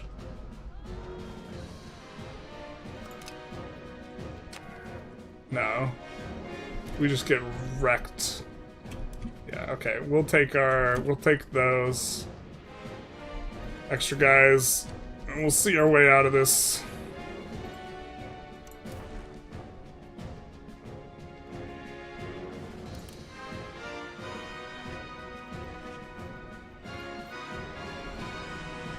No one else has joined the coalition. We will have some antag on some guys, though.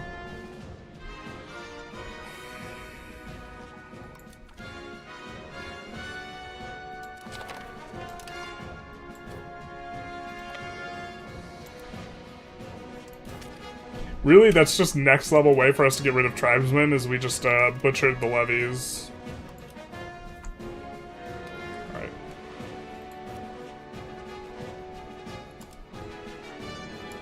They have changed the balance several times on assaulting. I think I like it where it's at, though. I think levies specifically kind of suck at it.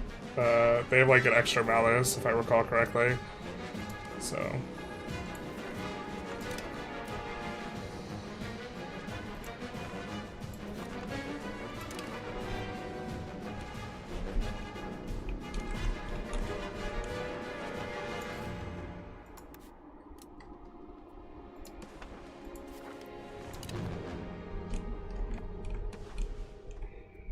oh no. Oh no. We can't release this province without giving up 2 of our territories and lasts. We just fork it over to Sevilla, so I think that's what we're gonna do. It's sad. Wait, is this... are these 2 different provinces? No, it's just... okay, yeah.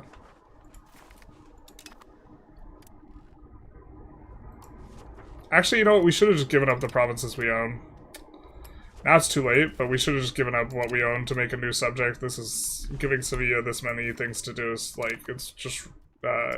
whatever. I think it's just incorrect. But they'll figure it out, I guess.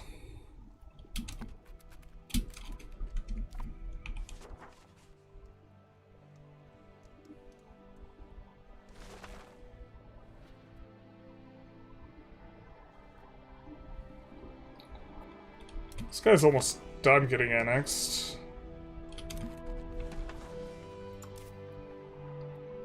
And now...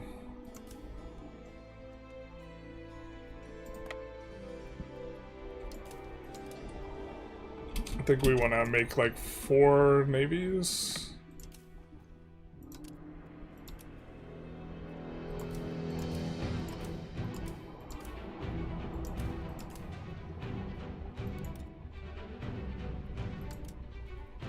And then we need... Let's do 13 here. Here. Let's do 12.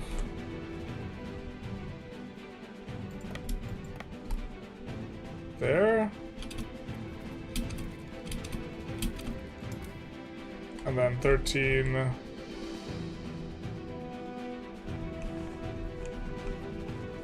Here, I guess? To get ready on this other one, because we're starting to get to the point where we can get this guy relatively soon. And then we'll add a bunch of barks here.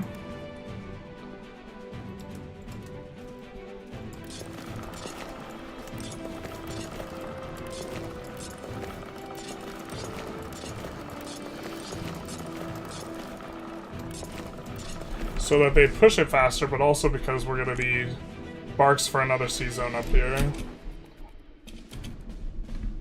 As well as Poe. That is true. Okay, I gotta catch up on chat a little bit. We'll slow down the pace of the game, especially because we accomplished kind of the war we wanted. Take a look at Antag. It looks like we're in okay shape.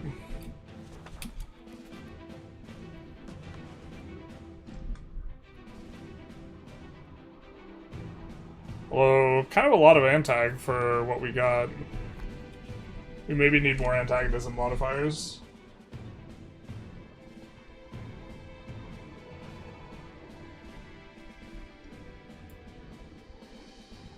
Devs are Swedish. I mean, Johan, the head dev, is, I believe Swedish, so... And he is, like, the final say in things. A bunch of the devs are Spanish, though. Overall, Iberia has incredibly strong content as well. So...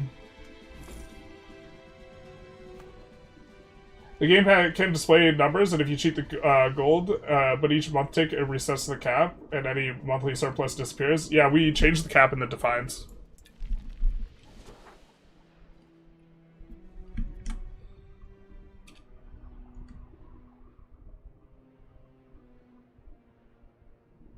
Talking about Vasa Godaland? Oh, this also has 13? Brother. I think, isn't this one got better resources, though? This one's good enough. I mean, yeah, I think you just use Dev Province on both of these, to be honest. And then this one also is pretty good. Like, possibly worth deving. Did they consolidate these? Did they make these have more locations than they did before? I don't remember there being... Alright, well... That is what it is. He said my name, he did.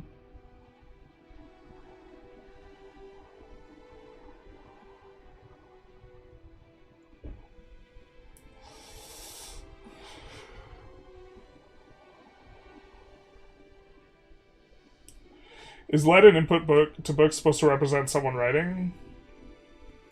Isn't it used, in the printing press, the ink that they used might have used lead. That would be my guess.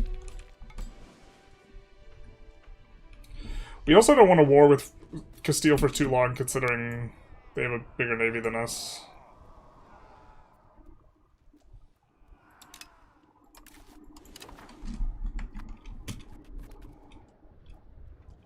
Since slaves don't have internal motivation for obvious reason, yeah, they ended up being less productive in the long run than industrialization. I think that's a little bit of an oversimplification, but yeah. Oh, we have so much of this to bring up. Give me my Kilwin transports that have a ton of maritime presence back. I love those boats. If this were EU4, I'd tell you to take Toledo for the gold mine. No gold mine there. We already took the gold mine up here, or the silver mine. Although, getting a market village there is important. Yeah, maybe let's do a market village pass. You must build a market village everywhere. One of the issues is the AI will... Your subjects will delete the market villages. Kind of obnoxious, but... I don't make the rules, I just enforce them. Market villages go everywhere.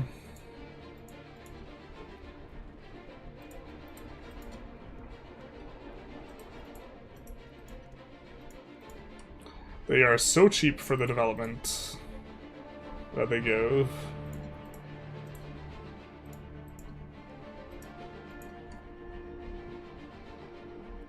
I don't think we've taken much stuff here. The question is has anyone deleted their market village? Alright, looks like maybe not. Also, this will, like, if they have nothing going on, this, like, kind of decently impacts their economy. The AI is better at collapsing masonry prices, so we don't need to be super anal about it.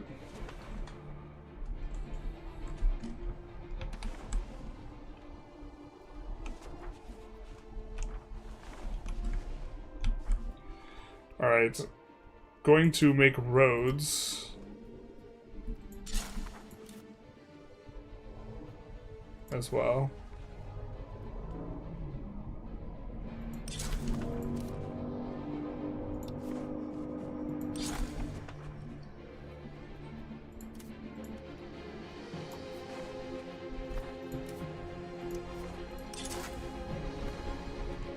Something like this. Seems okay.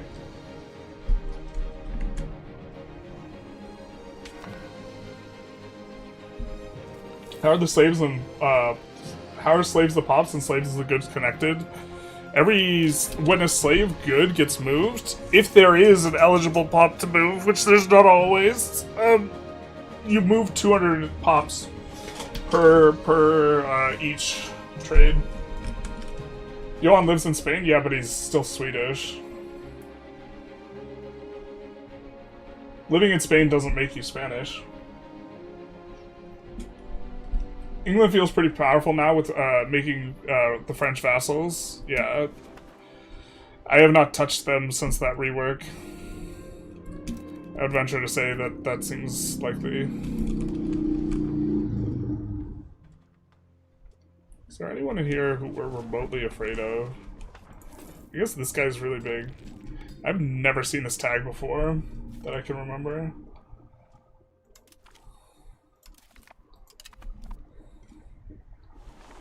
So... I haven't tried, but Norse with slavery? Who cares about the Arctic? Send the slaves. Yeah, so yeah, if you go Norse slavery, then you have the pops. Then the issue is you have like bad you have bad vegetation too. Forest isn't ideal, but you have plenty of farmlands. Flat is good. But yeah, but you have like continental's fine, like and a lot of this land is in continental, so yeah, I mean maybe Swedish flip Norse. Dev growth is so glacial and Arctic, I don't know if it's worth. Is it worse than our experience on Kilwa? Probably. Oh, that's... You can work through that.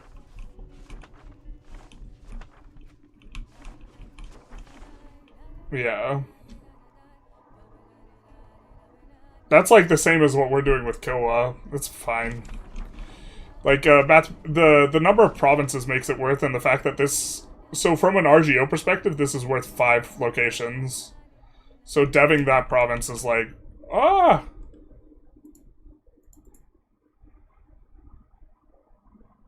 Ah! Deving that province is worth, like, the equivalent of deving 5 provinces from the perspective of increasing the RGO. We are restarting the client here, though. Although, we're pretty close to where we normally like to conclude for our stream. And they stopped construction so we can record videos. The letters in the printing press were mostly made from lead. I think that's the reason it costs lead. That makes sense. Most interesting HRE OPM? One province miner or one location miner?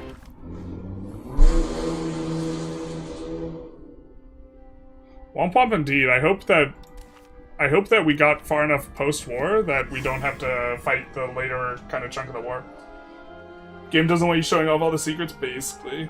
But yeah, like I don't know, the copper mine's insane. I know they have some insane fish location too, that you just add a bunch of things.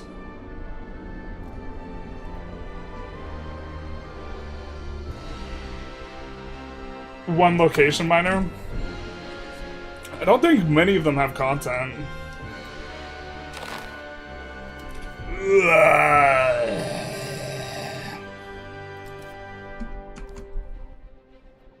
Oh, this is before we punted our army, though. So I guess there's that. I guess we will not punt our army for no reason, with the knowledge that we have now. What are we doing?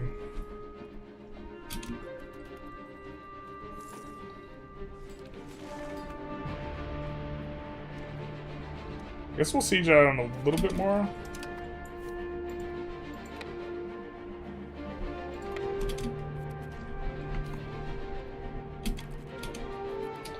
Once we take the slaves, like, in one round, we don't really care if they re-siege it.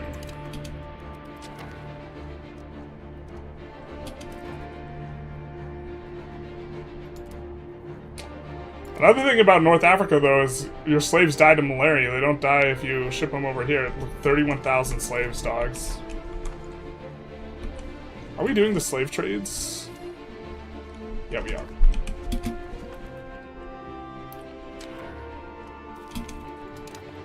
Well, the slaves dying of malaria is a little bit annoying.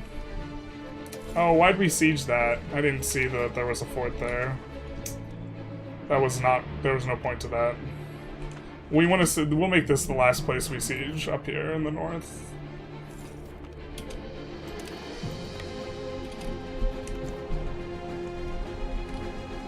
Or we'll siege this, and we'll let the places grab from here. Look at this linear, like, uptick. That is taking slaves, baby.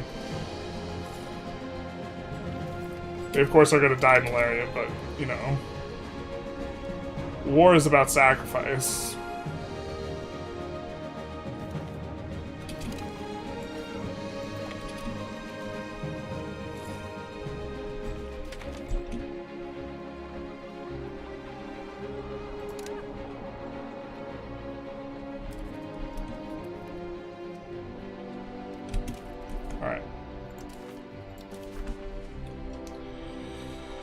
We could change up the way that we're approaching this as well.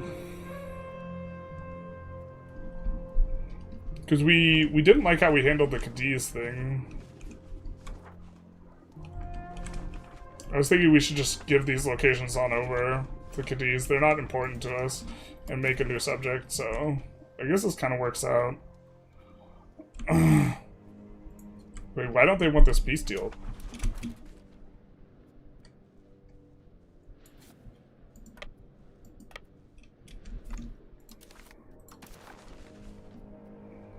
This is what we did before. Except we had war reps, did we not? Yeah.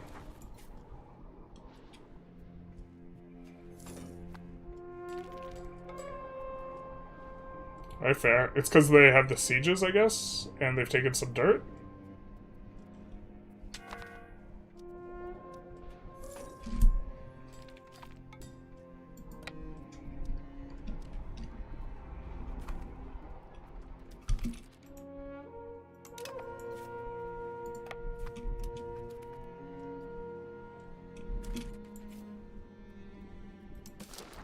Now they don't have sieges. And we could get the war reps.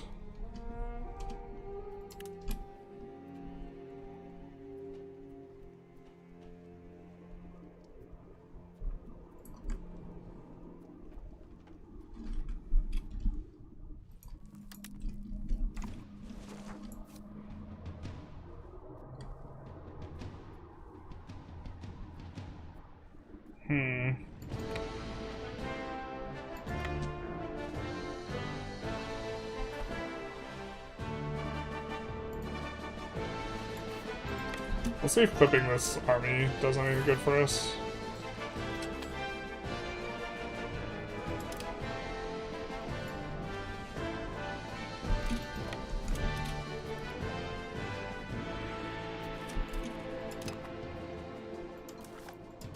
Yeah. Now, did we just want to take money? I think so. I think I like this still.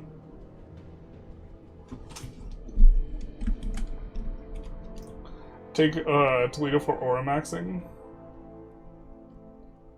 Oh, hey Ham, how's it going? Guthik was saying Sweden isn't even top 20. I think Sweden is pretty good. I mean, I disagree with a lot of that guy's takes, but I think it not being in top 20 is probably reasonable. The thing is the first, like, in top 5 are, like, there's only, like, 3 or 4 European tags in the top 10. So... And if you're talking all tags, like, not just tags with flavor, like... Saptogram is actually, like, a very strong tag. So you have Saptogram... So you have Yuan, Korea, Japan... Yuan, Korea, Japan... Majapahit... Saptogram... Orissa... Vijayanagar... Delhi is insane with the exploit. And then, Egypt and Ottomans. So that's 10 starts. And if you're playing if you're playing single player, like Barless as well,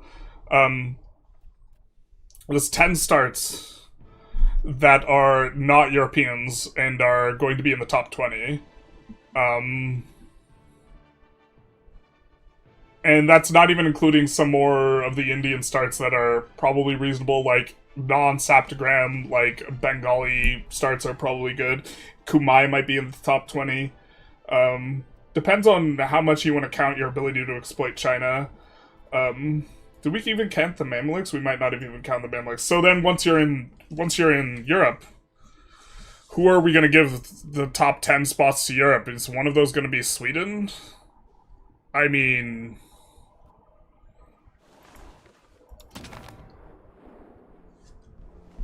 Maybe. It seems like such an uber stretch. I'd have to take a closer look at Sweden, I guess, but...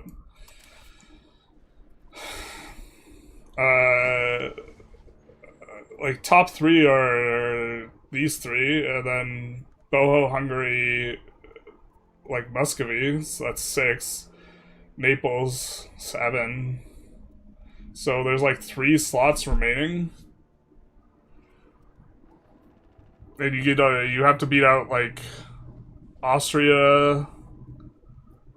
I mean, maybe you make it, but like you have to beat out all the Italians that are not Naples as well. I don't know. Top 30, probably.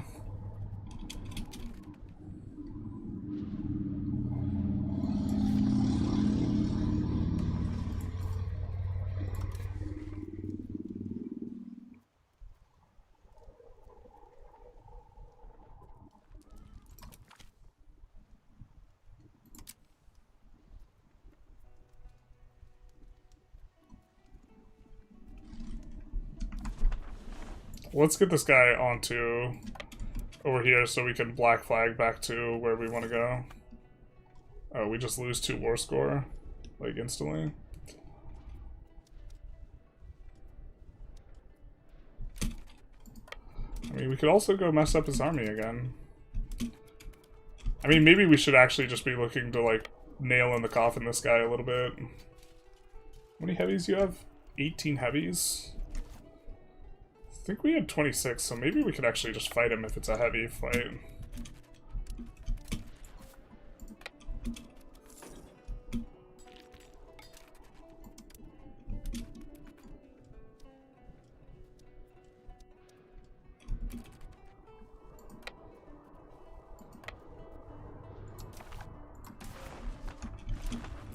Categorically unwilling to do stuff now.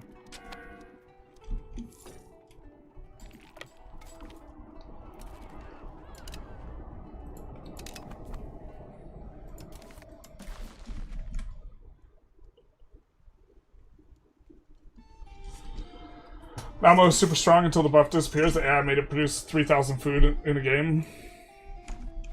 Is that the food place? The place that gets plus 400% food? Or fish or whatever. I don't know where it is on the map.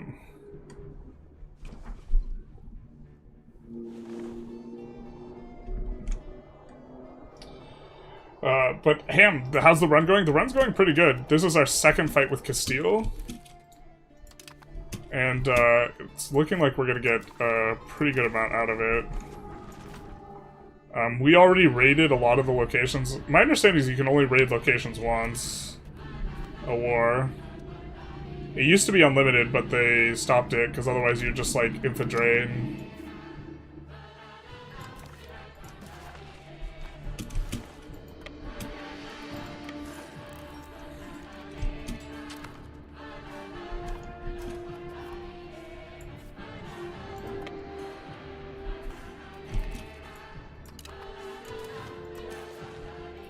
There we go, that's what we're looking for.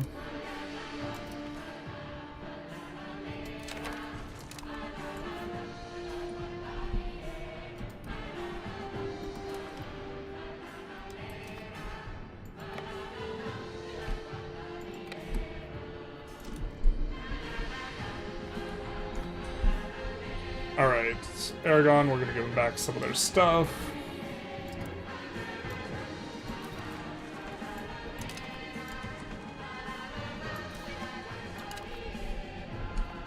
And then Portugal, we're gonna give them back some of their stuff. And then we're gonna release this, even though we have cores on a couple of these, we're gonna release...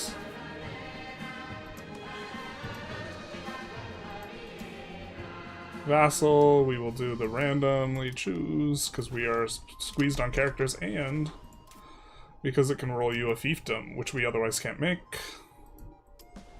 Naughty, naughty exploit. Ah, yes, I forgot about this.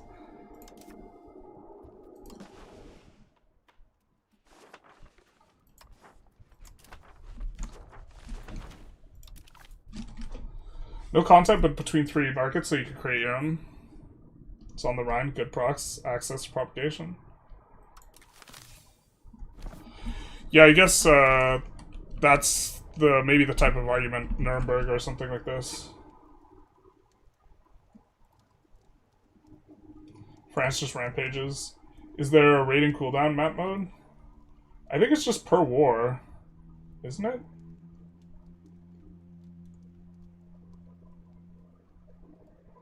Revoke cores? No, we want money. Surely Kumai's on the list now too? Yeah, I think Kumai would be reasonable. I was talking about top 20 Europe. Oh, he said it's not top 20 in Europe?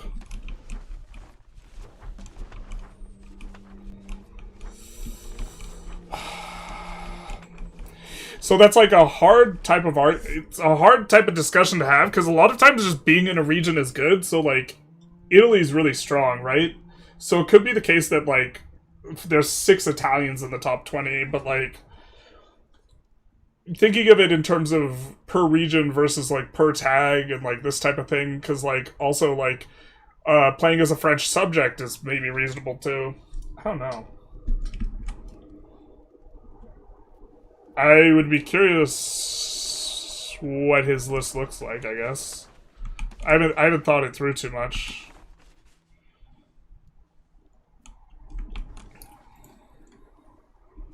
I imagine you could make a reasonable type of argument that it is, but...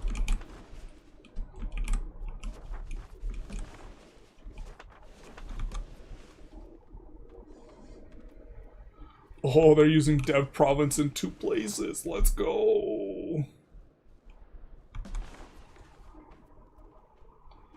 They're using Dev Province too. I imagine they switched to using Dev Province in their bigger province now that we've handed it to them.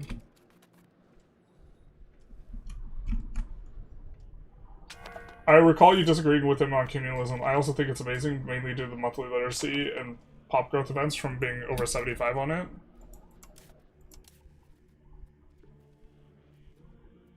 What was his take on communalism? I mean, I think communalism is better, but not like super, super hard.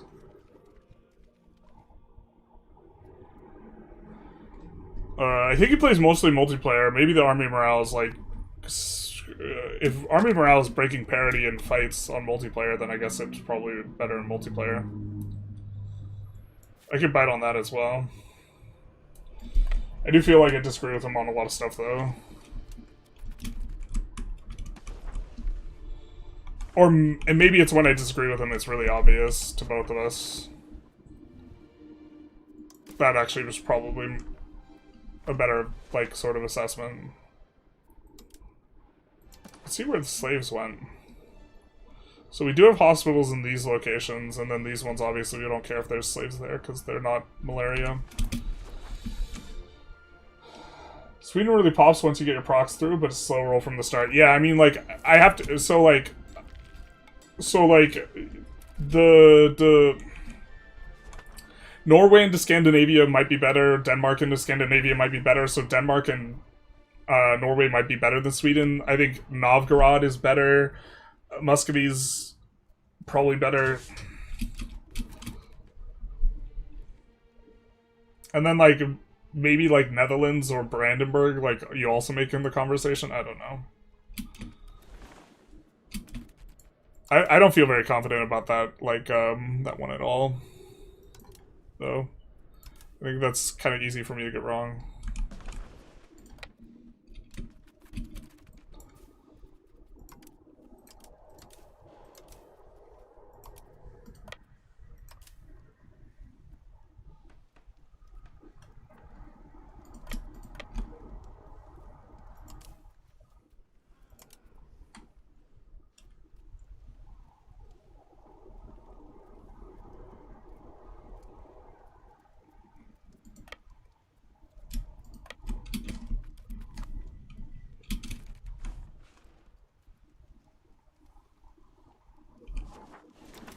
I think these guys needed more anyways. Did we split the wrong thing? We split the wrong thing. No, what a world, what a world. We split the wrong thing.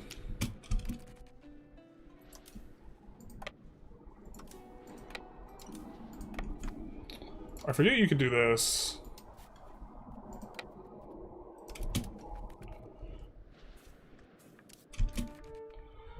It's so easy to forget. Okay, so we're gonna go here. Because that place really needs help. And then we'll split. And then send a 13 stack down there.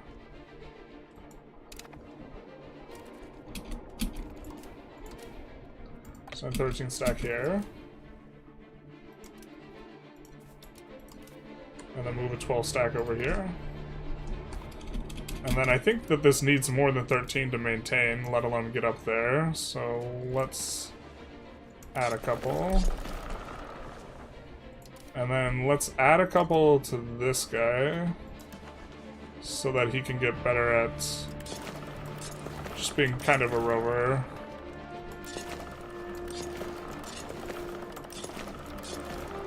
I think most of these C-zones just have enough to maintain, not really a good amount for bringing it up in the first place. And then let's actually focus on the priority, which is going to be this province first, or this C province getting this up to 100. A lot of tedium to just avoid Castile's navy. I think next time we'll look to actually just have a bigger navy than them so we can deal with. Florence is easily stronger than Sweden. Yeah, I mean, like, so you could say the comparison is, like, rough because you could say Florence, Verona, like, Milan, Naples, and then, like... But if you're talking about multiplayer, you can't play all of those in multiplayer. Sweden Star is easy, isolated. I don't think it's bad as people paint. I think that Pops is a big issue. Southmost tip of Scania. For the RGO. Sorry, I'm a little bit behind. Does this... It has a bonus, but does it not show up?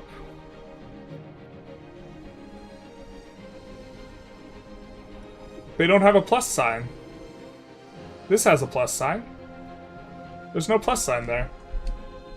Okay. Well. Fair enough.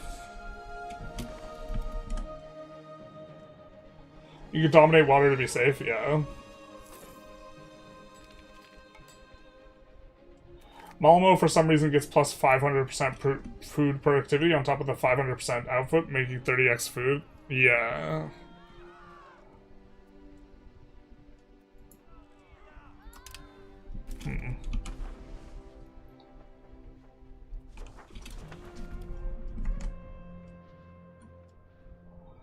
That's kind of a lot of...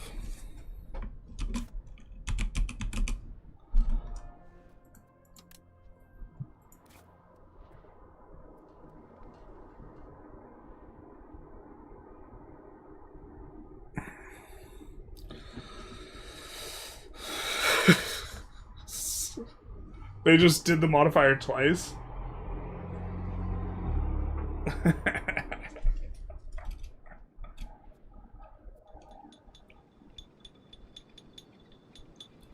I mean, you just de-urbanize it and add a bunch of fishing villages.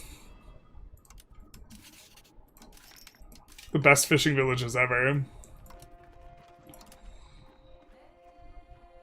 And not to mention farming villages.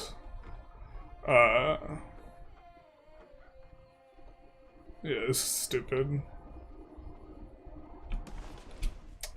Can't build irrigation at least, I guess. But yeah, fishing village, farming village.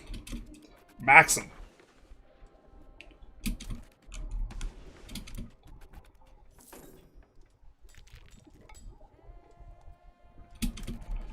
You know what?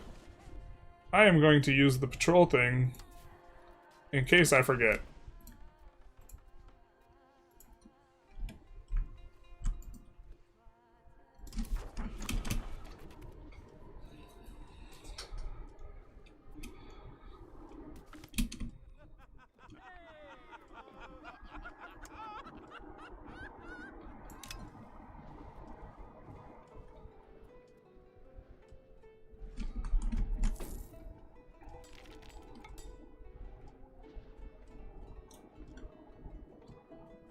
I think each cabinet action can only be used one time. No, just there's a few that you can only use once. Sweden's way easier than Norway. Yeah, I had a bad time in Sweden too, but this was before all these proximity changes, which are just super insane for them. I mean, I'm noticing top-end issues with Kilwa, but I'm pretty sure we don't want this urbanized. And I'm pretty sure we don't want this urbanized, so let's take those out. Well, actually, coppers might be okay, but we're annexing this guy, so we'll annex them faster if those aren't up.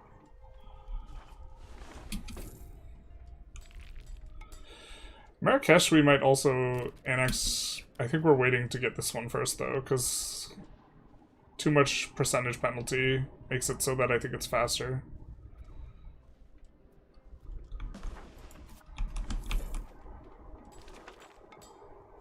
They start with cores at least. These guys are integrating. Everything's core, everything's core. You need to have everything be core for you to be able to use dev province. So specifically, like this may be like something that's easy to miss is like you care quite a bit what the culture situation is, because whether or not you can core everything is like super contingent on that. We get paid for it, hell yeah.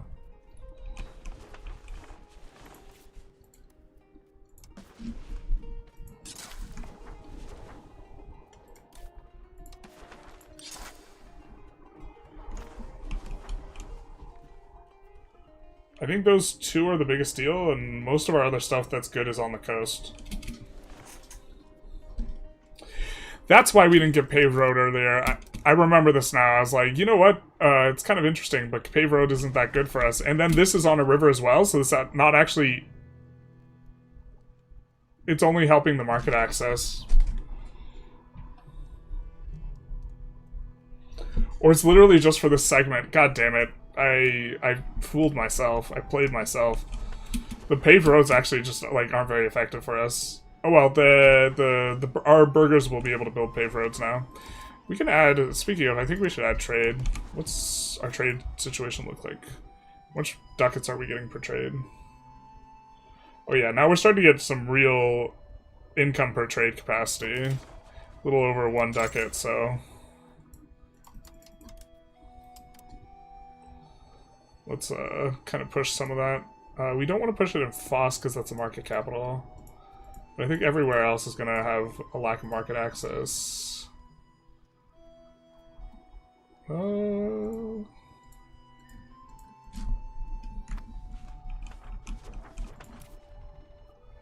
then let's go through everything a little bit.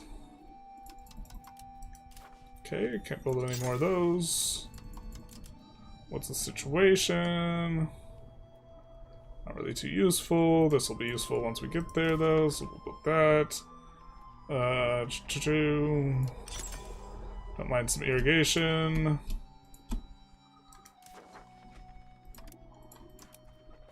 Do want to make sure that we have these everywhere. This is especially important for getting rid of the nasty tribesmen.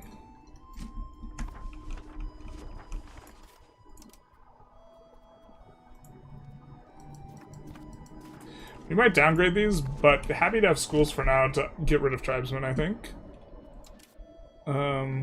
We should be checking prices a little bit more aggressively, but I think it's fine. I think the prices are probably in an okay spot. We're just trying to get some stuff down. Alright. Definitely want protected harbor. Now we could urbanize some of this now. Or cityfy it. Does city give you more promotion speed? I don't think it does, but I'm super not sure.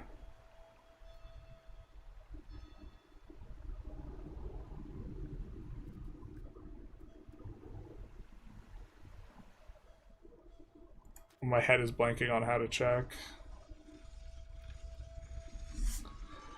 Pop promotion speed plus 25%. Well, I think that does give more. But we were also thinking maybe we want to downgrade this later, so really don't want to pay for a city if we're going to downgrade later. That's like a no-no.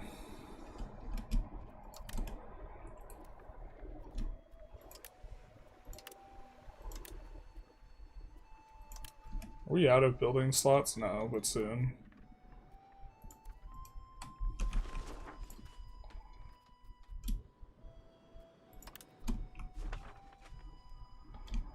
Do this just fine.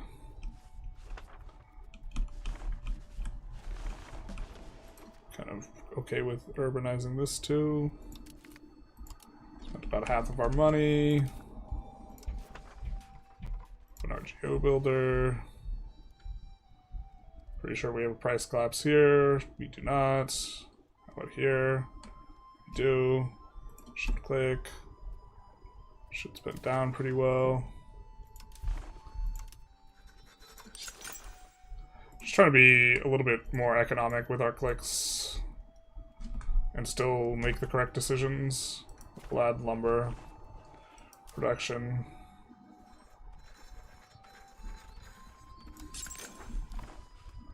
I think this is fine.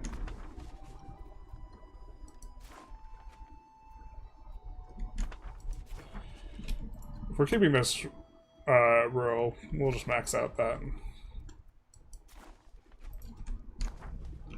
We also don't mind building it in our subjects' territory.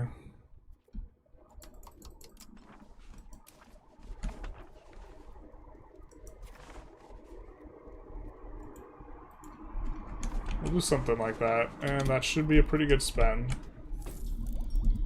Brandenburg's passive in your game? Sweden's better than Brandenburg? Yeah, but it's operating from the perspective of if the player is playing it. He framed it as you revoke privileges, which missing the point. Habibi's been preaching communalism for the events, though. I'm fine with communalism, though. What? I don't think you want to revoke a ton of privileges. I think I'm way more bullish about just having a bunch of privileges out than every other content creator, though. Generalist light ship gaming, basically. Light ship, light work. What do you mean by Norway into Denmark? As Norway, you can form Denmark, and if you do Norway into Denmark, you get They both have techs, and you'll get both of them, which give proximity with maritime presence, although Denmark's dead, so it can't show you. But they both get this 0.5 proximity, so stacking this together is extraordinarily powerful. So Norway into Denmark, in theory, Norway into Denmark into Scandinavia is like stronger than just starting as Sweden and forming Scandinavia, in theory, but maybe you fall too far behind because your start is like a lot slower. But someone was saying you could just annex Denmark and form Denmark in the first 15 years, in which case that's like just clearly better than starting as Sweden. Johan, I want my plus sign, basically.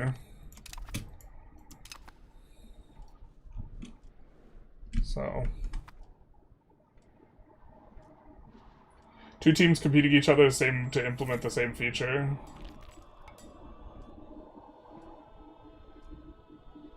Once Denmark's off the map, you can form it. Yep.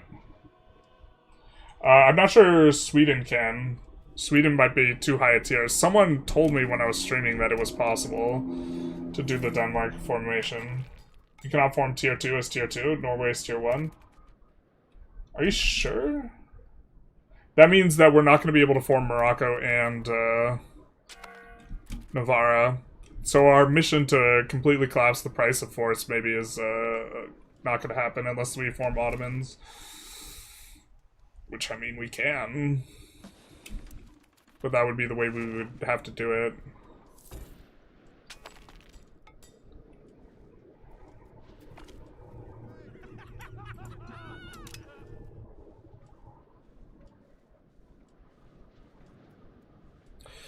Yeah, maybe a little bit gung-ho with that shift click. That was probably not the play. Oh well. Don't you want to urbanize Wazan for the Padlock Canal? So here's the thing. Wazan is the best food location. Can we... Oh, it's like... It gets this thing where it like... Control gets stickied and it just does control click always. But okay, we have rivers. Wazan is the only 8 food RGO and is making us 360 food right now. And, like, we've run into food problems in this market. So, like, you picking up what I'm putting down? You know what I mean? You feeling me, dog? Like,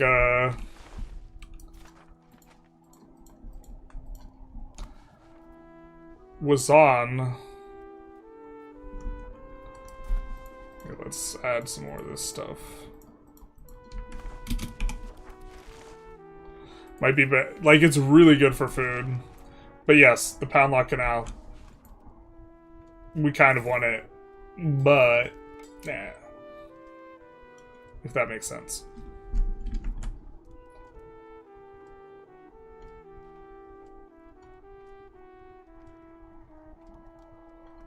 You guys thinking Copenhagen, but I think you guys are right. Konghala is right next to Swedish province. It's a good natural harbor. Are you guys talking about best capital?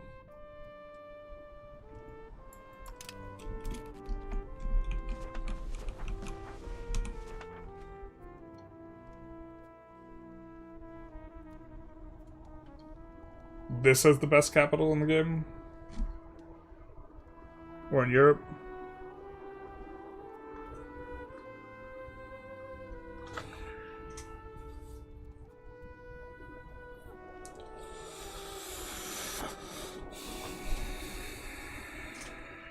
I really like Antwerp.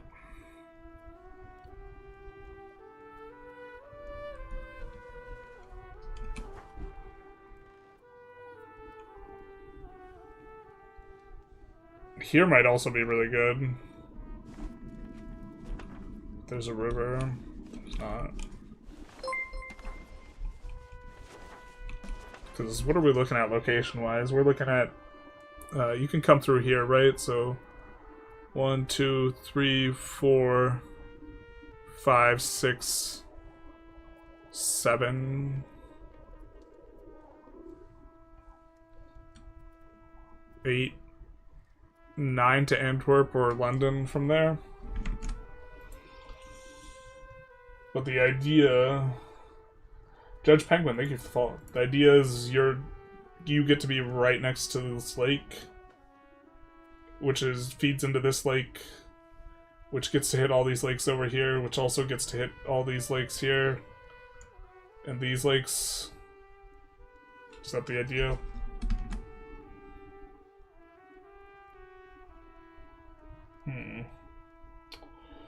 I wonder if revoke privileges is from being too EU4 brained. I don't come from an EU4 background. The math is like the math is such that the privileges just get cheaper and cheaper to give out, and having really high satisfaction like seems okay. Going low privileges on the nobility maybe makes sense, I think. I don't know. Sometimes you're also overshooting satisfaction, which we're like max taxing and hitting really high satisfaction points anyways. But I don't know. I think being able to tax the guys is better. They build better stuff when they have high satisfaction. The satisfaction gives you prosperity.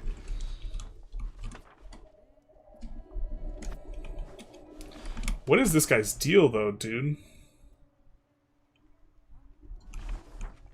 Is it because he's Sunni? It's probably because he's Sunni, to be honest. Yeah.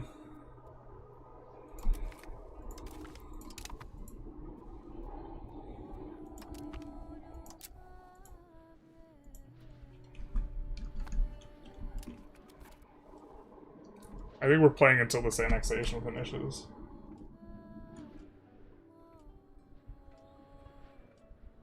What is that pile of money? I have a mod that affects decimals. I have 1.8k. It affects decimals because once you get over 1 million without it, it just shows 1 million, 2 million. It only shows whole millions, which is kind of unsatisfying when you're over 1 million. It uses many privileges as generalist. As long as you have 25% crown power, you're good. That's kind of my impression, is that, like, the satisfaction of this type of stuff is just more worth it, and it's just very expensive to... You either want to have really, really low privileges / no privileges per estate. So it's also per estate. So, like, you could go... What we could do is we could try and go spiritualist, have a ton of ulama, and then have, like, no privileges on them.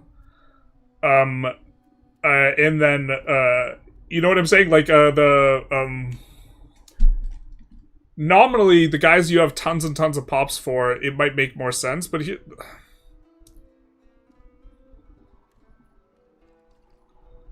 Or wait. The one I think of holding back privilege is on pretty aggressively, might be good, is the nobility, and to a lesser extent the clergy. But the clergy, it's really nice to just give them a ton of privileges for the research speed in the opening.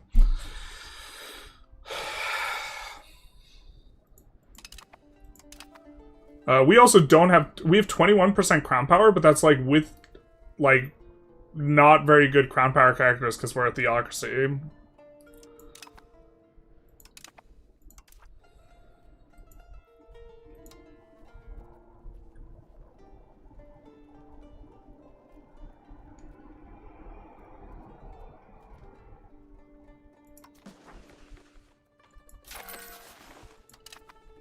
Oh, I don't think we need the...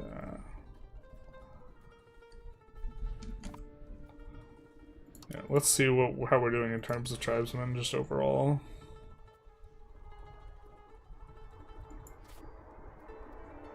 Yeah, I think with the library finished, we're actually going to be upgrading, yeah, tribesmen at a decent clip. So, this is a location that has a tribesman issue. And we don't want to urbanize this. It is making progress, but we could accelerate it.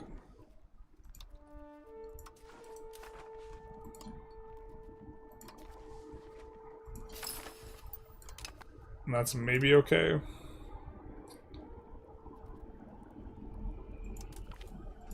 Oh, I keep forgetting to do colony stuff. Oh no, wait, our exploration hasn't finished, just kidding.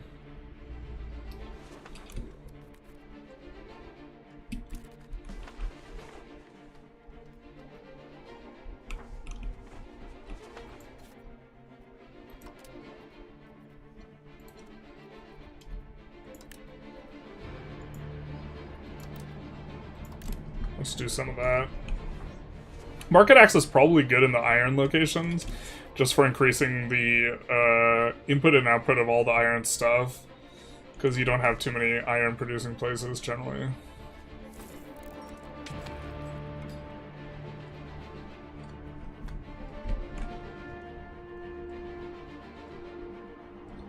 I can see it because the lakes are so OP. No, yeah, I kind of like that.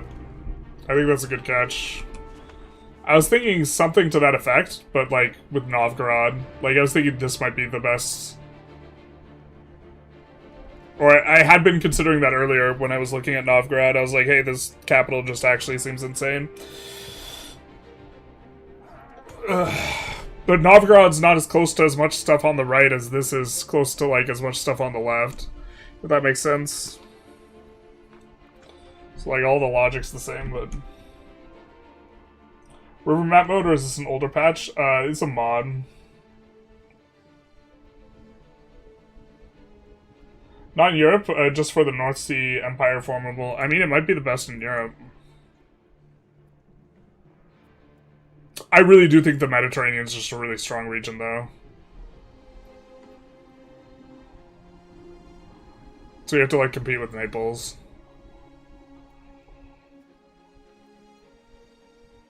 The thing is, there's, like, way more dev and pops down here. Like, if you're looking at pure geography, it might be that.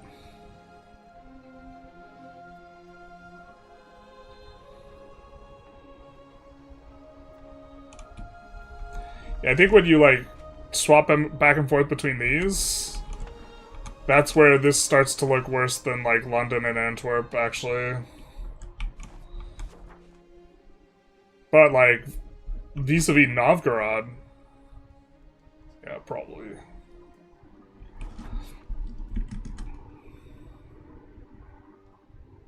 The Malmo modifier gets removed in an event? Oh, interesting.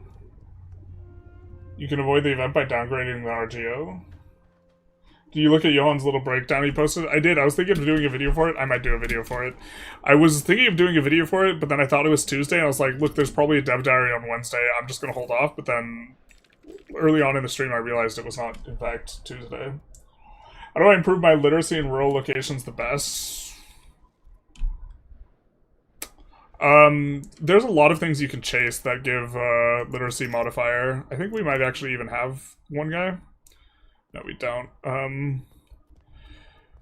Stuff that gives you monthly literacy, because the thing that's really going to hurt is it's going to take forever to get your literacy up to your cap, but also just increasing your cap. But monthly literacy, for basic countries, it's 0.01, and then you get another 0.01 in the meritocracy tree.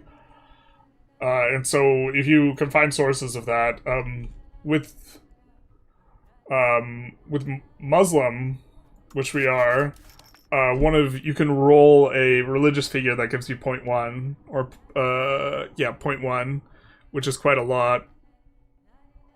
And then, you can also, so for us, it hasn't been an issue, but also, as a theocracy, we can roll this event that also helps us out a whole lot. Or a parliament that gives us like 0.05 or something for the duration of the parliament, which is pretty nice.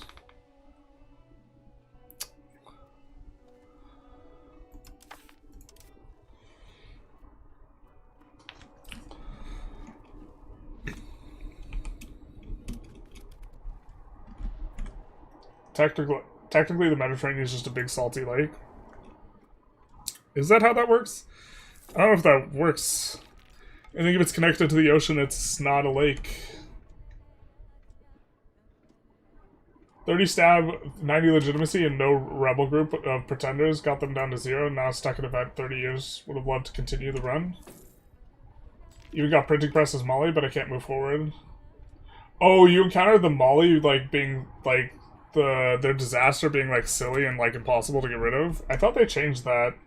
I left a lot of feedback about it. Need happy Wednesdays. Just build market village everywhere. That's not going to help literacy, though.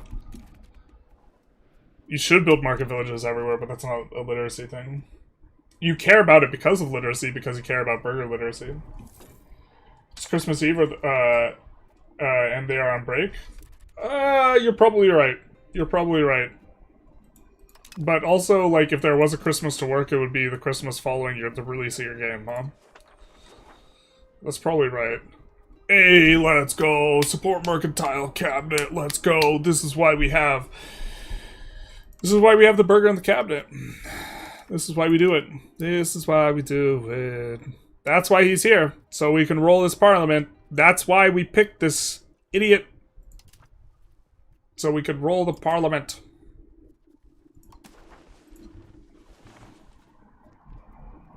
Because this gives us +10 towards Pluto, and this is the best way to push Pluto. Alright.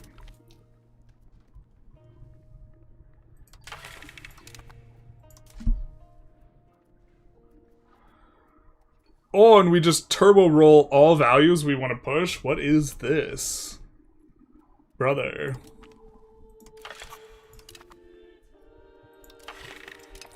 I don't even know what we're going to spend our additional juice on.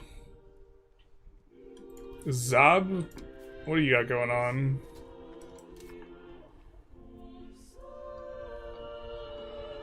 I actually don't think there's, like, anything else we... One thing I don't like about parliaments is once you get all your laws set up and you, like, kind of have your claims and this type of stuff set up, it really feels like the CVs are kind of useless. Is Tellus a subject of someone? They're a subject of Tunis. Was Fazan a subject of Tunis?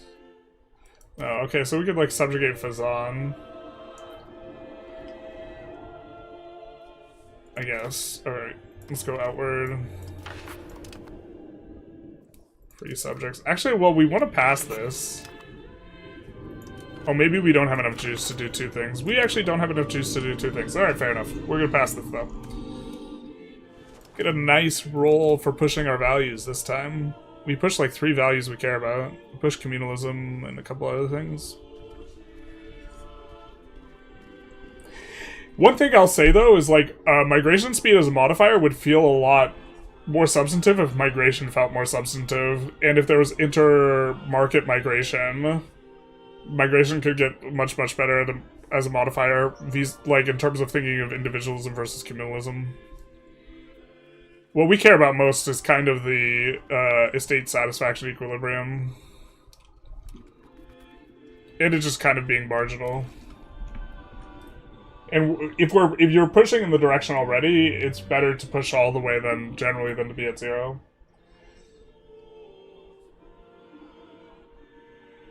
The Mediterranean isn't really connected to the ocean. The sea level of the Mediterranean and Atlantic are quite different. Ooh.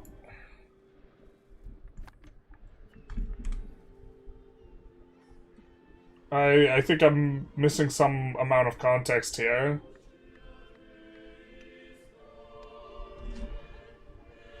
Don't the market villages give burgers and therefore increase literacy? Your overall literacy in a location is a function of the average literacy of all your pops combined.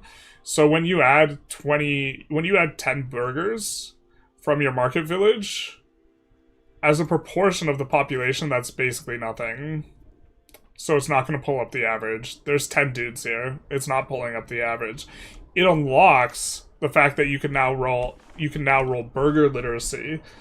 So before you didn't have burger literacy, now you do have burger literacy, so you can unlock the burger literacy bonus, and so this is giving us 5% dev growth, and also a little bit of burger's trade capacity, but it's not pulling up the average very much. Well, it's actually pulling down the average, but it wouldn't pull up the average. Yeah. Parliament is kind of boring mechanic, only a matter of time till overhaul. Yeah. I think Parliament there should be more button clicking to do and more trade-offs and this type of thing.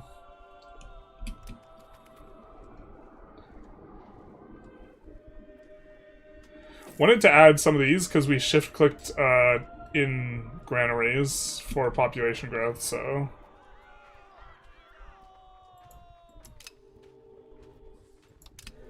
Forever choosing to stay a theocracy. What's our margin look like relatively? Our income is 600 and we take home 380. That's so good. In my head, we're actually like huge, but we actually don't have that much nominal territory.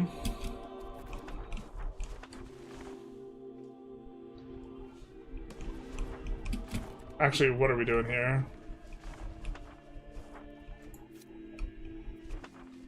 Yeah, we don't want this urbanized anyways. So that should give us the completion next month.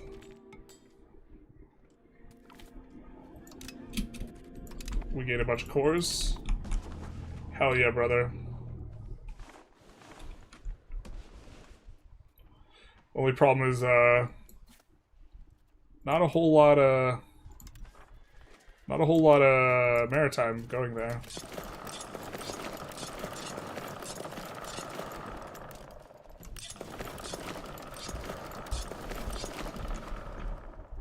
I wish there was a way to do that with less clicks, to spread it out amongst places. We could consider it a lake with the Straits of Gibraltar being a river. That is interesting. You on confirm river map mode for 1.1? Can you tag me in the confirmation and not just we're trying to work on it, but like did he hyper confirm it, or was it in his mega these are the issues post?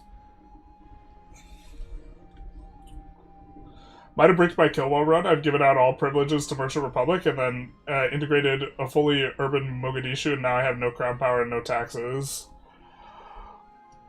I don't think it's likely that you're bricked. Yeah, we can maybe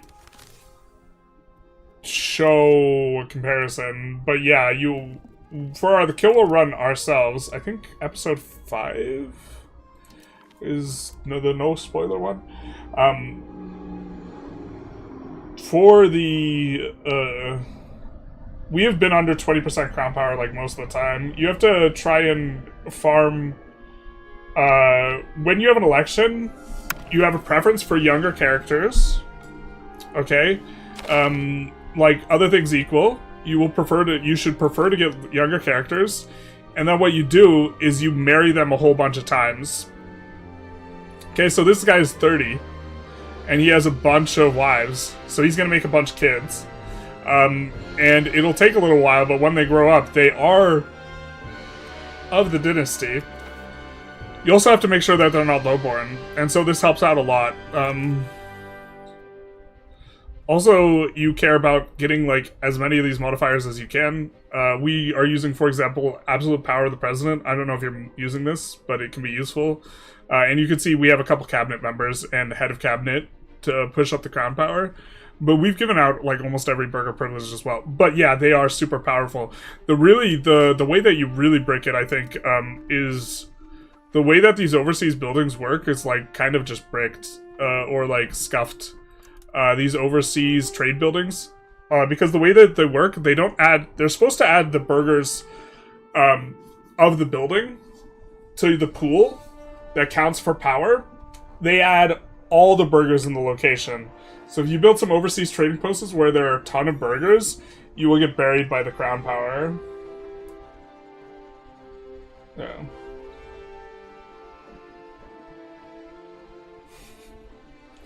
About when you zoomed in on the Straits of Gibraltar. I don't know, like... Yeah. Yep. The definition of a lake is kind of messy. The Strait of Gibraltar is just small enough that you can count the Mediterranean as a lake. Look. Nah, bro. Just no. I would maybe buy this being a lake, the Black Sea being a lake, but not the Mediterranean. Like, it has to be a very cutesy definition, not even seeing the definition of a lake. Because, when people say lake, this is not what they are thinking about. The definition, just Merriam-Webster's, just casual, is a pool of liquid. No, it's also a large body of water surrounded by land. And then, okay, what do you mean by surrounded versus perfectly surrounded? Or completely surrounded? Because I guess any lake attached to a river would not be a lake. If you're trying to be a thing. But, A lake is a naturally occurring, relatively large and fixed body of water on or near the Earth's surfaces, localized in a basin or interconnected basin surrounded by dry land. Lakes lie completely on land and are separate from the ocean, although they may be connected by the ocean via rivers. Yeah, I'm against this being considered a lake. I think if you tell someone you're going to the lake and then you go to the Mediterranean, you're like not communicating effectively, and that's like craziness. Nice one-arm overhead press, fine shorts. Thank you. We have a 200 pounds is my best overhead with one arm, with the bent press, BENT press. Dead Sea sitting this one out. Yeah. There's salty seas, but, we've been making new non-debug, map mode for rivers for 1.1. Yeah. I've been advocating on the side of rivers. The river map mode. Can Morocco form El Andalus too? I think it can, if we culture flip back. I don't think there's a tag. Is there any advantage of playing Granada, or is it more just fun for the situation? People voted for playing Granada, and then the plan was to take most of Morocco just because that's the good place to expand initially, and then once you've taken most of Morocco, forming Morocco just for the tax is worth. You have like 15% max tax? Salt lakes are seas? I don't know about that. What's the thought of centralization versus decentralization now? It seems like you always have to go decentralization, I think. A lake is a lake unless you're Scotland, then it's a loch. It's craziness, therefore chat must do it. Yeah, I mean...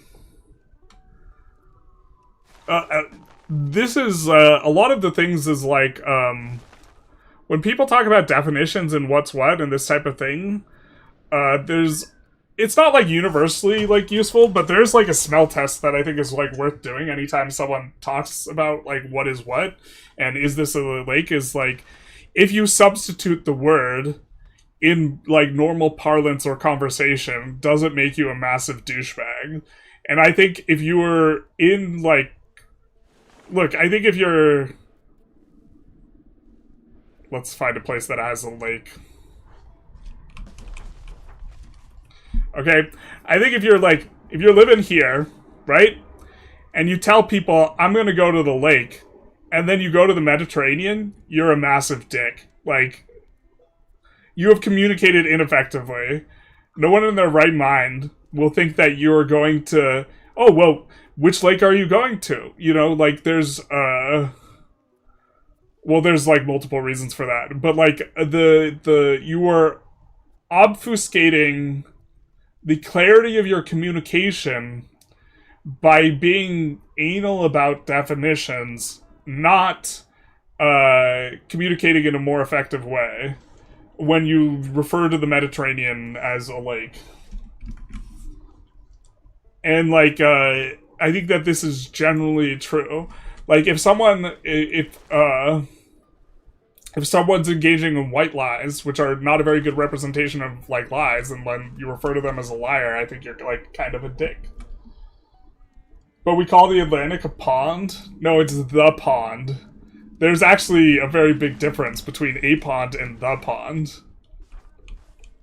Also, not sure what's up with this, with this map mode. Political map mode just shows them as dried up.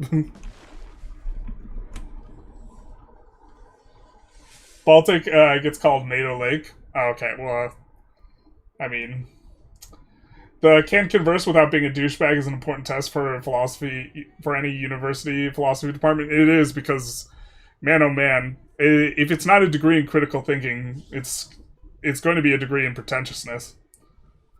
All you're trying to communicate at that point is, I'm more intelligent than you. Yeah. It's, if you look, if you call the Mediterranean a lake in normal parlance, I think you're a dick. If you approach someone and you're like, hey, the Mediterranean could be considered a lake, I don't think that makes you a dick. I think that's maybe an interesting conversation to have.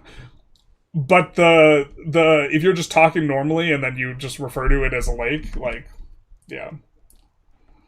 The ones in Africa are probably seasonal lakes. I think it's the map mode. Oh, nope. You might be right. Wow, if those are seasonal lakes and they're giving proximity, that's wild. Seasonal lakes, because they're giving procs. The seasonal lakes just row across the sand. Row your sand. I'm going down to the rivers. Yeah, and then goes to the Straits of Gibraltar. Yeah, we're gonna kayak down the river and then you kayak through here. You massive asshole. If Generalist wants to show you he's more intelligent, he flashbangs and then shows things not for young people's eyes, basically. Just throws a spreadsheet. No, I mean, like, I still like being considered intelligent, but, like, I don't really try hard to seem intelligent relative to what I did when I was younger. I don't think I have to, go super far out of my way. And, like, also trying to seem really smart just kind of makes you look insecure. You know what I mean? Like, you just gotta let it happen.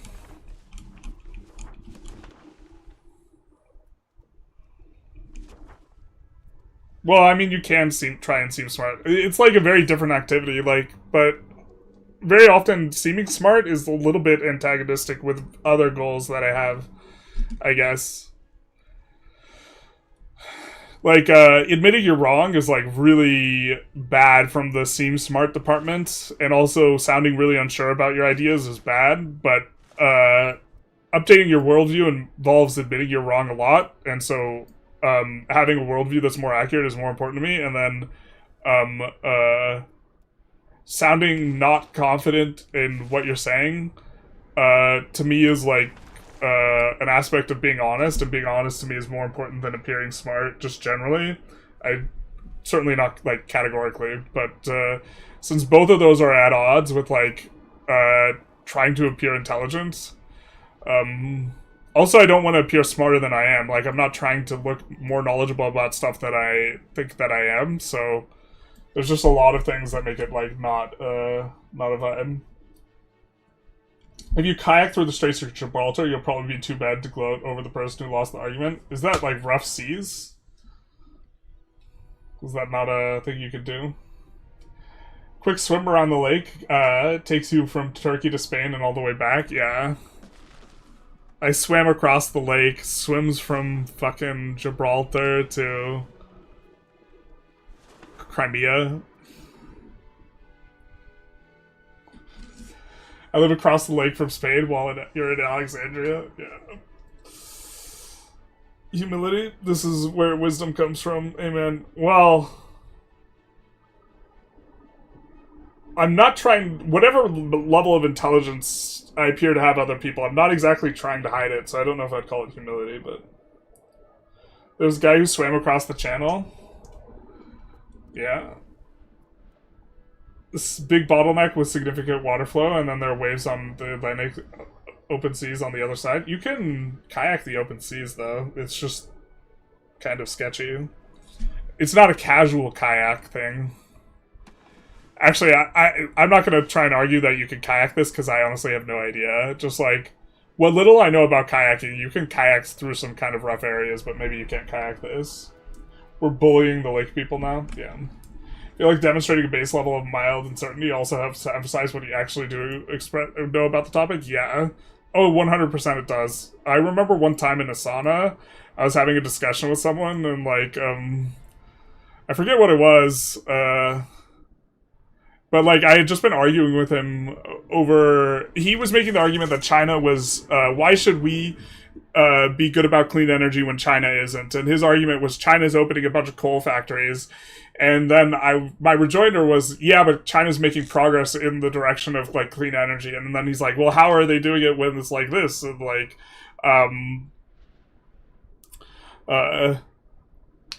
or when they're adding coal, how could they possibly be becoming cleaner and cleaner? And then, like, my response was the truth of the matter, which is their energy needs are just increasing. And so they go from using 30% or, like, let's say 40% coal to 30% coal during a time period, but their energy needs more than double. Then they're still adding coal factories in order to meet those energy needs, but it's a smaller proportion of their energy profile, right?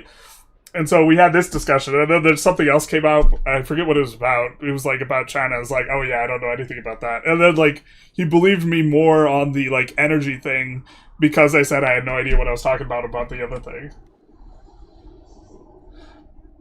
P.S. You know how the pillars broke? Mediterranean used to be a lot lower, hence Pillars of Hercules. Mediterranean used to be a lot lower.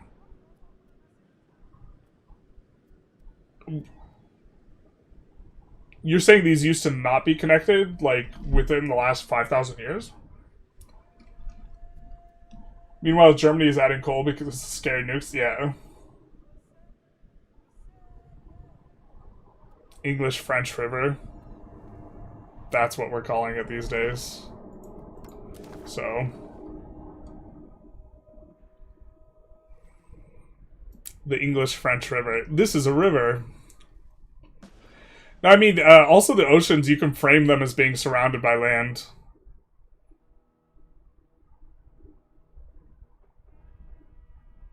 Right? No, you kind of can't. There's, like, not a way you can say that this is surrounded by land, like the way the other ones were. The Mediterranean was all cut off at one point. I knew the Black Sea was. I didn't know the Med was. That's interesting. I didn't know it was, like, recently, like, within the last 5,000 years. Iberia and Africa used to be connected? Yeah. I know that at some point this is going to split open, but not in our lifetimes. Like, there's going to be a split off here. And that's, like, why they're... Like, this widens by, like, 1 millimeter every year or something. And that's why there's, like, this... kind of formation here. It's because it's coming apart at the seams. Yeah. If I directly own colonies in the Americas, how can I funnel valuable resources to the home market? Trade? I'm not sure what you mean. You won't get as much dev or pop growth, though, which are important for RGO max level if you own it yourself, relative to making a colony. Yeah. Hannah Fry has a good video on stuff what to do with the Met. Maybe I'll check it out. I think we're going to wrap up the stream. You mean England was connected to Europe? Oh, yeah. It's crazy to me how, like, much history England has with, like, people on it. Like, the people that lived in England in the before times. Let's see if anyone's streaming EU5. I feel like in the holiday season there's probably less streams going on just in general. But maybe that's not correct. We checked the category, we're the #1. Hell yeah. Except, are we? Wait, actually there's only 2 other people streaming EU5? Crazy. Someone... Templar's hegemony. But it looks like he's playing Ghana. What's going on here? God, I have no Diplo. Alright, I guess we'll... looks like he's playing the Knights, which is something I wanted to check out anyways, because this is the only Christian that can raid for slaves. I don't know if they have a tech that lets them use slaves in RGOs, but this would be the best one, in theory. So, we will also link to the YouTubers who are wanting to join the Twitchers.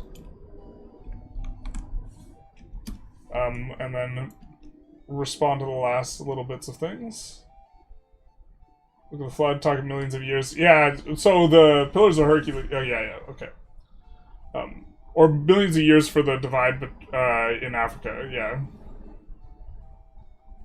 Choosing when to express confidence is essential in Discord. Yeah, I agree. I mean, I just try and represent things accurately in terms of my level of confidence rather than, like, strategically or something like this. What's the balance between colonies and holding lands yourselves?